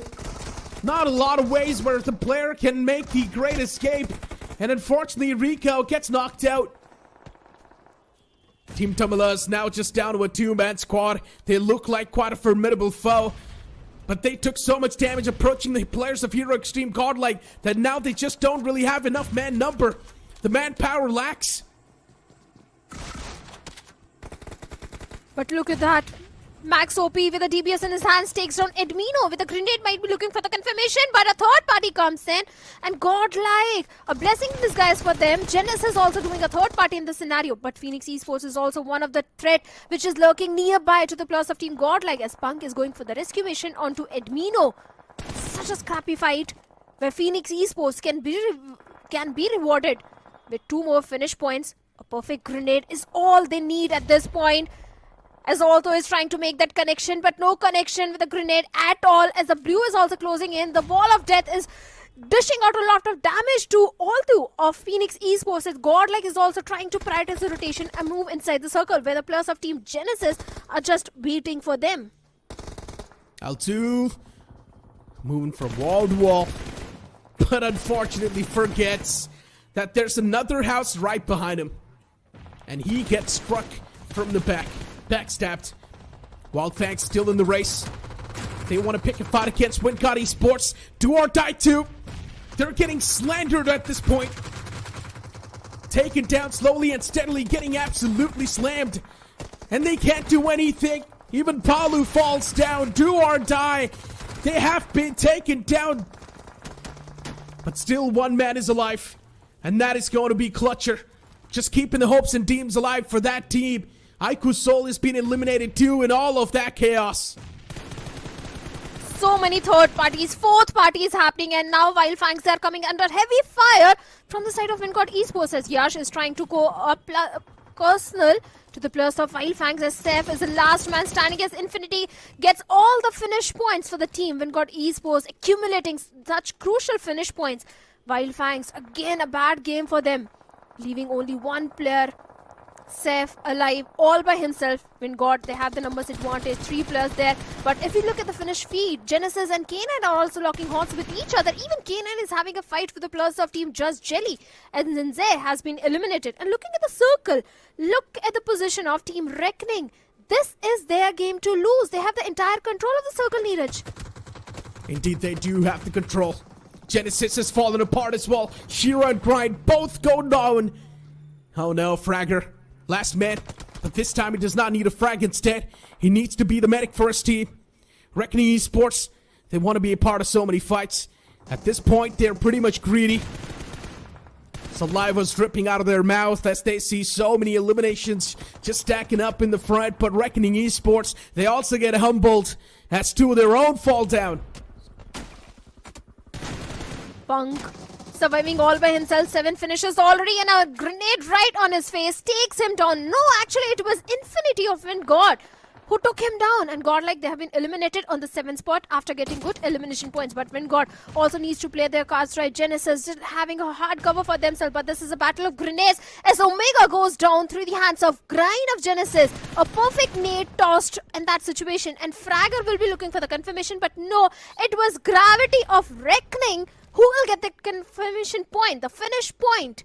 But K9 Ninja Boy, left all by himself, might be going for that mid strat. Reckoning Esports, all the stars once again, they align, and Reckoning Esports, they seem immovable.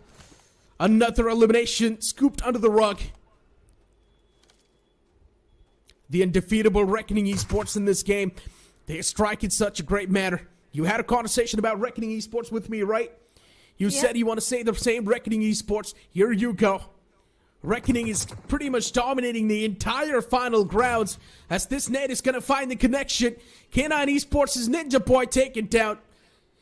The player was just going for a peaceful met strat, but will be denied this time around. WinGod Esports still in the race. And if you remember, even Wildfangs was in the race a while ago. But Wildfangs 2 got taken down. But look at WinGod Esports. Once again, the remaining 2 players, they played proactively. They're right in the smack center. They've got the advantage. If they want, they can still flip the odds, flip the table. But there's a man in the back lines, and that's going to be Viper. And he strikes as Infinity falls down. Even Fury's there on the back lines too of Phoenix Esports, who can bring in that spoiler, and Fury's going to be the final man standing too as he gets spotted. And that's going to be Reckoning Esports sealing the deal and getting the chicken dinner. They ignite their hopes once again.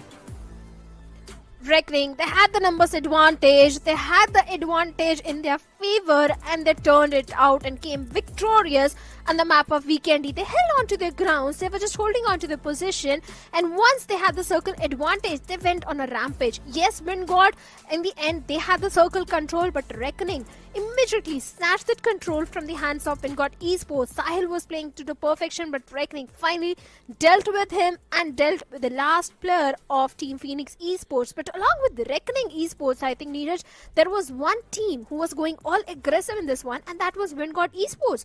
So many finish points accumulated in this one. Wingod Esports, consistency after consistency. Previous game was a chicken dinner. This game, they finished things off on the third spot, yes, because the second one was taken by Phoenix Esports. Reckoning Esports was doing pretty decent in the overall standings anyway, so once again, I was not exactly concerned about Reckoning Esports from day one itself. The main concerns I had were regarding Phoenix Esports, and in this game, they have ignited a lot of fire for themselves. Now, even the previous game of Sanhok, Phoenix Esports had a decent amount of points. This game as well, Phoenix Esports touching that average. Second spot, getting 6 placement points, backed up with a few elimination points. Phoenix Esports, I'm pretty sure they have reached double digits in this game. I think game after game, Phoenix Esports have shown improvement only as compared to day one, and that's definitely there. They came so close to getting the chicken dinner. It was just that it was only one player remaining from the set of Phoenix Esports. In the previous Senok also, if you notice, Phoenix, they never shy away from the fight. Even if there are 2 players remaining, they always go for the fight. But the good fights, never the bad fights. So Phoenix Esports, definitely the improvement is there. And so is from the side of Wingod is there. But Wildfangs, still a major disappointment, I'll say. Indeed. I mean, Wildfangs, while we all thought that Wildfangs has a decent spot to play with, they did not have the best possible spot, but still we thought they had an okay spot. They could have made the most out of it, but still Wildfangs were not able to make anything out of it. And that's the main problem. Fixes brought up a point a while ago. Wildfangs are pretty decent when it comes to that mid-game fight, but when it comes to the up-close and personal fights, that's where Wildfangs, they lack a lot. Maybe there is a roster change. They're just trying to build up that synergy. I'll still give that point to the players of Team Wildfangs. Maybe they're still trying to gel up with each other. That could be a possibility. But talking about the players of Team Godlike, I think I need to take my words back. Godlike is definitely bringing in the aggression, but the controlled aggression, and that's working in their favor. The way Godlike was dealing with so many teams. When Carnival Gaming and Phoenix Esports were engaging in a fight, Godlike did a perfect third party. They dealt with the players of Team Tamilas as well. Even Genesis also tried to do a third party in this situation. So Godlike was very much aware about those surroundings and handled the third parties pretty well. They indeed did. I mean, you can see in the highlights as well. Yeah, Wingod Esports too, consistent finish. Phoenix Esports doing pretty good. Hero Extreme Godlike. Look, a lot of these names that were there in the final few moments, they're already doing pretty okay in the overall standings. Hero Extreme Godlike is one of those. Reckoning Esports was also one of those. So I'm not exactly worried about these teams. But still, Godlike had a lot of elimination points that they backed up. So yeah, you also need to count that. 5 elimination points from Punk himself at 71% of finish contribution and the map impact of 9%. Oh, the IGL himself doing the majority of the work, being the MVP, and the entire team of Godlike was engaging in so many fights. In fact, the rush that came from the side of CG towards Phoenix Esports was so uncalculated. But looking at the stars of the match, then we have the plus of Reckoning also. Being the best companion, 2 rescues, 1 assist, and the finisher as well. So Reckoning, definitely their graph is linear in the leaderboard, and maybe they can easily qualify for the challenge finals if they continue the same performance for the upcoming weeks. They definitely can qualify. I mean, finisher as well, it is Dionysus with 1 finishes and 1 assist from Reckoning Esports. You can't really complain a lot about it. A few teams that we were concerned was definitely Phoenix Esports was one of those, and Phoenix Esports is doing pretty okay. DOD, concerns were there. Yes, previous game they did pretty good, but that same transition we did not exactly see in this game of Weekendy. It's completely fine though. Weekendy is one of those off maps, and you can't really expect DOD to sort of do better in the upcoming classic map, which is of course going to be Erangel. I I think DOD was doing pretty decent. They were having a fight with the players of Team Aiku Soul, Yep. where they had good grenade coming in and took down the 2 players of Aiku Soul. It was just the third party that came from the side of Wild Fangs that became an ugly thorn in the path of Do or Die. Otherwise, I think Do or Die, before the third party, they were doing okay-ish. It's just that they need to deal with such situations where there is a third party or fourth party, because so many teams were looking in their direction. It was not just Wild Fangs, but it was actually Team Genesis also looking in their direction. Yeah, indeed they were. And speaking of Genesis too, we did not exactly see Genesis be a part of a lot of the major fights, right? Genesis was all the way in the back lines, taking those shots, getting those crappy points for themselves, just accumulating those individual left out players, getting those leftover players knocked out and confirmed. So that's a good play style as long as you're having those placement points as well to back it up. But Genesis were not able to have a lot of placement points. So even Genesis is now going to be in that problematic footing. But let's just hope Genesis is one of those teams that we know has a lot of experience as well. They can't easily be back from this slumber. And now the real concern for me was definitely a few more names that were there at the bottom. And now looking at Phoenix Esports as they have got themselves back up from that entire slumber, I would love to see who are the leftover teams from these two groups. But for now, it's time for us to toss to a short break. There's so much more to talk about, but we'll have a conversation about it after this short break.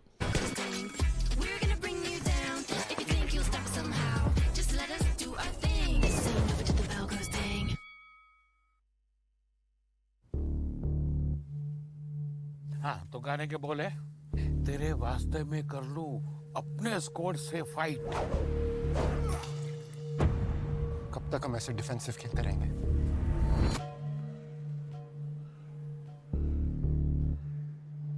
तो noob नहीं है। Noob नहीं? नहीं। Time आ गया है, सीधा उनकी squad पे स्लैम करेंगे। Next shot! हेडशॉट! हेडशॉट! तेरे वास्ते में कर लूं अपने स्क्वाड से फाइट। तेरे साथ मुझे करनी है कैंपिंग ऑल नाइट। डे हो या नाइट, इंडिया करे फाइट।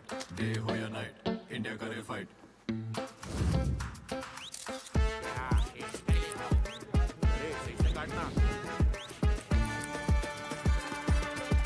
मैं नूब नहीं हूँ। मैं नूब नहीं हूँ पापा। नूब नहीं हूँ। मेरा बेटा नूब नहीं है। तेरी आंखें M416 ग्लेशियर का हथियार बेबी। हो गया दिल के आर पार बेबी। टीपीपी पे जा। FPP. TPP. FPP.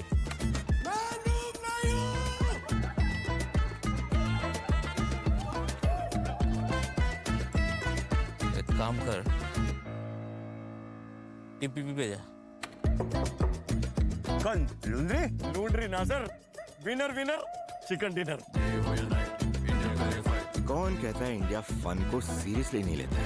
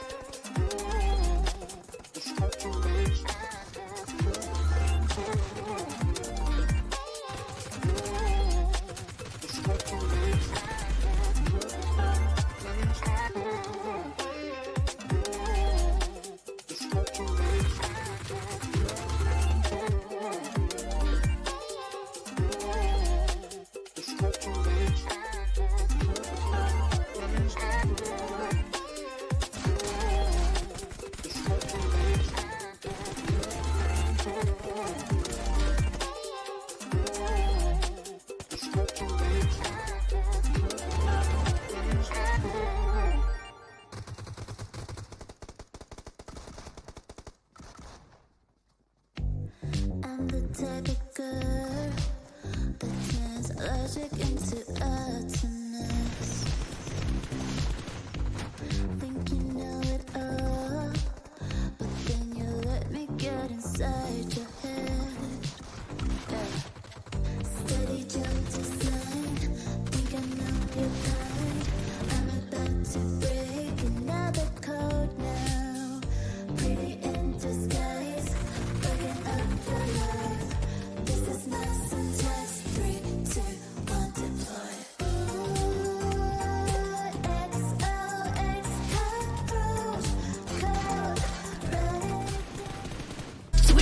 do our thing. Ain't never to the Broncos thing.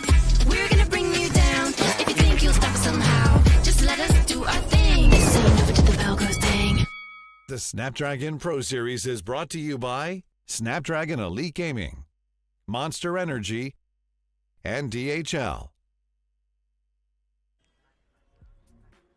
Welcome back everyone to Snapdragon Pro Series Challenge Season Week 1 and Day number 3. For the last Erangel, it's going to be Fixes with me. And Fixes, what are your thoughts on the previous game? Reckoning played it to the perfection. Yeah, it was a long time coming, especially when there were a lot of questions raised just before the tournament. Hunter's bids are due, and everybody thought that Reckoning is going to go crashing down. And seems like Reckoning, they are just back to their old ways, and it barely even feels like Hunter has left.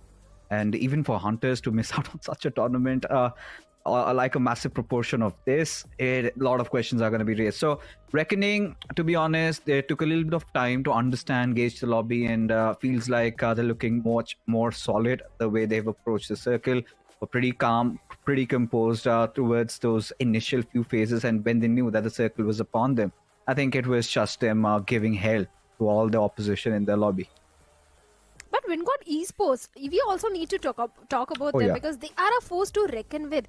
Vingod were engaging in so many fights. It was not just Wild Fangs or Do or Die. I think they dealt with the players of Team Genesis as well. They dealt with the last two remaining players of Team Godlike as well. They were engaging in so many fights and winning each of them except Reckoning. And this is what happens when you've got young soldiers in your squad. They've got so much of that hunger, and they've got so much to prove. These players are new. We have seen them in the rosters of Enigma. It was all about getting another chance, and in such an industry where second chances are not given to a lot, Vingod bestowing their faith, and they are paying off in dividends. So that is really good for Vingod, considering really two good back-to-back matches. One chicken dinner, second they get 14 points. For Reckoning, yes, I think it's as good as it can get. 20 points out of this one. Even Phoenix Esports, they've had a very good climb today as well. Genesis, they did recover a couple of points here and there. Hero Extreme Godlike, Pong being the savior, I think, which could have gone massively wrong. They somehow managed to, get a couple of points here and there. Yeah, good elimination points. Placement points were a bit of concern because Vingod didn't let the players of Hero Extreme Godlike enter inside the circle. But there are a few disappointments as well, like the players of Genix FM, -40, Hidden Mons, Team Tamilas. Even Team Tamilas were engaging in a fight with the players of Godlike Esports, where two of the players were taken down pretty early. Initially, Godlike took two players down from Team Tamilas. Fox did try to handle the situation by taking down Johnny, but after that, majority of the done was already done by Godlike, and Team Tamilas also had to face an early elimination. It was such a sketchy fight because it was just not Hero Extreme Godlike and Team Tamilas engaging. You had so many foes from around. A lot of those third parties were also happening. So that was a situation in which Team Tamilas and Hero Extreme Godlike failed to control. And, this does happen in Vikendi with so many of those compounds being close to each other. It is inevitable that you can deny something. The only way out is you have to take a 4v4 fight earlier into the game. And we saw this was one of those Vikendis, a rather slow one, which took its own sweet time to cook, as a result of which not a lot of teams could do much about controlling the situations or the surroundings. But that brings us to Erangel. It is going to be the last game, not just for this evening, but for this week. It is going to be Groups A and B duking it out once again. And yes, we have seen those comeback stories from a couple of teams. Yes, there have been chicken dinners that really went haywire, could have been secured. And I'm talking about Wild Fangs, and it has to be, again, brought down over here because they've always been making those headlines. You've got some big names, you've got a lot of eyeballs at your direction. Your heads are always on the swivel. You would also always be under scrutiny. And that was one of those games they could have converted. And even despite that, barring everything, I feel like Wildfang still had a decent outing today, considering the amount of points they've gotten. I think decent averages here and there. But yes, everybody would be bummed about not converting a game which could have easily been theirs. But moving on ahead, I think talking about a few others. Now, this is where I sort of want to discuss about Hero Extreme Godlike, because Jonathan lately I've been seeing, and I think a few others might also relate to that. Those 1v1 fights are not working out for him. Is it because he's still playing on two thumbs? Because we had this conversation where one of the coaches of D+ Kia did say you were one of those exceptional few who've mastered the art But again, in those close range, you need to have those quick triggers. You need to, instantly switch between your grenades, switch between your weapons, and the confidence has been missing. So I think if they can somehow sort it out, if he does get his confidence back, he does get his mojo back, because Hero Extreme Godlike can get right into the mix. But still, nonetheless, Hero Extreme Godlike have been doing quite well for themselves as we charter through the skies once again for one last time in this week, folks. It is going to be a game of Erangel, and we have seen so many of those exciting fights brew up. And as the mystery unfolds, as it unravels, let's find out what's in store for us. Well, certainly this Erangel is going to be so important for all the teams who are on the bottom of the leaderboard, because just like 8-Bit staged a comeback in the last game, all the teams of this group will also want to do the same thing so that they can end week number 1 on a good note. For now, we have the players of Do or Die going all the way towards the side of Kameshki, Hero Extreme Godlike this time heading over to the side of Lipovka maybe. Then we have -40. They have been going towards the side of Milta Power. That is exactly where they're heading. But I heard Neeraj's predictions are coming so true recently. So I want to ask you, Fixes, this time, which team you think is going to come victorious in this Erangel? Very difficult to say, to be honest. And, I'm kind of done with those prediction games because sometimes it kind of comes down to casters' curse. And you've got a lot of minds on Twitter these days having freedom to speak. And it goes awry. We are the ones who jinx it, guys. I mean, jokes apart, heading on, I think I really want somebody like DOD to get a chicken dinner, especially since what we witnessed from them, especially Reaper in the game of Sanhok, almost clutching it out, almost getting it in the bag. So somebody amongst the newer names would be a delight to watch. But again, I think we need to also talk about IQ Soul a little bit, because they've not been having a great time so far. And I feel like this is also one of those games where they decide to go back to their shells, go back to their cocoon once more, and replicate something that they did in Miramar yesterday. So end the day on a good note, secure good amount of points, be in the race, be in the contention, and get your confidence back. And this is exactly what they need. Take a fight against one of those giants, and it is going to be against Reckoning.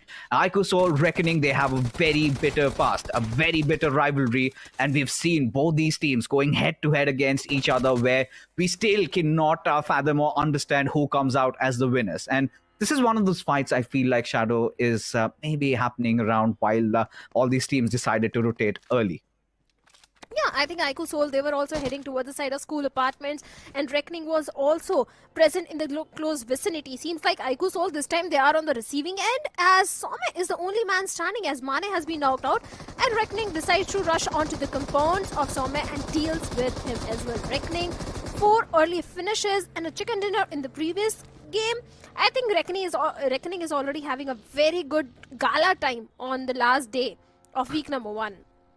4 finishes, but IQ Soul, I mean, sorry to cut you off, Fixes, but in the previous game also it was Do or Die, and IQ Soul was on the receiving end. This time it was called unfortunate. So yes, IQ Soul is actually facing a downfall. I mean, I would not really categorize this as a downfall. I would just say that they're having their timings absolutely wrong. Maybe a little too careless, or recklessness is what's leading to this. And sometimes, when you're higher up the charts, you would want to take those risks. And I think I would still embrace it. So many teams are going for those risky plays because early stages of games, stage 1 is there. Of course, I mean, nobody would have expected, or rather would expect, IQ Soul not making it inside the grand finals, right? They will always be one of those teams that could be the title contenders. But complacency has also been one of those kryptonites, even for IQ Soul.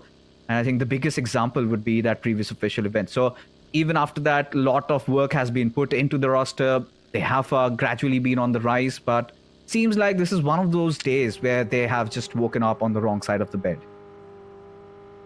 I hope they do recover from whatever really is happening wrong. Yes, I do agree. They have the safety cushion. They have earned enough points that they can go for that extra risk. But for now, we have the plus of Carnival Gaming up on our screens. And even they lost on to Hector. Not a really nice start. And for now, they are heading over to the side of team of Gatka. That has been their home ground since a very long time. But even looking at the circle, we have a complete northern circle where the plus of K9 can benefit heavily, as they are in the city of Severny. In these kind of circles, K9, Genesis, Hidden Ones can definitely do really well because they have the entire Northern Island to their name. But speaking about Phoenix Esports fixes, this team has impressed me the most with their performance. Because if you notice the difference as compared to day number 1 and day 3, I think Phoenix Esports has improved tremendously. Rising from the ashes, living up to their names. Phoenix Esports again. Now, does not matter what the banner is. The good thing that I like about this roster is these are band of brothers. They have been sticking with each other, I think, for a long, long time. Back in the days when I think they used to represent even Enigma or something. I don't remember. It's again, 2 years has been the case, and it's been a long time. But whatever the case is, be it them going to Kemin, we've seen again going August, then their journey inside God's Reign, and their such a departure, which sort of raised a lot of questions. And I think for Phoenix Esports, a lot going in the heads of these players, because honestly speaking, you've got everything aligning for you. You've got right players that you want in a squad. Venom as an IGL, I think he's done a good job, but sometimes he takes a little too much on himself, like a little bit of that overthinking. Kind of, they do not execute their natural game. And don't get me wrong, I'm pretty sure they're still going to make it inside the grand finals. Definitely one of those favorite contenders. But I think this is one of those things that if worked upon, Phoenix could go a long, long way. Oh, hands down. I totally agree to that. Phoenix Esports will definitely make it into the grand finals because they have been sticking together and the performance has already been fabulous in the week 1 itself. But there is one more team who has improved their gameplay, and that is going to be the plus of Team Empire. For now, they are in the city of Pochinki. If you notice, day number 1, they were not able to accumulate too many points. But day 2, they were on a rampage. They were going for those elimination points, those chicken dinner. So everything was perfectly working for the plus of Team Empire. They just need to continue the same consistency and get those average points if they want to make it to the grand finals. Because this team is also one of those teams we need to look out for. Yeah, I mean, honestly, for Empire, it has to be them going on that choo-choo momentum train. Because once they miss out, once they kind of lose that flow state, then things will go back to square zero again. So that is the thing that Team Empire, I hope they keep working on. You know, you need to find that perfect balance of getting enough finishes and enough position points. It's not every game any team can get a chicken dinner. It is that one good game where you would have your stars aligned, the circle favoring you, all of your players inside that compound, you've got good cover. Those are those games you need to cash in. And then there are those off games where somebody just clutches out, somebody becomes a madman and goes all out. So for Team Empire, they will have to be waiting for that one opportunistic moment, cash in on those chickens, get those averages. But now gives us enough time to even talk about the circle and something really weird that I'm witnessing. Of course, out of context here, we've got Hidden Ones in front of us. But K9, they've made some wild movements. You've got Slug, way aloof from his squad. He's somewhere around the central positions of the map, around the southern areas of shooting range, all alone. Whilst the other 3 players, they're still busy looting. And WinGod Esports and GenXFM, I think this is a fight or a little bit of a rivalry that is constantly brewing up around the bridge areas. And WinGod have always been the ones coming out of it alive. And this time again, 1 finish point already earned onto the plus of GenXFM, where the remaining players are still in the military base area and would be looking forward to cross that bridge. Obviously, it's going to be a big challenge to cross the bridge without any casualty. They've already lost 1 player, but you were talking about the plus of Team Hidden Ones and minus 40 in North Georgiapol. Seems like they are locking horns with each other as one of the players, Spider, was knocked down, but Executor is under tremendous pressure as he's in a 1v2 situation where Nishu is looking for a knock on to Executor. He needs the cavalry, he needs the backup of his teammates at this point, as Daniel is also trying to reunite with his teammates. Executor takes on Nishu as well. Minus 40 is in deep waters, is in a lot of trouble at this point. He certainly is. And for minus 40, it hasn't really been a good day in the office. Always clobbered down, always nauseated to their death crates as Festless. The final player, he's done with. And Alien, yeah, he's already over, buddy. Just spare him. And didn't want to come out of this alive. And this is what we were talking about. That instant switch around their paces, their dynamics. How quickly can they become, convert themselves from being rabbits to suddenly a ferocious tiger out on a hunt? Now, that has been a wild card for Hidden Ones. And I think always having an ace up their sleeves, Hidden Ones, I love it. I would love to see Hidden Ones making it into the grand finals, because they could be the ones throwing a spanner into the works of so many teams. A team that is so difficult to read sometimes. You do not know what to expect from them. Especially Executor. I think from the side of Hidden Ones, Executor is the guy who is doing the majority of the heavy lifting and getting that first knock or the first finish onto the opponent team. But for now, Genex FM seems like they're very much aware about the players of Team Just Jelly who are trying to rotate inside the circle.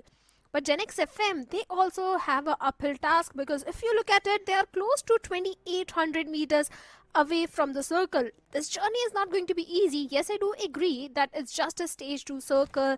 They can bear the brunt of the blue. They can take their sweet time to move inside the circle. But even Team Just Jelly and Team Tamilas are having the similar mind. If all these three teams decide to take the same route, maybe they can have a rotational clash. So that's something that concerns me. Look at this. I think two big titans would have just collided. Hero Extreme, Godlike, and Wildfangs were right beside each other for quite some time. And both of them are following the same trail, going in from that eastern side towards that northeastern side. So I think the idea is pretty clear. As usual, want to keep their backline safe. But that is a fight that can brew up, and maybe DOD could be the ones massively benefiting from that, especially given what we have seen in the previous couple of matches. But like you said, I think this is one of those circles going up north, still has chances where it could come back down towards even Rozok Hill. So it is going to be such a tough call for all these teams to make, because Reckoning, they find themselves right at the smack center. You've got Team Empires also a little bit around those northern island. That is where they have position. Let's also not forget Carnival Game. And to be honest, Carnival Gaming have had a decent outing so far. Yeah, a couple of 4v4 fights were fine.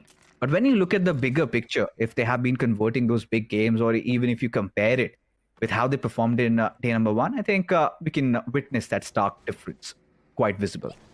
Yeah, I agree. There was a major dip in the performance of Carnival Gaming, because day 1, 35 points, day number 2, only 15 points to their name.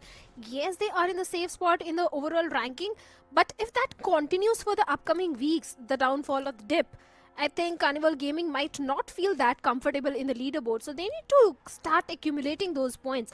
And in this particular circle, Carnival is definitely in a good spot. They do have a good compound to their name. If the circle goes a little north, they can try gatekeep all the teams. But for now, do or die. And Godlike Punk, such close proximity. Seems like Bhalu is aware that there could be someone. But Hero Extreme Godlike, I'm not sure if they're aware about the position of do or die. I mean, with the doors open, and Hero Extreme Godlike lately, this has been a team where you've got Punk, and he does his homework. We've seen that time and again. And yes, Shadow, I feel like he knows.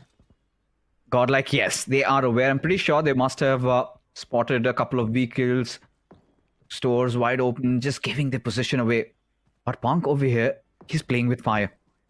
I mean, if a couple of players line down those shots on him and he's taken down, he's out in the open. It's going to be so difficult. But even, I think Hero Extreme Godlike would want to engage inside this fight. Objectively, they want control over this compound. A pivotal one, which suits their case at this point. And there you have it. Admino, letting his presence known, trying to flush out a couple of players. Somebody might just take a quick peep out of the window. That is where maybe Hero Extreme Godlike would be looking in for a knock. Could be possible. But they also need to be careful, because even the players of Wildfangs, like you mentioned, are in the close proximity to the players of Hero Extreme Godlike, especially Admino and Simp. They need to be very aware about their surroundings. But for now, we have the players of Team Genesis and Hidden Ones going up against each other, as Genesis takes one finish point and Hidden Ones facing one more casualty, as Alien is pretty much been down behind that hard rock. On the other side, Executor with a vehicle run over takes down Grind of Genesis, gets a confirmation point as well. But here it goes. If you notice in the finish feed, Do or Die is actually the one taking shots onto the players of Hero Extreme Godlike, and Edmino has been knocked out. Yeah, adversity strikes. And I think Hero Extreme Godlike were getting a little too impatient, were trying to bait their positions out, and it's fine. I don't think at this point DOD would really want to initiate that push against Hero Extreme Godlike. But this is what Godlike should have been watchful for. As Wildfangs from the backlines, they're all coiled up, ready to strike, and suddenly Hero Extreme Godlike, they've got no answers. Admino already done and dusted. Simp, he's taken some massive amount of damage, and Wildfangs know this is their time to strike. Simp already down on his knees, and Jonathan and Punk left with no other options but to get the hell out of there. Because again, spatial awareness is something that these players need to have. One less information, and look at Hero Extreme Godlike almost on the verge of a collapse. Oh, they certainly are. But look at the plus of Wildfangs. Again, they find themselves in a very good spot. They have the complete northern control. They have the height advantage as well. And 2 finishes. A good way to start the game and convert the game in their favor. But Carnival Gaming is also locking horns with the plus of Team Empire, as Goblin with a vehicle run over takes one of the player down and gets a confirmation point. But there's still few teams who are not in the safety of the circle. We have the players of Vingod, Team Tamilas, Hidden Ones, Genesis, all towards the western side of the map. So the cluster that is coming from the western front is not going to be find an easy pathway inside the circle. But Carnival Gaming seems like they're still peppering few bullets toward the side of Team Empire. Yeah, I mean, Carnival Gaming, they just decide to put their bodies on the line. I mean, at this point, I was starting to get worried about Viper for a moment, because yes, this is exactly the reason. A little bit of a body shown, and we know Reckoning is a squad that could wreak havoc. One knock, and they do not shy away from committing in for the push. Especially even after a little bit of a revamp. Oh, Goblin is doing this. Maybe trying to get a little bit of a bait, a little bit of an information. But Punk spotted already by Scout. Does not know where Jonathan is though. At this time, Wildfangs in a little bit of a mix, in a little bit of a pickle. Do they drop down here? But is Punk hiding behind his vehicle? Finally, he decides to get the hell out of there. As Hero Extreme Godlike, they are going to be chased down. Wildfangs feeling quite hungry, quite devastated with their matches tonight. They want to have this. They want to get the heads of the players of Hero Extreme Godlike, and seems like Jonathan, he is stuck with nowhere to run and hide. As Punk, he's going to make a narrow escape. And Hero Extreme Godlike still not out of harm's way though. As Sensei spots out Punk. That's a brilliant move coming in. Punk really not anticipating that. Outmaneuvered, outplayed are the players of Hero Extreme Godlike. And Wildfangs aren't really making it easy for them. But now even Wildfangs need to understand that this also comes with its own problems. You're firing a lot of shots. A lot of the others will also spot you out and try and take you down. Especially Genesis. Wildfangs needs to be careful from the side of Genesis, and more than Genesis, it is Vingod Esports. Because if you notice, one of the player of Vingod, Sahil, is so close to Trace God. Punk is definitely hiding because there are so many teams and players in the close proximity. Smoke cover is definitely there, but Team Empire has spotted on Sahil of Vingod out in the open. The tree trunk is definitely helping Sahil for now, but with a vehicle blown up, where Sahil also goes down, and Predator will be looking for the confirmation point. Team Empire, I like the approach to the game. Yes, although they're just holding on to a little wooden shack, but they never shy away from getting accumulating those crappy finish points, which they are trying to do so for now. And why would you not? Especially when you are soaring with momentum. You've almost pulled off an impossible chicken dinner. You're doing so well. Your Vikendi game goes well too. Yeah, I would have done the same had I been in the shoes of these players. Sometimes getting a little ahead of themselves. And it's all fine. You know, young blood, once again, I'm all in for it. But look at this circle shift. It's disgusting. In the middle of nowhere, around those bridges, and Team Jelly, look at this. Wow. The quickest, the fastest to take over that gas station. They've got so much to play around right now. Even for Hero Extreme God, like a little glimmer of hope. Out in the open, Shogun humbles him down, puts him down on his knees. Following it up. trying to take down Sensei. A little out in the open. Wild Fangs, they're enraged, they're furious. One of their players already done and dusted, a little bit of that carelessness. And things start going quite off for Wild Fangs. Oh, certainly. Wild Fangs left with only 2 players. They want that control of the compound which Gen X FM is having at this point. But on the other side of the map, we have the players of team Just Jelly also locking horns with the players of Carnival Gaming. But wait a second, Sensei strikes at the right moment and takes down Evil of Gen X FM. Sensei will be looking for the confirmation point as well, but he has a vague idea where the last player of Gen X could be. Nades being flung over, but no connection whatsoever. Sensei wants that confirmation point, wants that finish point onto the plus of Gen X FN. One more grenade, but no connection at all. Sensei knows exactly where the last player is, but can he get the confirmation point where Seth is having his own troubles in the close frontal battle with the player Shogun of Gen X FM, deals with him, shuts him down, and Seth gets one more finish point and will go for the rescue mission onto Trace God. It's such a blessing to see Seth having a good game. This was much more needed. I'm pretty sure Trace God, he'd had his shoulders almost broken off, doing so much for this team, and now getting somebody to assist him, especially Seth. I really hope he gets back to his old ways. He is supposed to be reckoned with once he's back in form. But for Wild Fangs, this is a fight that they ought to take. Of course, trying to get inside the circle. If they win it against Gen X FM, so much of room, so much of space. These players, as Evil also gets dealt with. And this is what I was talking about. Even if Wild Fangs tend to make those horrendous mistakes, still somehow get away with murder. 4 finishes secured already and a couple more finishes, and they could get those decent average amount of points. So that has been their go-to way. It's just not about the game. It's not about them hugging to the circle. As now Genesis going after the players of Hidden Ones. Mortis, Executor, both dealt with by Fragger, as even Genesis have already lost one of their players out.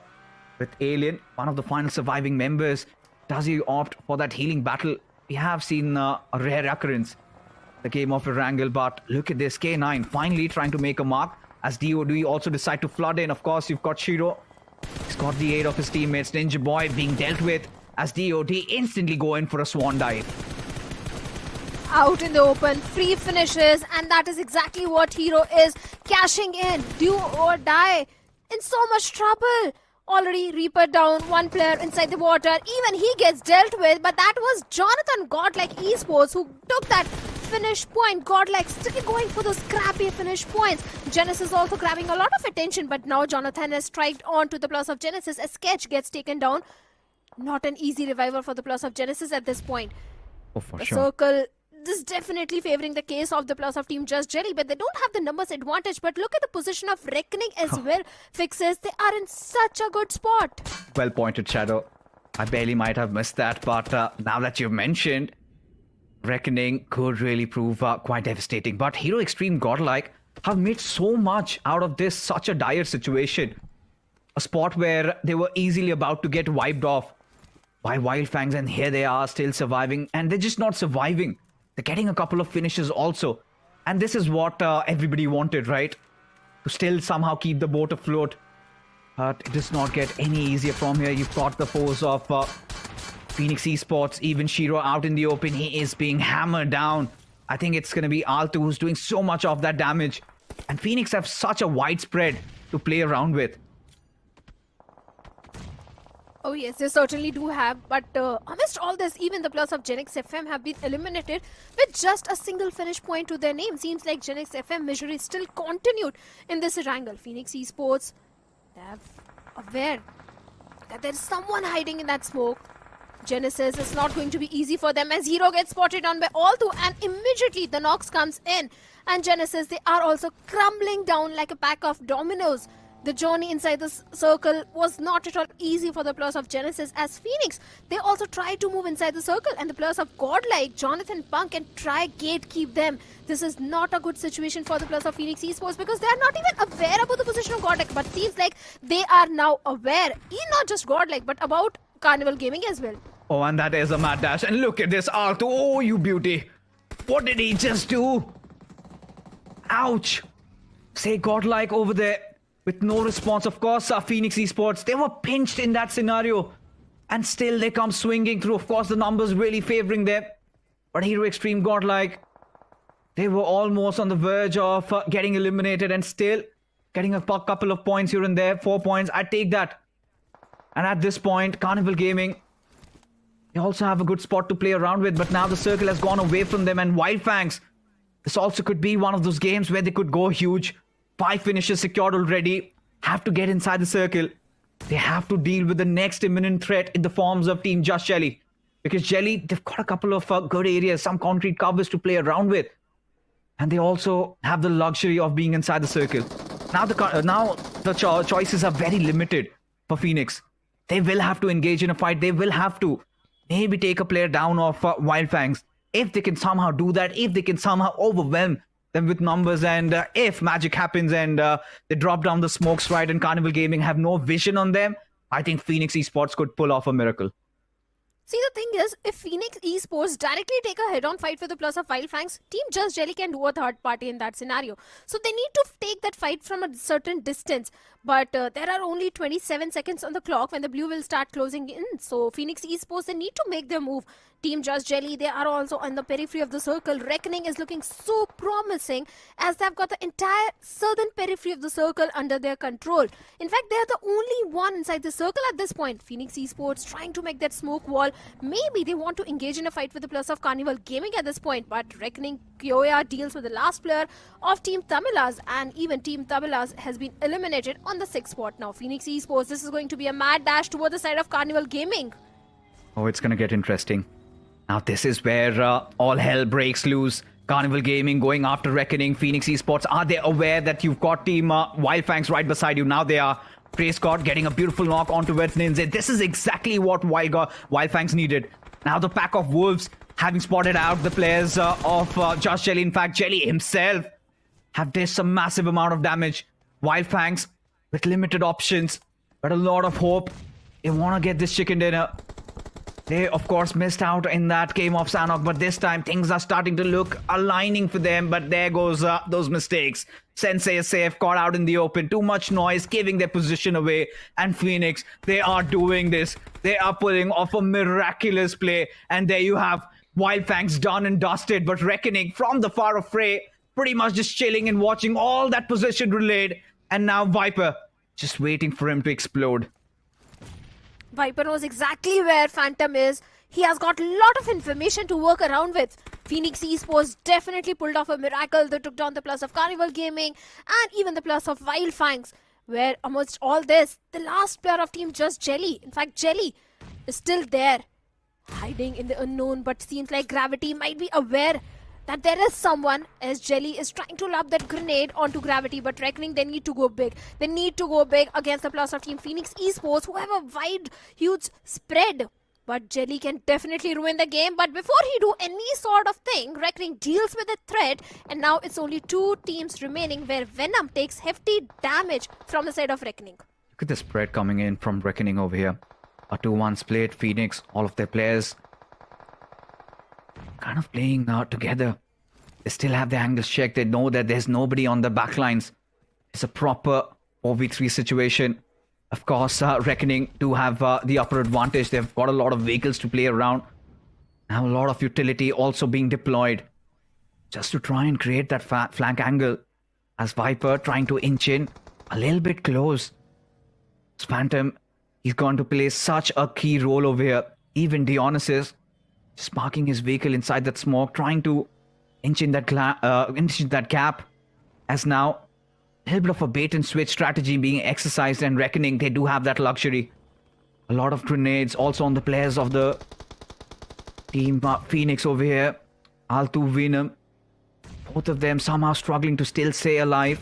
Venom does have that MG3. Could rip apart the opposition, but here comes that push coming in from Gravity's side. Gets one player already pinned down. Phantom also falls on his knees as Venom is the last surviving member. And now Reckoning can smell this one coming. And there you have it. Get that final finish, final nail in the coffin. And Reckoning, what a way to end this week on a high, on a chicken dinner. And did that, so calm, so composed. As cool as a cucumber these players were.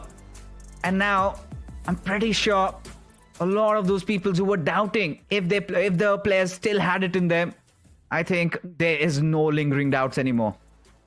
I was just asking Neeraj, that reckoning on day number 1, they were going for the finish point, but that reckoning is completely missing. I think they answered back so very well by getting not just 1 but 2 winner chicken dinners, and this time reckoning played it so perfectly. They dealt with the players of Team Phoenix Esports. All they did was just make sure they have a good position inside the circle, because it was not an easy circle to play around. Definitely not, because so much was happening on the northern front, and reckoning they kept themselves on the southern side of the circle, and that itself favored reckoning a lot. Yeah, I think for Reckoning, it was a perfect mixture of being patient and also knowing when to attack and who to attack. They were not really being hasty. They were not really giving their position away. And they were watching everybody. They were letting the fights brew. They were letting Wild Fangs, Carnival Gaming, Phoenix, Josh Shelley, everybody fight it out. And when the hour struck 11, what they did was they instantly went after the last player of Josh Shelley. They took them out and they knew that this position is theirs. And for Phoenix also, I think they were the ones who did majority of the heavy lifting over here. Yeah. Nothing taken away from Reckoning. I mean, taking down Aiku Soul without any casualty, I think it's just another day in the office for them. But still, Phoenix Esports, the way they charged inside the circle, they dealt with so many of those threats around them. It was godlike on one side. It was also the players of Carnival Gaming. They had to deal with Wild Fangs. So much done over there. So overall, I think I'm pretty impressed with the kind of days that we're getting to see from both Reckoning and also the players of Phoenix Esports. And if I'm not wrong, Reckoning just secured a back-to-back. Yeah, back-to-back 2 chicken dinners. It all started in this Erangel with the Reckoning going against the plus of Team Aiku Soul and getting those 4 finishes, a very good head start. Then we also saw the plus of Hidden Ones going up against the plus of -40, where -40 again had a bad start. But Genix FM, a little disappointment from their side, because I thought Genix FM might go aggressive in this one, but that didn't happen. In fact, Genesis, Phoenix Esports, they dealt with the plus of Genesis as well. Oh, I think, for Genix FM, again, a little bit of a hit and miss going on. Still trying to figure their footing inside, and hopefully we get one of their players and talk it out. What's going wrong? What could be done better? And even today, I was expecting a little bit more from a DOD. In that final game, felt like they could have done so much, and that did not happen. But Reckoning, I think they're here. They're just not here to, get a couple of chicken dinners here and there. They have pretty much established they are here to win. And getting 2 chicken dinners, considering yesterday's day wasn't that great, would have really, really skyrocketed in terms of the overall standings. I would not even be surprised if they make it inside of top 3. Oh, easily, because day number 1 they had 23 points and day number 2 they had got 18 points. Yes, there was a certain dip, but these 2 chicken dinners, 20 placement points itself, and I'm not even counting the finish points in the first game. So yeah, too many points accumulated on day number 3. Reckoning can easily find this, if not in top 3, top 5, 100% they should be. I hope so, because they deserve it. The boys definitely do. And I think another chance at life for Kyoya, and he's starting to deliver. This was much needed, because Kyoya was going through such a rough phase. The only Kyoya that I would like to remember was the Kyoya that came out in the INKR Invitational. I think that was his moment of glory. That is where he drew a lot of attention towards him. But after that, he sort of vanished. Nothing worked out. Went to Big Brothers, had a couple of stints at other teams also. And when nothing was going right, and suddenly this was a blessing in disguise, right? Hunters leaving the squad, Kyoya getting another opportunity, and this man, such an underrated guy. I think a year ago, nobody would have heard of Gravity, and now he's cemented himself as one of the top 10 IGLs in the country. And as an assaulter, getting the MVP is pretty much an added bonus. Especially the utility usage which comes from the side of Gravity. It's always on point. Every single time that this guy lobs a grenade, it finds a connection. So that makes the entire team very strong, because Gravity is able to find that initial opening for the team. But along with that, I think the stars of the match, everyone is from the side of Reckoning. It's all about Reckoning. Yeah, had to be, right? And considering the fact the boys just decided to go all out, I think they would be really happy about how they ended their week. And coming next week, this is definitely one of those teams to watch out for. I'm pretty sure They would have a bounty on their heads, especially with that little bitter rivalry going on between IQ and Reckoning. Hell yeah, bring it on. Would love to see more of that. And I think, Reckoning has been one of those teams that every single time you think that they aren't that good, they instantly slap you right back. Slap, spank, they just do it all. This is one of those teams that is quite complete. And in such a short span of time, having produced such good results goes on to speak that, yes, things are looking really good for them. Even for Team Jelly, I think getting 5 placement points, having such a good conversion rate today, especially in terms of how much points they've secured, still in the mix, still doing better than a lot of the other big names. And when it comes down to Hero Extreme Godlike, I think they made the most out of that situation. A little bit of a fumble towards the end, but it's still okay. Yeah, considering the situation they were in, 4 points, I think they did pretty well. Team Empire this time, not having the best outing, 2 total points to their name. Team Aiku Soul, they were taken out pretty early in the game, -40, also not having the best of the time. So even -40, speaking about this team, I think the entire week was not entirely in their favor. So they need to sit back and do the homework and think what really happened wrong and come back much stronger for week number 2. A lot of these teams, especially, I think nobody can take things for granted anymore. If you had a good day, you need to have the good day number 2. I think this is something that Hector has been emphasizing a lot. I think keep the ball rolling. Always make sure it's in your court. Always make sure you've got good control. Because, you might be the best team in the lobby. You might have secured a 20-30 bomber, and suddenly, the next day, you completely choke. And all that confidence kind of just vanishes away. The blink of an eye. So, I think that is one thing that all these teams need to focus on. Again, we've been constantly emphasizing on the same fact. You do not need to get chicken dinners in every single game. That is impossible. Not even the best team in the world could pull that one off. But you need to have those good games. By good games, engage in those early fights. Take those risks, because there will be a time. I think this is something that you talked about, Shadow, and emphasized on it, that there will be a point where you will have just single-digit matches remaining. And I'm pretty sure the competition is going to be quite close. Who knows, that one game where you could have converted, you did not, and that could cost you your berth in the grand final. So all these teams have to be very careful about that. I agree. Week 1 always gives you that extra buffer, which gives you the confidence to go for the extra risk on week number 2. Suppose if your entire week didn't go very well, week number 2 also doesn't go well, then week number 3 there will be so many teams who will be taking head-on fight with you. They'll be coming on your drop location. So many things can go out of proportion. So just don't leave things for the 11th hour and try to stage a comeback in week number 2, first day, first match itself. I really hope all these teams take note of this. But, we've got a tradition these days. We do invite new players with us. And today, I think I have the pleasure of introducing, or rather getting in. We've got Fox coming in from Team Tamilas. We've met a lot during the LAN stages. Absolutely adore you guys. But now, congratulations. You've got new sponsors as well. That's a great thing. But overall, what has happened to Team Tamilas? Please tell me something, because you guys have been missing.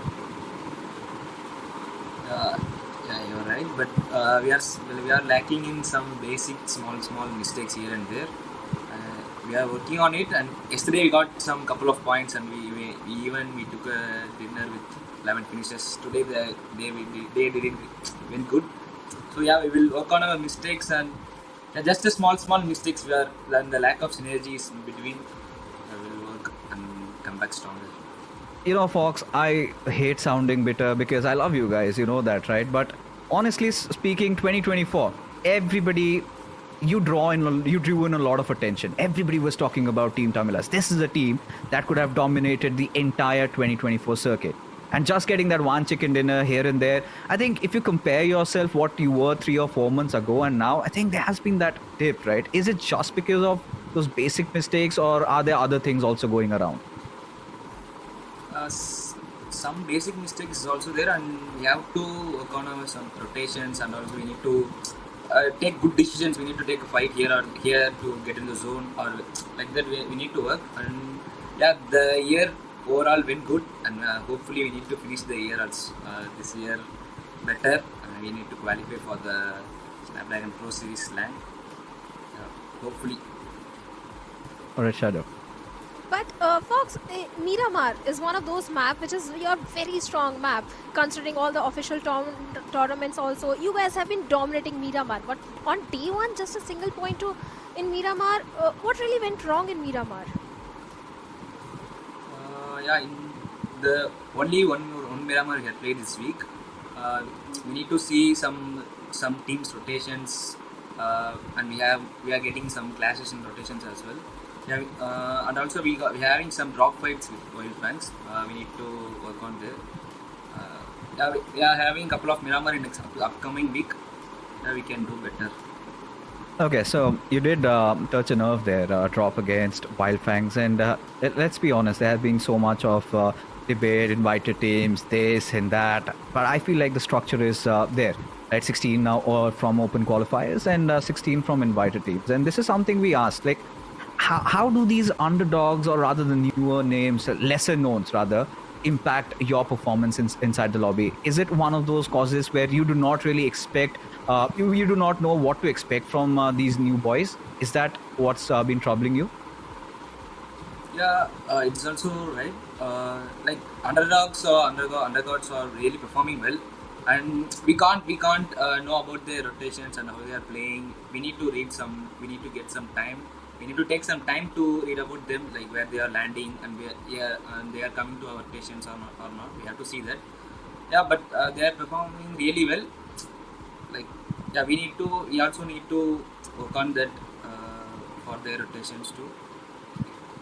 Okay, before we let you go, I think a lot of fans are worried. They want Team Tamilas to make a comeback and not just be one of those teams in the middle order. We love to see you on the top 3, and this time we want you to pick a trophy also. So give a little bit of a reassuring message, maybe in Tamil. That's fair, that's fine. So something for your fans.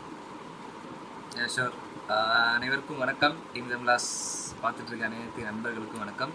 So team இப்போதைக்கு கொஞ்சம் அப்படி தான் போயிட்டு இருக்கோம். கவலைப்படாதீங்க. We will come back stronger and even more better. Support பண்ணுங்க. There you have it. The man has spoken, and we hope to see you in the top fraggers list along with Maxi. You guys have been missing. Would love to see that happen. But thank you so much, Fox, for joining with us, spending some time, giving some insights about your team. All the best. Cheers. All right, we did have Fox with us, and yes, a little bit of reassurance given by the players of Team Tamilas. But here is one final look at the overall ranking. Shadow Versatile still atop with 86 points and reckoning. Look at that. Look at that. That bounce. Now just 1 point separates Versatile. They need to be concerned now, aren't they? Oh, they certainly need to be, because Versatile, even they are facing a dip in the performance. Day number 1, they started off on a very good note, on a very aggressive note. They need to be a little worried for the top to retain that top spot, but there are few names right at the bottom. We have the players of Genix FM. This was one of those teams which were going for the aggressive approach in the open finals, but seems like this time Genix FM, they are completely missing. Vasishta Esports is also one of those names. RGC is kind of a hit and a miss. Sometimes they pop off really good and go for that aggressive approach, try getting those finish points, but sometimes they are the first one to be taken out from the lobby.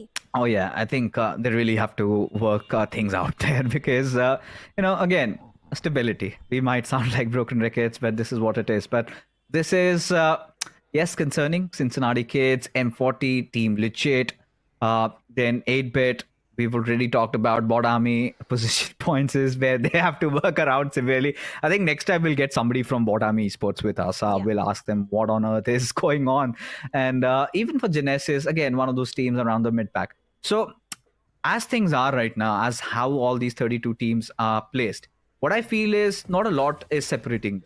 I think one good day we could see, right? Reckoning out of nowhere, they just directly cement themselves a top 2 position with the potential wipeout, or maybe even they could take on Versatile next. Just 1 point separates the two. Considering Versatile had a mammoth of a lead, and even before this day began, I think 10 or 15 points was separating. I think Hero Extreme Godlike was the closest to them. So now I think everything out still in the open. But if you have to sum up this entire week, how did you feel? I think so many teams were going so aggressive. I felt so elated by seeing the newer names come up like Team Empire and few other names, few other boys also popping off really well and taking head-on fight with the players, with the invited teams. So I feel very happy that no one is intimidated by the invited teams. And invited teams now, they are a bit scared of the teams who have qualified from the open finals because they don't have a history, they don't have a read. So all this makes things so interesting.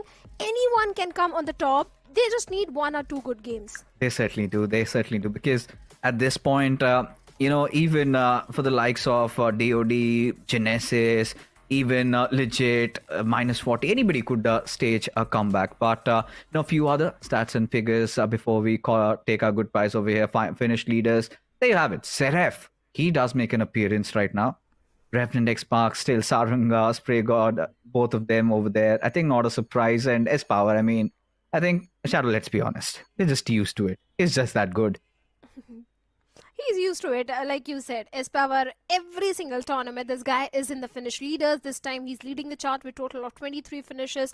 So definitely, but I want to know, or maybe I'll check the data and want to see how many of those 23 finishes were accumulated on day number 1? Because VXT, let's be honest, Fixers, they were in their full form on day number 1, especially in that map of Senok. Day number 2, they were not that aggressive.